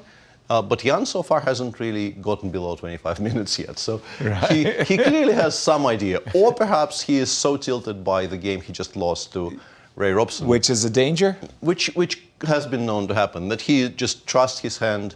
And he has one of the best instincts in the game. So Jan just trusting his instincts is very often an incredibly strong player. So cannot be discounted either. Knight E2, Rook C8, hitting the knight on C4. So knight takes D4, Rook takes C4, knight takes E6, Rook takes E4. This looks like a very strange position in which both the knight on E6 and the rook on E4 look like they could get lost at any moment. Right. And D5 is a threat. Queen D5, definitely. I guess we go queen maybe E7, and if you play queen D5, I do have knight F6 with a tempo, which is maybe a very important resource That here. is huge. And this immediately starts looking a lot more harmonious for black. Exactly. So maybe we start by playing something like B3, but obviously, it's not an oil painting of a move. But black still needs to decide what to do with this knight on d4, which is currently hanging. And the question becomes, can we play b5?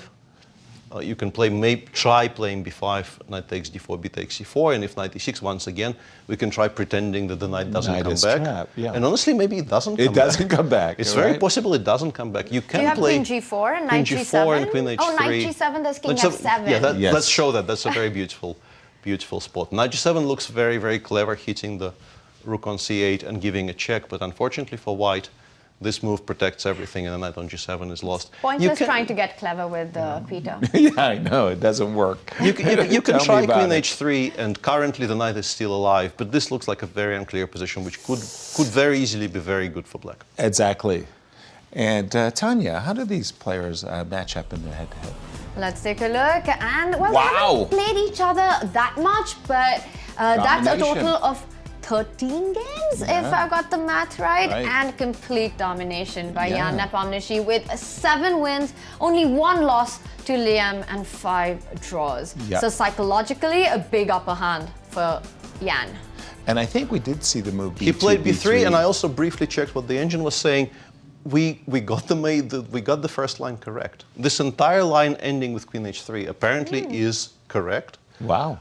The knight stays alive, and the engine suggests you can just play king f7, king g7, and this is somehow okay-ish for black despite being a pawn down because there is some positional compensation, I suppose. It's not immediately obvious to me exactly why black has positional compensation here, but maybe the threat is to play, let's say we castle.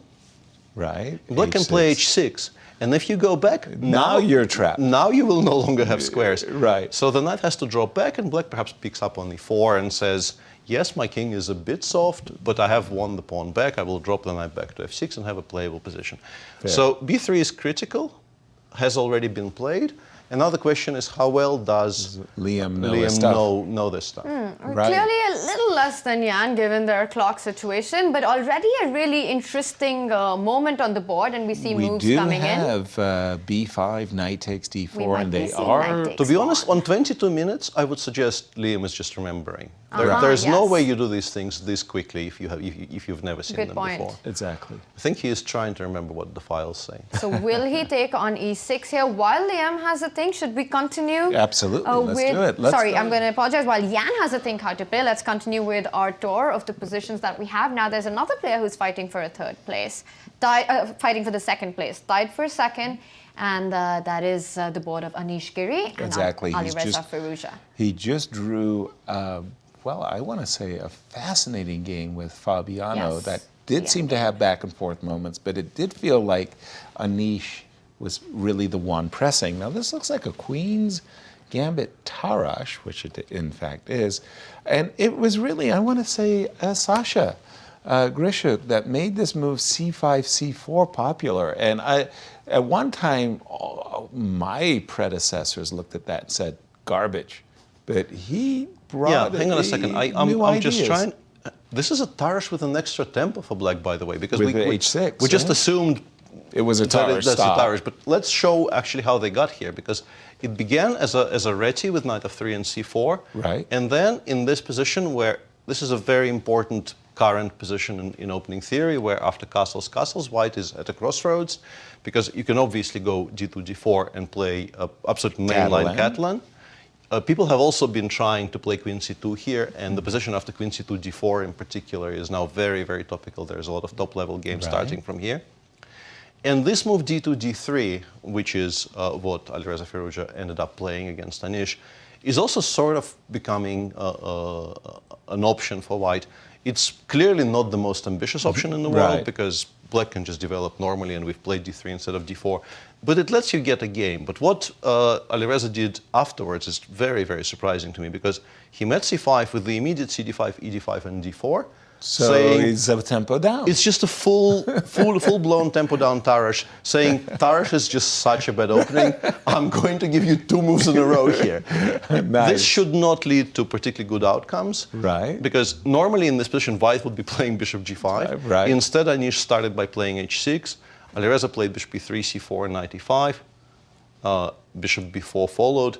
Black is obviously fighting to preserve the pawn on d5 safe. Queen a4, a5, queen b5, knight a7, queen a4, and bishop f5. This has gone poorly for white. Wow. Engine already prefers this for black, and hang on a second. And it's just a very unpleasant position. b7, b5 is coming in. As you can see, 2 more moves have happened since. a3 was met by bishop b7. Anish not even willing to take on c3 and play b5 immediately. He preserves the dark squared bishop. h3, rook b8, b7, b5 coming next move. If you try to stop it physically by playing knight b5, black can play queen e8, for instance, and force you to go back. Yeah. And then you have a pleasant choice of many things. Right. So Alireza, I think, is also still slightly struggling with how his game against Sam ended. Right. Because we switched to his game against Sam immediately after a completely inexplicable decision by him. He had a very, very safe draw with the most obvious move in the world. And instead, he just gave up the entire king side and lost. Yeah. And it wasn't even that clear what he missed, to be honest. It just seemed like a very, very strange decision. It did, and we saw Sam Sevian taking the point against Alireza. Alireza currently struggling against Anish. Meanwhile, Sam Sevian against Maxime Vachier-Lagrave. The position has exploded, and I think we have to rush over to that board. Again, a really important fight with Maxime Vachier-Lagrave, currently tied for second. One of the players who could catch up with Robson if he wins this. But let's do an action replay, get up to date, because some very critical moments happened. Yeah, we did see the line that Peter mentioned, including g4, getting him bishop a2, very ambitiously aiming for e5, e6. But by the way, this pawn on d3, what's really confounding about this whole line of play is you let it exist. You don't, well, you want to win it. The problem is you never do, but you play around it, and this is the threat. e5, e6, rook f8. This smacks of preparation, Peter. Absolutely. Rook f8. And rook f8 is still reasonably well known. e6, queen d8, ba, rook a5. They went through a moment where it was still new territory, because normally people include ba5, rook a5 first. But now we're returning to a position which has been discussed many a time, some very important correspondence games, clearly. And there's also a game between Anna Muzachuk and Dinara Salvakasova, reaching this position. But bishop g3 is apparently a novelty. People have been taking on f7 here instead. And the engine disagrees with it. The engine says f7, f5 here is very strong, just removing the possibility of taking on f7. I don't know how obvious this is, because leaving white with this passer on e6 is maybe a bit counterintuitive, but you're trying to block out the bishop completely by playing f5, f4. Clear. But it's so confounding to me, Peter. There's a pass pawn on d3, a black pass pawn, and there's a white pass pawn on e6, and you just ignore what you're doing. But I love the idea of f5, f4. Yeah. That is very, very attractive. f5 does look very attractive here. I think the problem is just spotting that the move exists. Right. I think your brain kind of refuses to entertain the idea of leaving this bishop on a2 and the king on g8 on the same diagonal. Right. And the move Sam Sevian has actually played is very easily explained exactly by that, because you know your plan is to play king h8 and eventually take on e6. Right. So he's continuing with the classical approach. But f5, I think, was a reasonably big opportunity missed there by Sam. Tanya.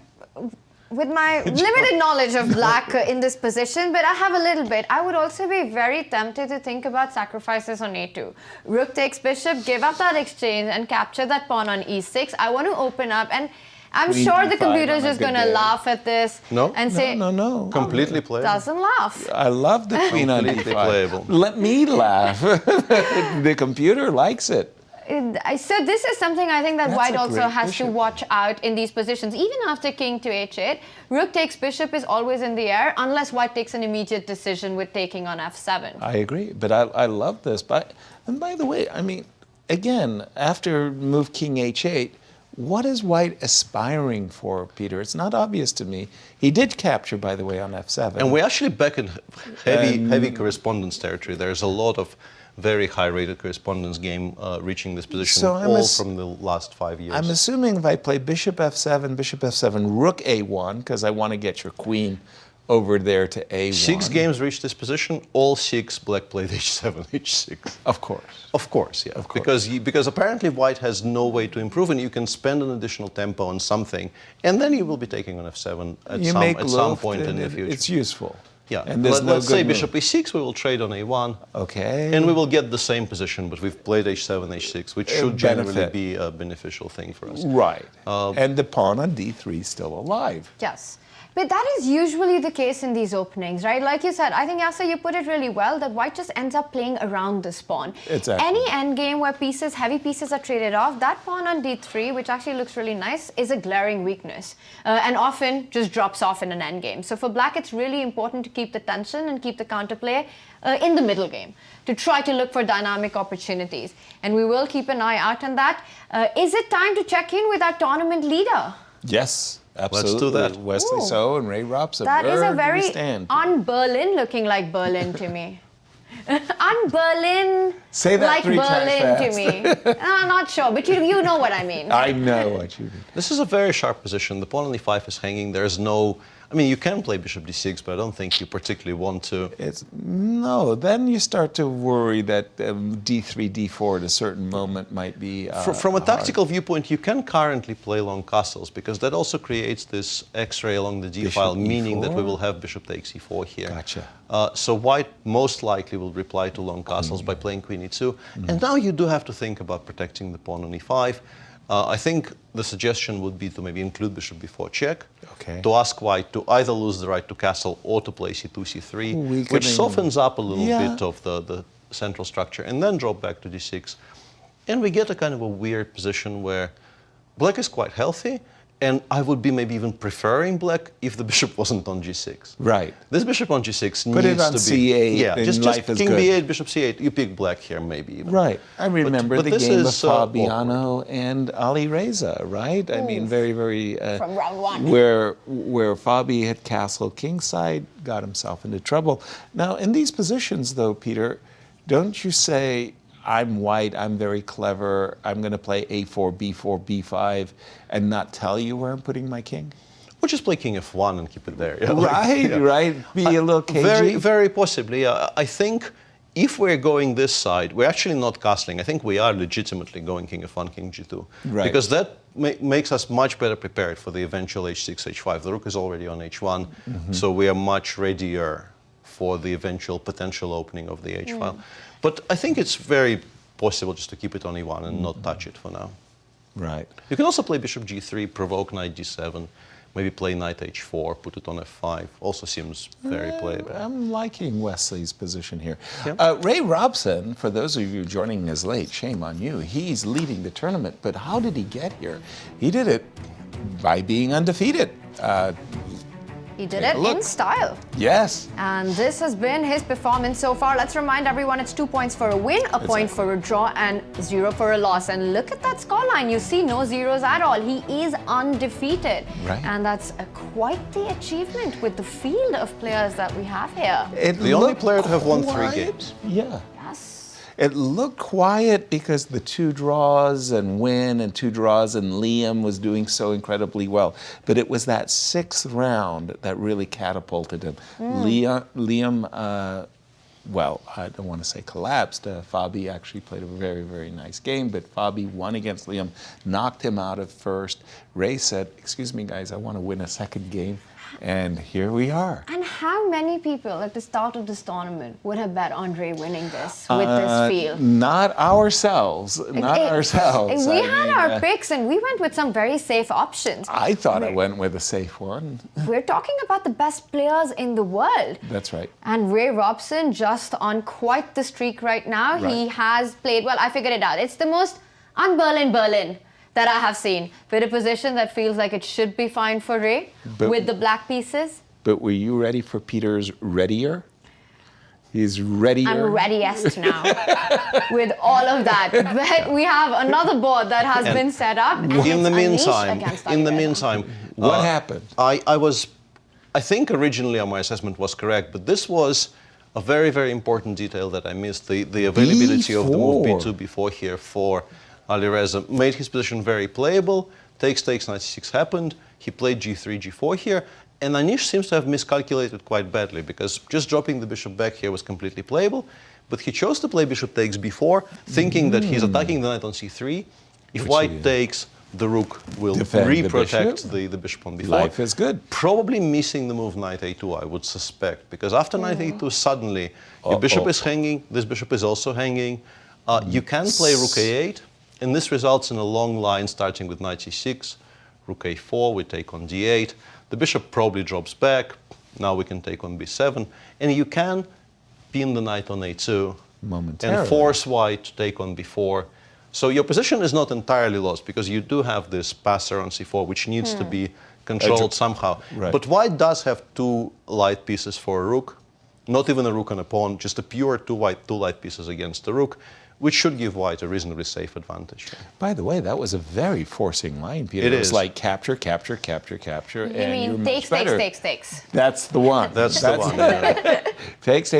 So once again, rook a8. And is there any... Seems to be the absolutely the only move, because otherwise I think you lose a full piece. I don't really see any other options. The crazy part is when you suggested rook a8, knight c6 wasn't in my vision, my field of vision. Rook a8, queen b5? If queen b5, then pieces are hanging everywhere, right? Somehow black gets to play bishop d6. Now the point, I guess, is we cannot include the intermediate knight takes c6 because b takes c6 That's the tempo. Hits the queen on b5. And so you have to go g takes f5. And now after knight e5 and bishop e5, guess what? Black gets a playable position because this is a very unpleasant pin. The bishop d6 is not the easiest resource to spot there. You will have to, though. But you might not have any choices. Yeah, if that's the only move that doesn't lose you the game on the spot, you will have to eventually arrive at it.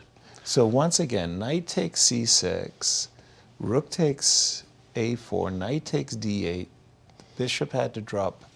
Very importantly, if you take on b4 here, seemingly improving your situation dramatically, the knight is trapped on d8. That protects the pawn on b7 and the knight is trapped. And this is suddenly very good for black.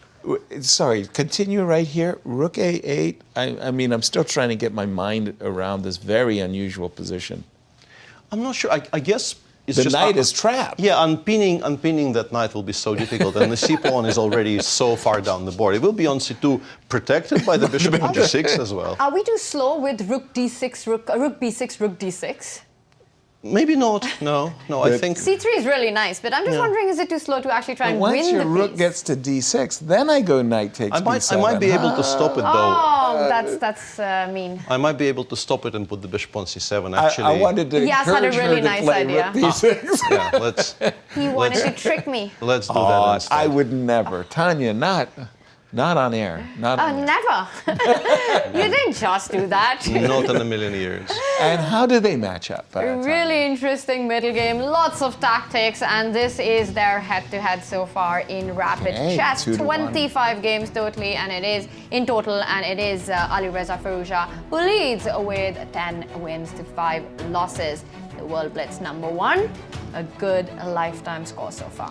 No question about it, 2-1 advantage for sure. And what else do you have for us, Peter? This is the game we haven't spoken about at all. This is a game between Fabiano Caruana and Jeffery Xiong, in which Fabi has a pleasant little edge here with the white pieces from what was another Joko piano. No, that Hungarian. I guess is a Hungarian, yeah, because he decided not to give Jeffery an option to play the Petrov, and then in the bishop opening after knight f6, d3, knight c6, knight f3. Actually, it wasn't Italian to begin with, and then the bishop got dropped back. Bishop g5 is a very, very fashionable way of playing the Italian right now, inviting crazy complications where black chooses to play g5 and things really blow up. But bishop e7 is a very possible response to these types of positions, trying to keep things under control, and then a lot of shuffling. I'm not personally a huge fan of this particular change of structure, but a lot of people do it willingly. And from there we got to here, where white has a pleasant central presence, some space gained on the king's on the queen side, safer king. Peter, should be a pleasant edge for white. It's a long fight, this one, and like you said, a rich position. We will come back to this, but I'm just caught up with what I'm seeing in front of me, and I think we have to rush to this board. Nepo. Nepomniachtchi playing against Liem. When we Again, left it what was on earth is going on? Exactly. We saw a rook. We saw a knight. What? Knight No. g7? We Hold on. spoke about this, Oh. but knight was on f6 there. C takes b3 was played instead of knight f6. Knight f6. Let's talk a little bit about that. So we left it last. We were looking at knight f6. Correct. Where knight g7 is impossible because now black steps up with the king, and notice how the rook on h8 connects with the rook on c8, and white ends up losing the knight. It's magic. Yep. It's magic, but it happens. Right. Instead, but he didn't play knight f6, which was a tempo against the queen. Liem just included the move c takes b3, and this looks like an opportunity for Nepo to pounce, which he did. He played knight g7 check, Peter. King went to d8 check, and you got in no castling. Yeah, the point of knight g7 and then coming back to e6, which seems just to be a waste of everybody's time, is no castling. Now that the king has moved, black will not be able to castle. And then a very precise move, knight g5 here, attacking the rook on c8 before black can get knight f6 in, pretty much forcing rook takes c2. And then this reasonably forcing sequence, white finally gets to castle, black finally gets to drive the knight on g5 away. And now, after knight f6, queen c2, queen c8, after all that, black should probably survive, I suppose. But it's obviously much more pleasant to play with white, with the king in complete safety against the king in the center. But the material is very limited. Black doesn't really have that many weaknesses. You will play something like queen c6 here, right? You will try to play rook c8 or rook b8. The king will go to f7, g7. Yes, it's clearly white for choice, but the advantage is not massive. Not massive. Yeah, I mean, it's a fascinating sequence of moves, and as usual, the computer says both sides are fine with precise play. But c takes b3, calculating his way through. Impressive stuff by Liem. Queen a3 on the board as knight takes e5 is in. Can we agree that we would want to be white here, even if it's level? Again, black's king is more exposed. The d6 weakness, the a6 weakness, you're getting to it faster. You want your rook into the game, and of course, someday, if your knight ever lands on d5, that would be game over. That's the big dream. It's not getting there. Black has a knight on f6, but white just seems to have the right outposts as well. Well, it's this king safety issue, right? Yeah. You're eyeballing knight takes e5 as a very, very direct threat. I You're really like rook queen and c. you're looking at rook c1. So it's a double threat, Peter. It's not. You're right. It's not losing. It's not losing, but it's not pleasant either. Yeah, and having missed queen a3, I was much more optimistic about black's chances. And having now seen Jan find this move, I suspect it's still holdable with precise play. The underlying problems of winning this because of limited material, it's still going to be very difficult to convert. But queen a3 is just a nightmare move to face in a practical game because suddenly there are all these threats that you need to get your head around. I just wanted to share an insight here in the game of Fabi for a moment. When you play the move e4, e5, and your opponent plays bishop c4, and this is one of the greatest theoretically prepared players in the world, Fabiano Caruana, and Fabi is saying, I don't have a good answer for your Russian defense. When you play the Petrov, so I'm going to play bishop c4 so that when you play the Petrov, I play d3. So it's like I'm playing the bishop's opening, right? And it's a moral victory for Jeffery. So I was playing against Tony Miles. And Tony Miles on move 1 was playing b6 against everything. e4, d4, play whatever you want. He's going to play b6. I played g3. Tony loudly leans across the board and says, I love these moral victories. He said that during the game. Yes, and very loudly, everybody in the tournament. I love it. So did you feel like you had the moral victory? No more are you going to go b6? He had the moral victory.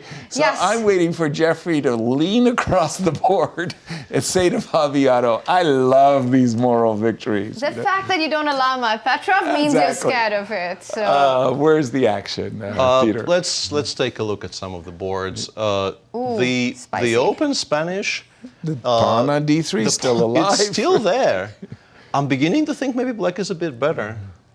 As long as I don't see any survives. attack on the king side, and the pawn is kind of annoying, right? Right. But maybe h4, g5 will start happening at some point, and maybe it's not that much. Loosen up the king? Yeah. Because white still enjoys the much safer king here.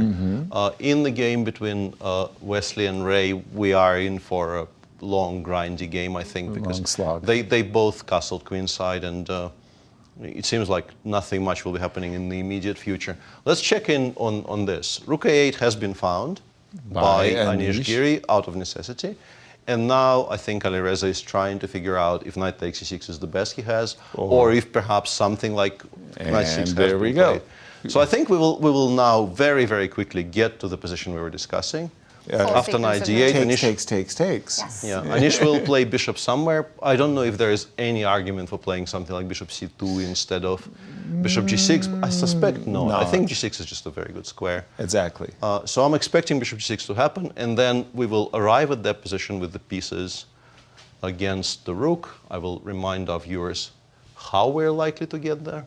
Right. So this, I get two pieces, two light pieces for the rook, of course. And something like knight c5, for But instance. you do have a pass pawn. Yeah. A c pawn that's dangerous. If you move this pawn from c4 to e6, this is basically winning for white. Right. But because of how strong this pawn is, and also how slightly awkward, like both of our bishops are currently not the best, the most active bishops in the knight world. Knight d5 is a scary thought. Let's go c3. And can I play knight d5, Peter? Rook f1 wins on the spot, right? I can't take. So that's a nice trick. That would be a problem. That would be a problem. That's painful.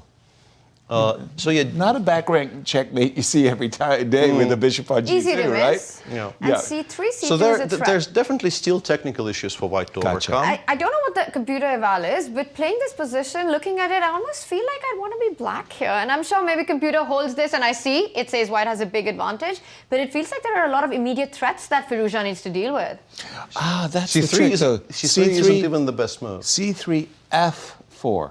That gets out of the back rank mates. And then you take on d5. And I'm threatening F5, blocking the bishop. So the engine is suggesting starting with rook f1, bishop f1, rook Forcing a1. bishop f1. Yeah, getting the important things down on the board first. Yeah. And then reacting to f4, I think pretty much always with bishop e4, and going from there. And Anish, the precise player that he is, of course finds bishop to g6. Yeah, Yes. we're currently here, and whoa. Oh, rook a8. This is the move that attracted my eye. Knight takes b4 and rook a8. Now I was thinking, where you demonstrated that rook b6 and rook d6 would be an awful mistake for black. Also good.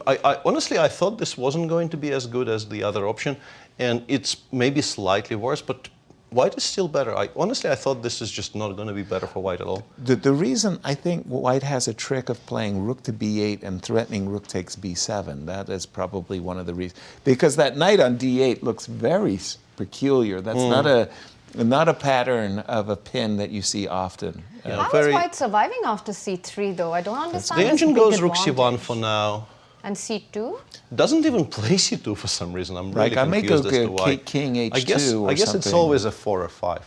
I think we just underestimate how strong a 4 or 5 is in all of these positions once we've secured a blockade on the c1 square, which is supported by the bishop on e3.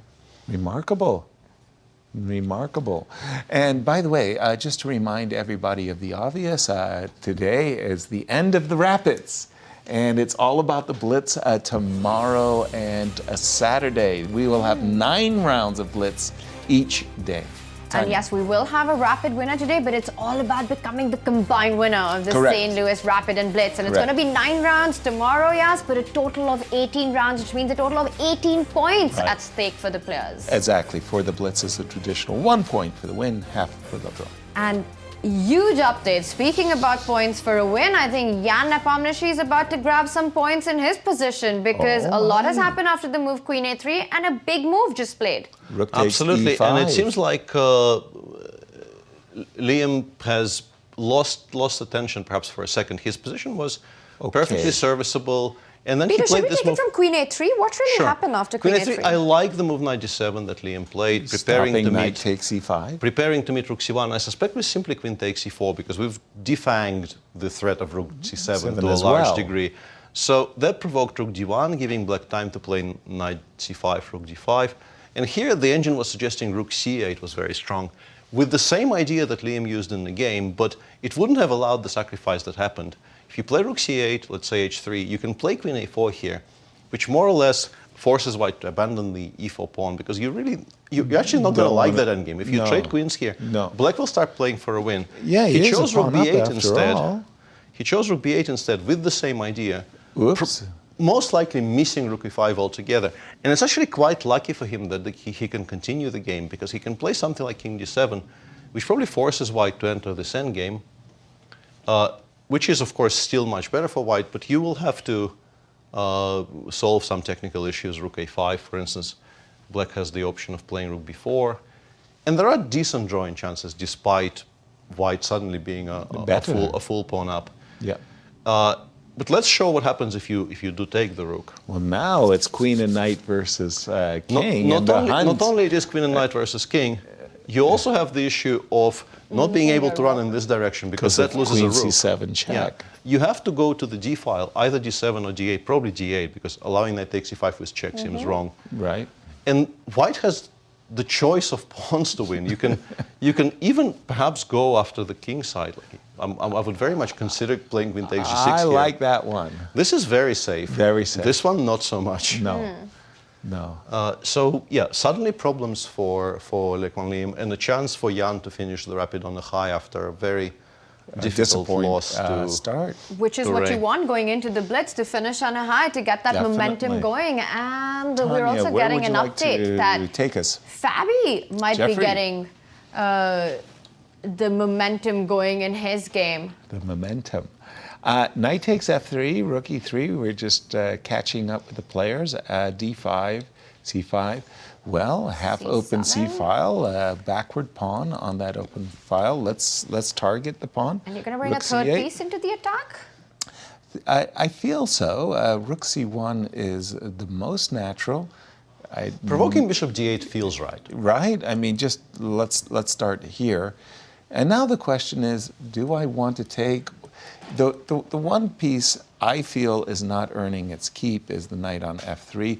Transferring the knight, whether it be to f5 or, well, I can't really get to a5. Peter, where's the ideal square for white's knight? I was about to sort of offer the same discussion to you because It feels like the way for us to improve with white is, and bishop takes f4 is played on our screens. Yeah. Fabi clearly agreeing with us on the topic of which piece needs to be improved. I think he's doing the right thing. He will play g3. He has already played g3. He will play king g2 and h4, perhaps h4 first. I think you start with king g2. Right. You will probably include h3, h4 so that you never have to think about bishop g5 in this game. Right. And then you will start looking for improvements. But but it comes back to where does the knight belong best? E3 probably, E3. and then you think. Yeah. So something like knight d2, c4, e3, or knight h2, d2. g4. Another thing I would suggest is, with black really only having the f file as a potential source of counterplay, something like playing, once again, you have to watch out for bishop g5, but trading one pair of rooks along the f file for white is maybe a good idea for white, because I think that completely removes any possibility of black developing any initiative. So we're just going to make a series of moves, and we're not really too sure if these are good or bad. But the idea I would that consider you're rook f3 here. Yeah. I would consider rook f3 here, just to get one pair of rooks off the board, and then proceed in complete safety. From that moment on, I know that there will be no counterplay. I see. So, I mean, as opposed to getting your knight into good waters, this is where you think, if you allow black to currently c7 is hanging, but if you allow black to play rook c8 and then bring the bishop back to g8, right, you have to pay attention to the f file. Exactly. And I would very much like not to have to think about the king side at all for the rest of the game, which is why I'm mentioning I this think trick. that's a really a master class Yeah. moment Whoa. there. What? And we interrupt this programming to bring you the bishop on h7 in the game between Wesley So and Ray Robson. Let's head over to the tournament leader. So we can wrap this up by saying that Fabiano in driver's seat in this one. Yeah. And we head over to Ray Robson having a very, well, for the lack of a better word, a really ugly bishop on h7. I think we can say Is that that. a big pawn? Is that a bishop? What's going on? Are you dreaming of f5? I don't see that coming anytime soon. I like white's position. I remember David Bronstein doing this in a Caro Khan, where he went bishop f5 in a Caro, bishop went to g6, went to h7, and the guy went knight e5, bishop c4, and he went bishop g8. Maybe that is the idea. The bishop will eventually go to g8 and battery up with the queen, and at someday deliver a checkmate on a2 as well. But that said, yes, you look at this position and instinctively you like white, right? Of course. You're looking at these h7. potential breaks with f4, d4 at the right time, the knight on c4, the bishop on g3, attacking e5 for now. But how do you make progress here? I think you said it. You're going to play for your break. Which break are you looking f4 or d4? Well, if my rooks were on f1 and I could really gang up powerfully on the f7 pawn, sure, I'd play f4. Yeah. If my rook is on d1, which it already is, I'm inclined towards the d4 break and bringing my rook to d1. And I remember Grandmaster from Bulgaria, Evgeny Ermenkov, and I had such a position against Evgeny, and I said, look at your bishop. Your bishop on h7 is ugly. And he looked at me and he said, Yasser, how can a bishop ever be bad? This was a man in love with his bishops, Peter. Yeah. Are you in love with the bishop on h7? Not particularly. I mean, remember, I was the one who started kind of screaming at the screen when I saw it. Maybe it's not that bad, though. I don't mind bishop c5 because on the topic of which break you choose, against something like f6, I think I would be very tempted to start calculating d4 just because of just how many pieces are stuck on the king side currently. And if we look at a position, for instance, like something like this. Yeah, we drop it back to g2, we bring the other one to g1. Right. And there is some hint of a potential attack against the black king. It probably doesn't come to very much against the computer, but from a human perspective, this looks promising. Right. We have the double rooks on the g file. We have a very nice bishop on g3. Completely safe structure, which will be very, very difficult to challenge. So I like this for white. And I like bishop c5 saying, this particular break I'm not going to allow you. But Wesley says, you're not stopping the other one. It's on the board. You're not stopping the other one, so I'll go for the other one. Your choice. You know, the one thing about chess, and I feel evaluating positions, Yasser, and it was my coach who told me this, that when material is balanced and when material is level, and I think this is some good advice, and you're trying to understand who's better, think about who has the pawn breaks in the position. Indeed. The side with more pawn mobility and the options to break open the position usually has that slight edge, the slight pull in it. Agreed. Yeah. Who's your coach? This was a training camp we had for the Olympiad, and I think it was Boris Gelfand who told me. I was about to say, are you talking Boris Gelfand? Because that sounds like some really worldly advice, Boris Gelfand. And I agree with it. You're in a driver's seat. You're the one that when you can initiate the action, it's nice to have that option in your pocket. You were about to show us that game of Alireza. No, I'm looking through things, but I think this is the important game of the round. Fun. This is the one that defines whether Ray Ray definitely wins the tournament or he will have to depend on other people not winning. Right. And the engine doesn't really hate it all that much for black. Suggests that b5 with the king on c8 is not a move you make easily, but I think it's makeable in particular in connection with trying to make your pieces play again. This break is needed for black. It feels like you can't really play with this bishop on h7 out of the game for too long. Right. So this supposedly is playable for black. I understand my mind is spinning. Human players probably are going to be reluctant to do this to their position because like d4, d5, right? You suddenly feel like maybe d4, d5 works and you get mated. Right. But what actually happens probably is that you win a couple of pieces and you win. Knight takes c6, bishop e3, queen you just d5. you just ignore all of it. No mate. f4 is also hanging, like everything is hanging. But it's a scary thought. I'm not sure Ray does this. I'm wondering if you can start with f5. Because starting with a 5 and keeping your queen side safe for the time being is seemingly more sensible. But the engine was insisting on starting. Yeah, this for some reason is bad because, I don't know why this is so good for white, but this is suddenly queen a5 is a threat, I guess. And by the way, you're threatening mate on c7. So it's mate on one threat. If you try to do the same thing here, you just straight up lose immediately to queen a5. That's a splat. Yeah, finding queen d2 here is also quite a tricky thing to do. So, but in some ways you can come to the decision because you want to sidestep with the pin along the e file. You want to find a good square for the queen to free up your knight on e3. Yeah, so, I think the issue there would be just to start calculating e5. Because e5 seems to open up your position to everything. It improves the bishop on h7. It also, the pin along the e file becomes so much more pronounced. So if you just get to that position and start looking for moves, yes, queen d2 should probably present itself. But I honestly, I'd much rather maybe even pass here. Like a move like, I don't know, rook hf1 here, trying to provoke this and then go in with d4, d5 and go for mate. Even this maybe would be, as you can see, this actually is strong, Right. I was sort of joking, but this actually is, this actually is strong, And it comes down to the point about pawn mobility, right? You go d4, d5, you break open black's king, the knight jumps onto d5. How much in trouble is Ray Robson from a practical perspective in this position? And seems like he did play f5. And we have a decision. And Wesley instantly took twice, which is, I think, a relief, because now, after bishop takes f2. Ooh, touching the 1.5 minute mark, Ray Robson, and the position is just heating up. Oh yeah, but now after bishop takes f5, is I'm guessing Wesley's idea is to play queen h2 here and to try for similar things, but from this side. Yeah, well, you are hitting c7. Why is queen d2 I not was just as about good? to ask. Yeah.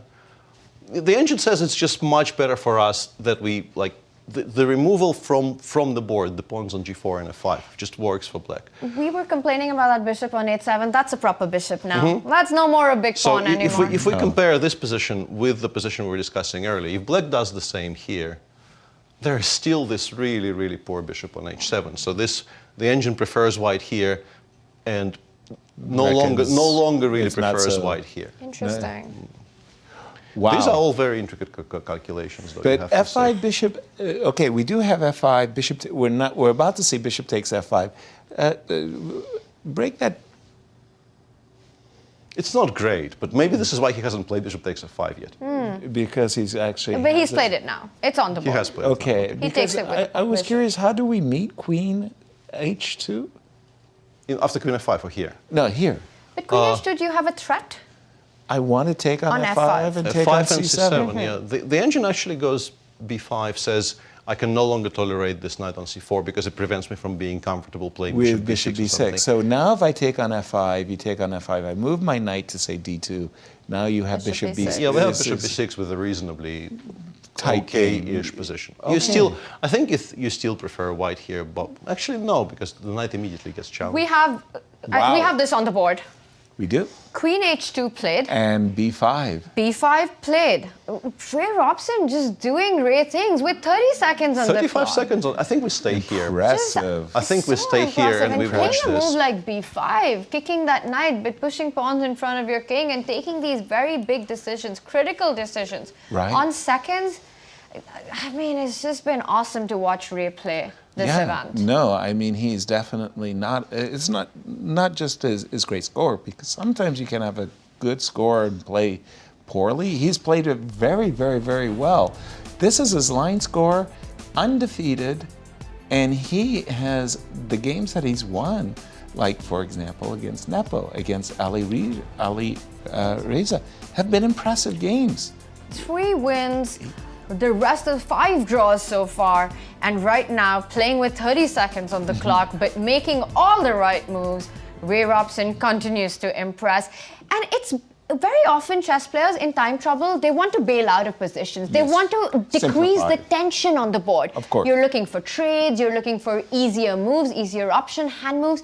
But it feels like Ray has this incredible ability to play the most complex moves, to take these big decisions without hesitation in those moments, sometimes with a second on the clock. And by the way, this move b7, b5, that's not an easy decision because you do weaken the protection around your king. But as Peter was mentioning, it's about having bishop b6 as a comfy way of defending the pawn on c7.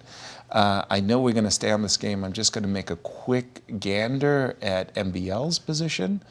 A very important one because... looks like it's headed for a draw. Excellent news. Fabi's position. Excellent news for Ray Robson because Maxime, if he wins, he can potentially catch up with Ray. Precisely.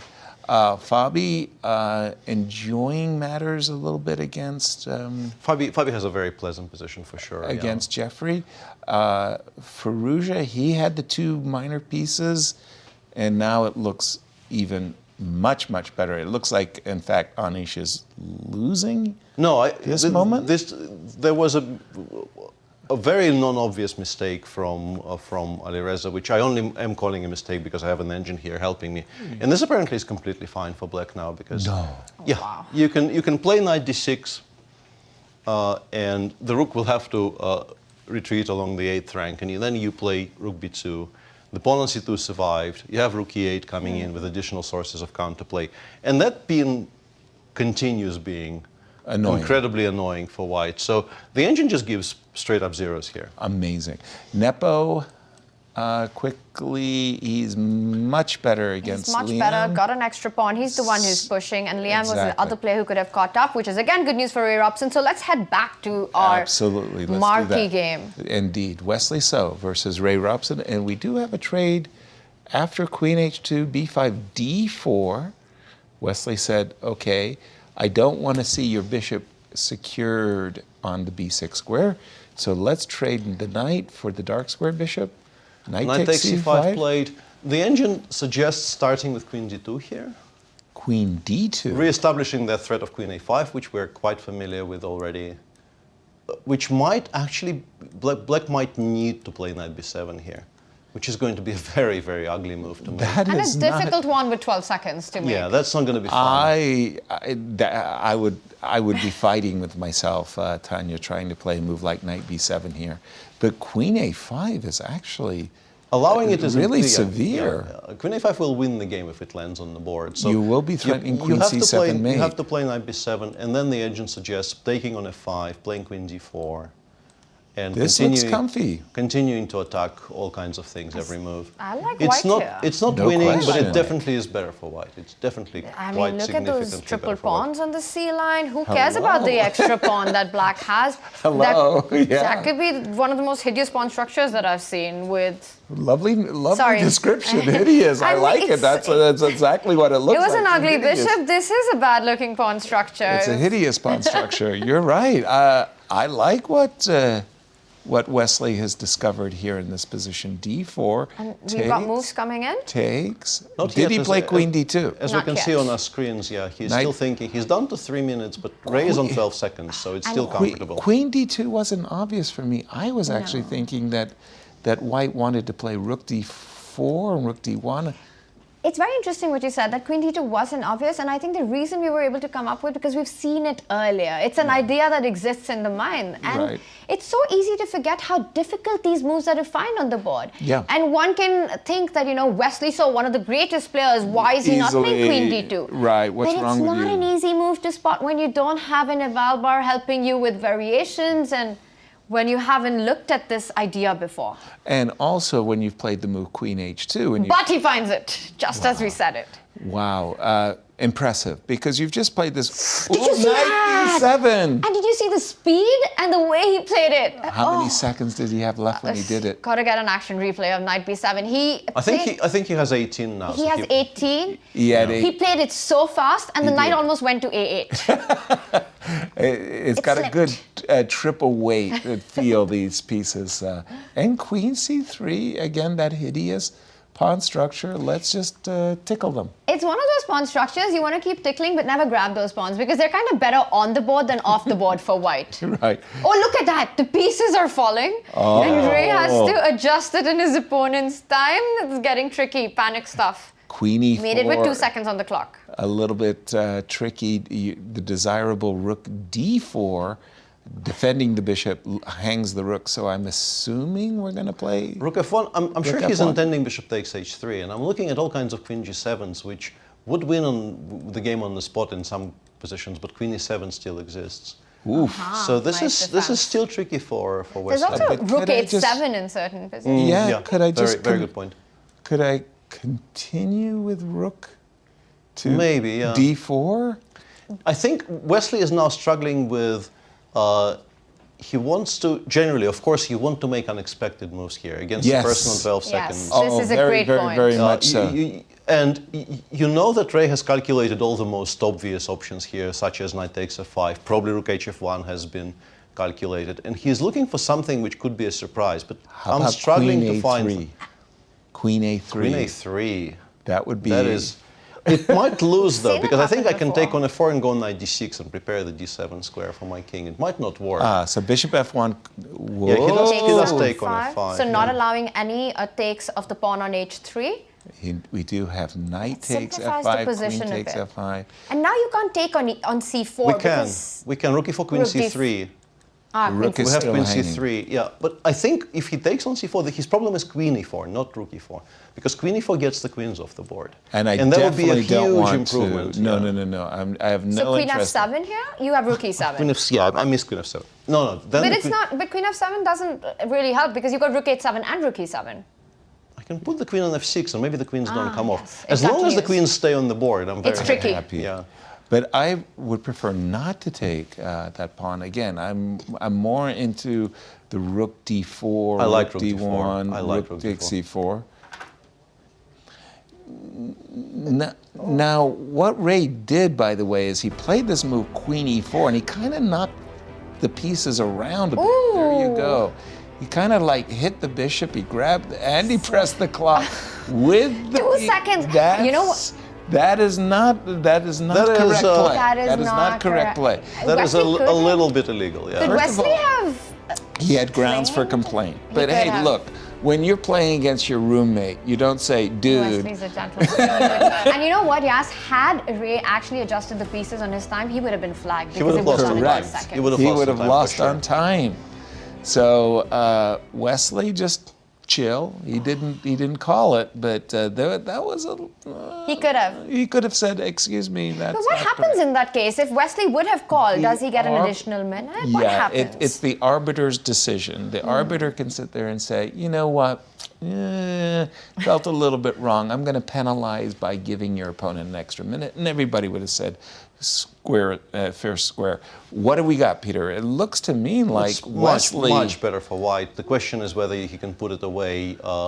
This knight on b7, the pawn structure is the terrible. inclusion of rook a4 as well. Rook a4 might be provoking a5, and then everything is going to hang everywhere. I like rook g1 as well, just reminding Ray that this rook is also in the game, might go to g5. Somehow white slipped in b3 as well. Very nice little inclusion. For the king, and Ray getting very panicky with the way he's making the moves. You can feel the speed, the pieces being kept in the middle of the square, the nervousness. And by the way, I mean, again, as we started this game, Wesley was so despondent. He just had this body posture of like, oh, woe is me. Let's play Blitz tomorrow, everybody. But he has played a very impressive game. King really b2, nice by the way. game. But he's now under a minute himself. And so the clocks are leveling out. And has he given Ray a chance to play rook e4? Yes, he has. And he does.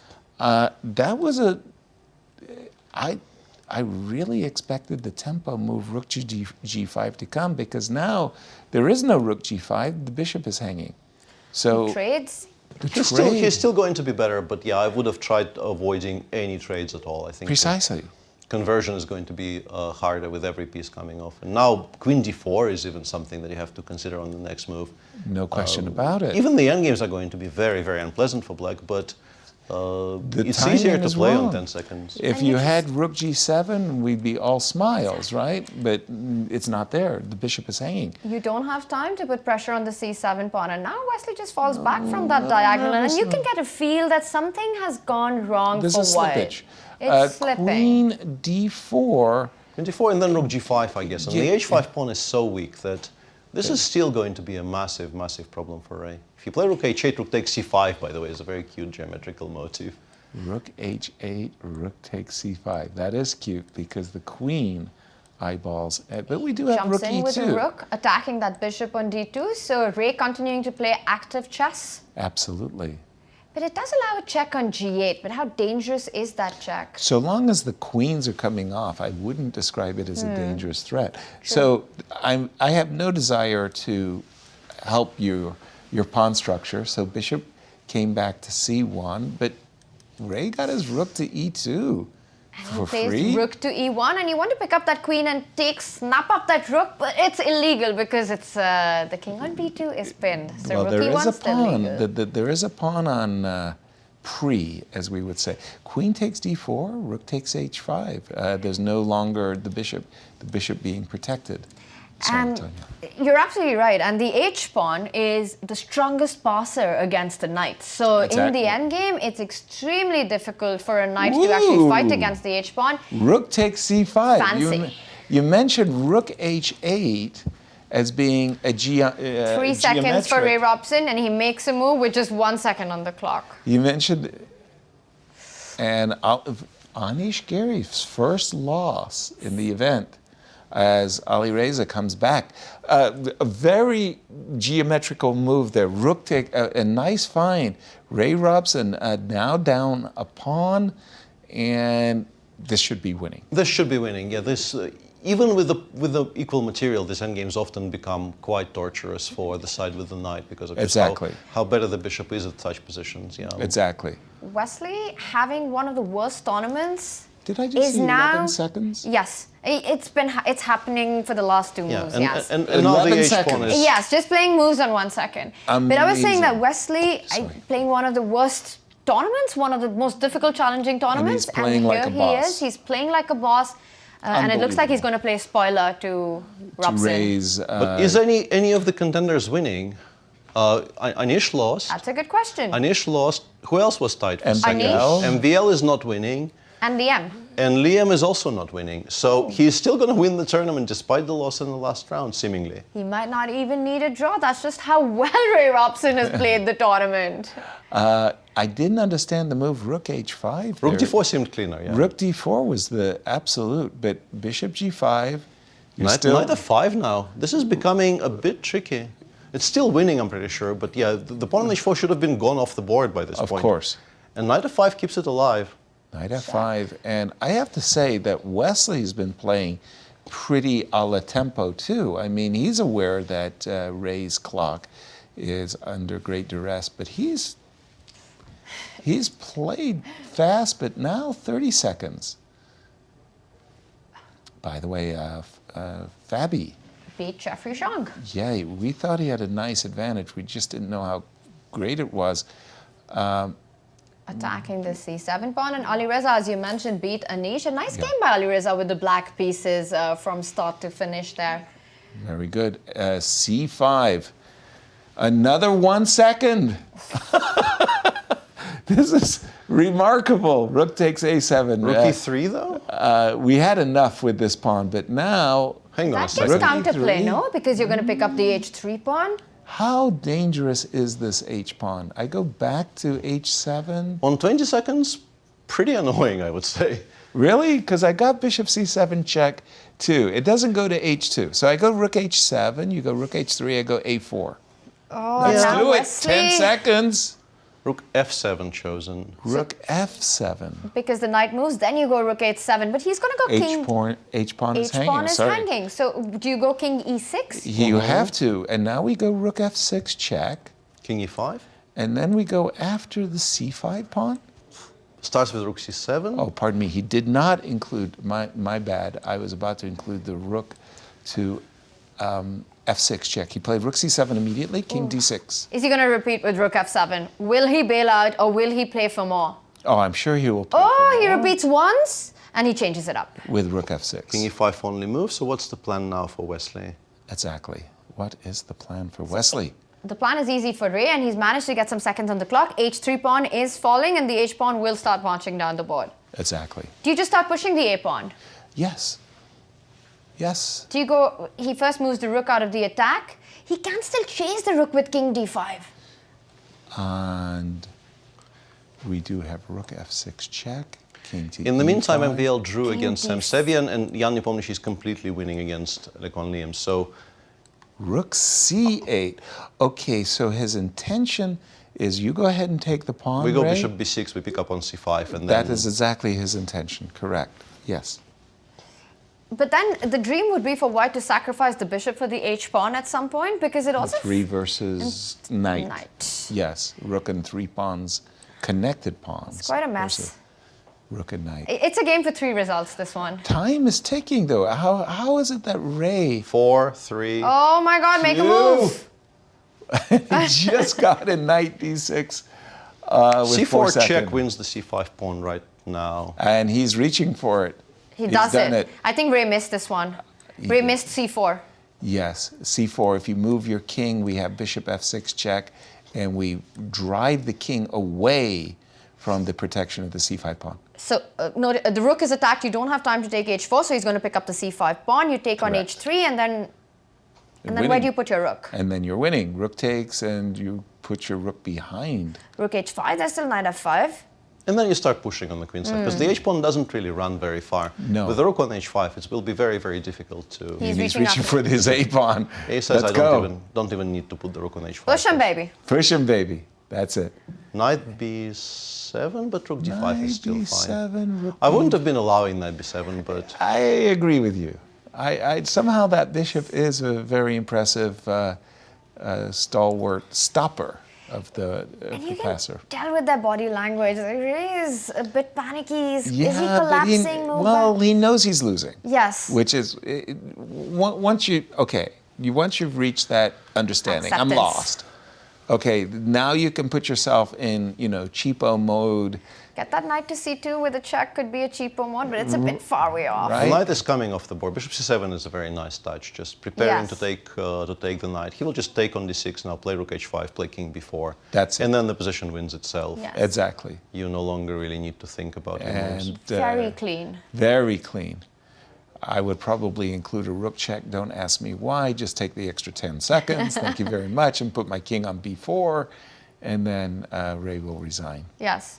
And you want to put your There's actually a little bit of an intrigue left, because you don't want to be converting A and C. So once h2 king b4 happens... And by the way, you saw that Ray just kind of made the move like a knuckleball.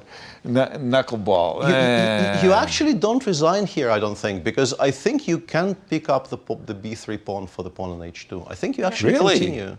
Or at least you ask your opponent to show. Because let's say I put the king on b7. How do you make progress without abandoning the b3 pawn? Yeah, just do this. Just do this and pause.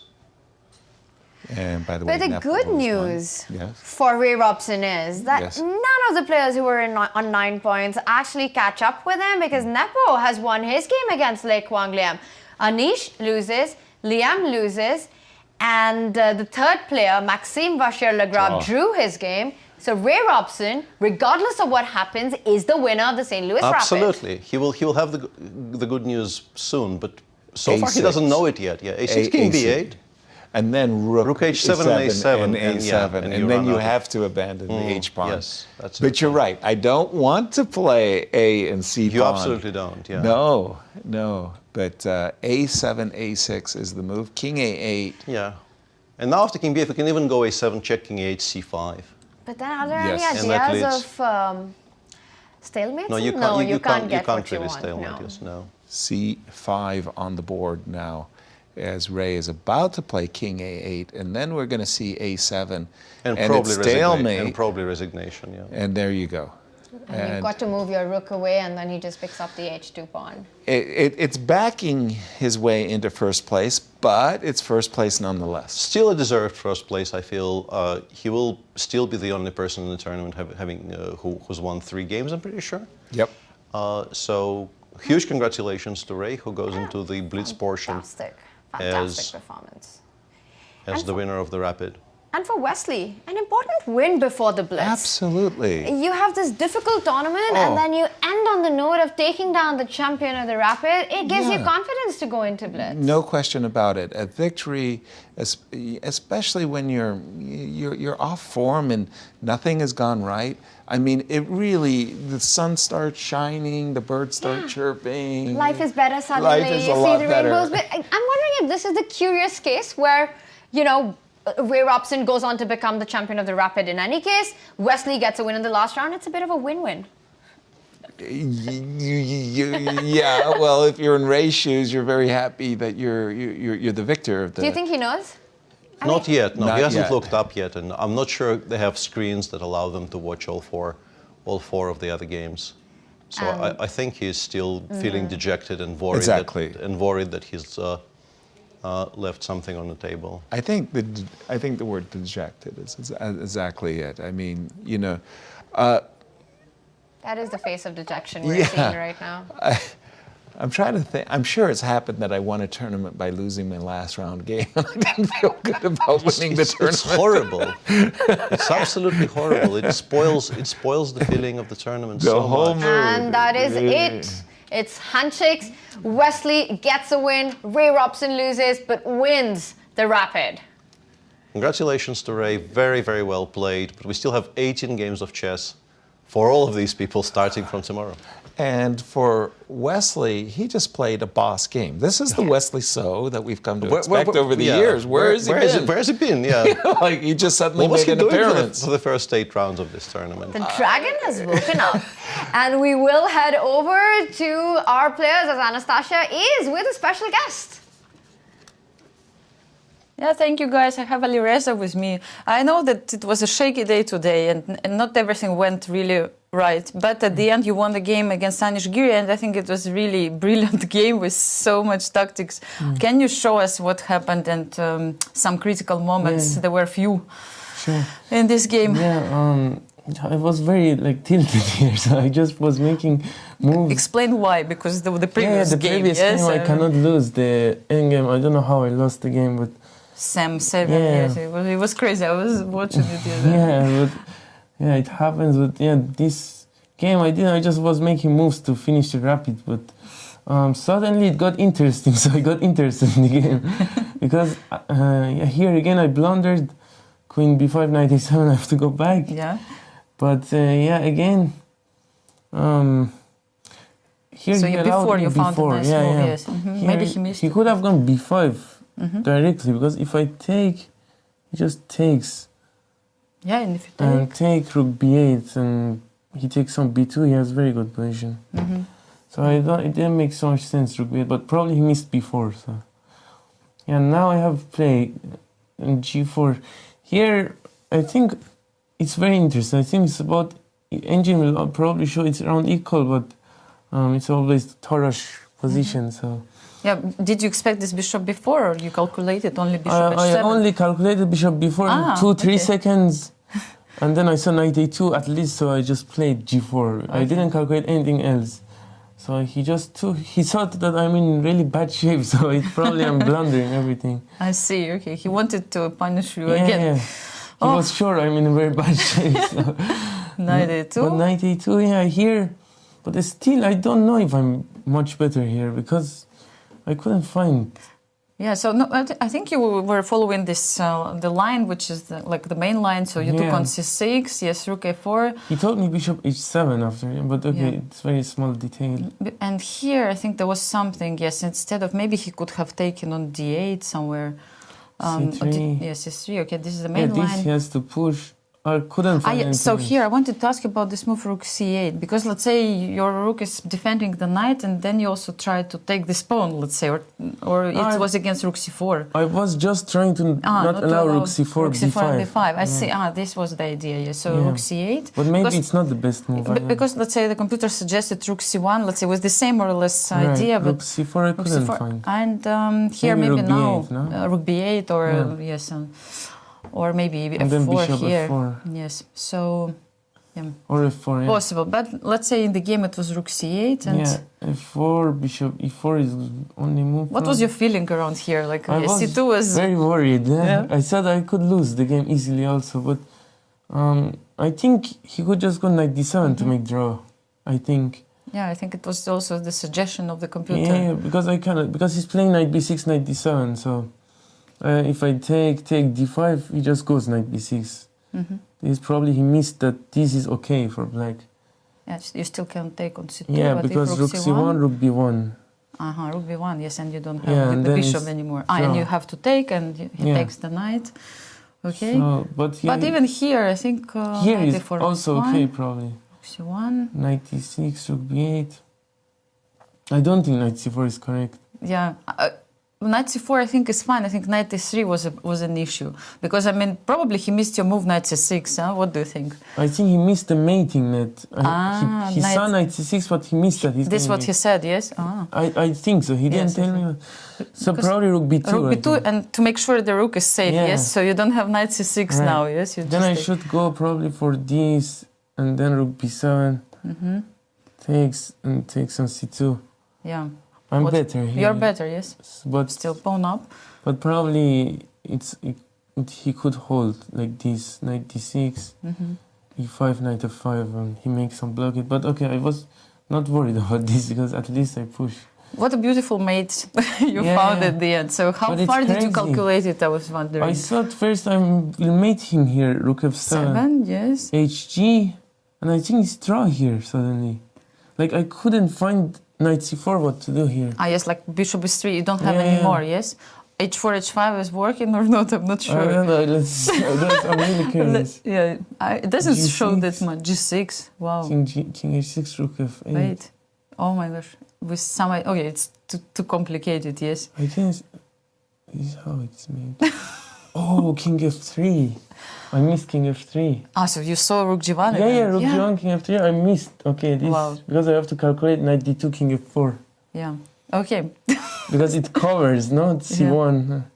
Wow. I missed king f3. What a checkmate. Okay, see, it's not so easy to find it. With how many minutes did you have? Easy. Like 1 minute, 2 minutes. Right. At the moment, yes. So you played at 5. But this is also winning. So bishop e3 is the easiest way. Yes. The human way.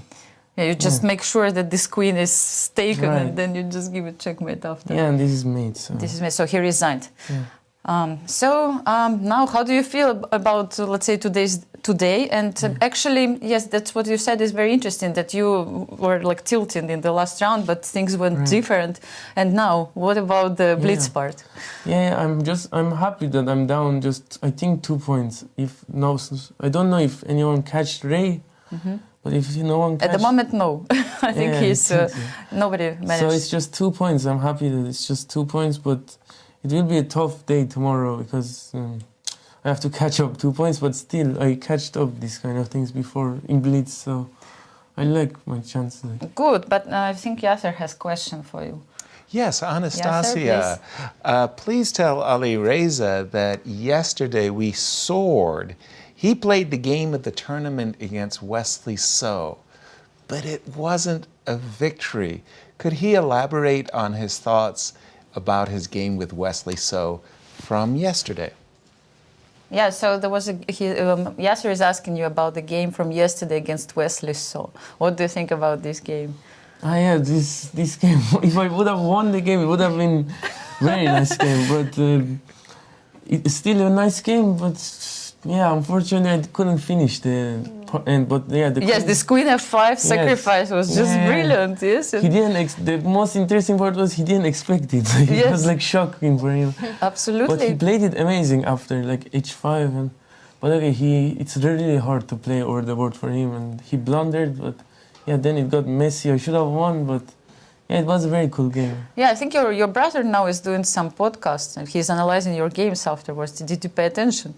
He's streaming on Twitch, I think. He's analyzing my games. He's always doing this. It's good. People go check him out also. Yeah, it's nice. Do you feel some support? This year he's not with you here in St. Louis. Last year he was here with you. Yeah, they were all here, but now I just came with my father. So. But yeah, he's very interested in game and always make commentary for my games. Yes, that's for sure. He's your best supporter. Thank you so much, Alireza, and all the best of luck for you tomorrow. Thank you.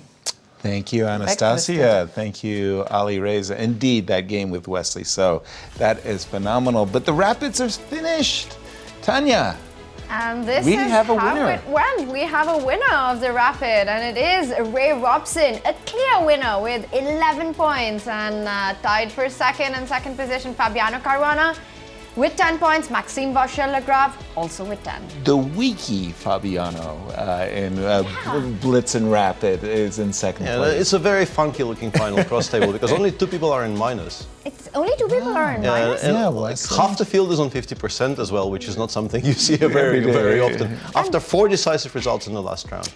But tomorrow it all starts again, a different competition altogether, Tanya. Thank God it's Friday. Yeah, We've exactly. got Blitz coming up, and Blitz, it will be 9 games of Blitz action, and day 2 another 9 games. It's 18 points at stakes for the player before we have an eventual winner of the St. Louis Rapid and Blitz.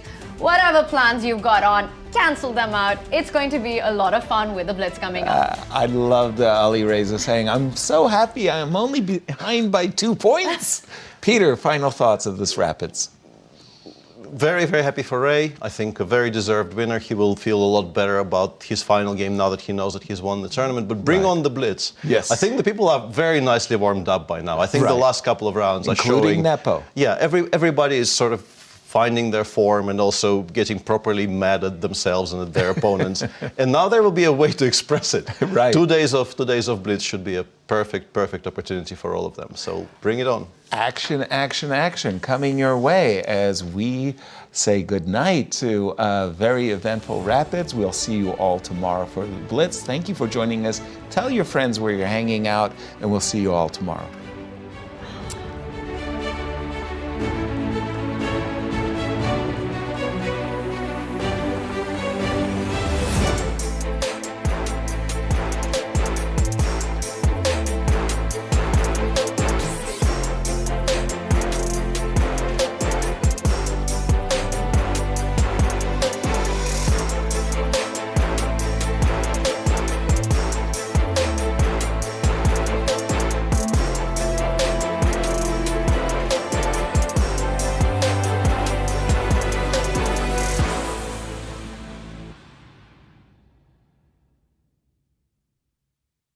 This has been a presentation of the St. Louis Chess Club. Any reproduction or distribution of this content without the express written consent of the St. Louis Chess Club is prohibited.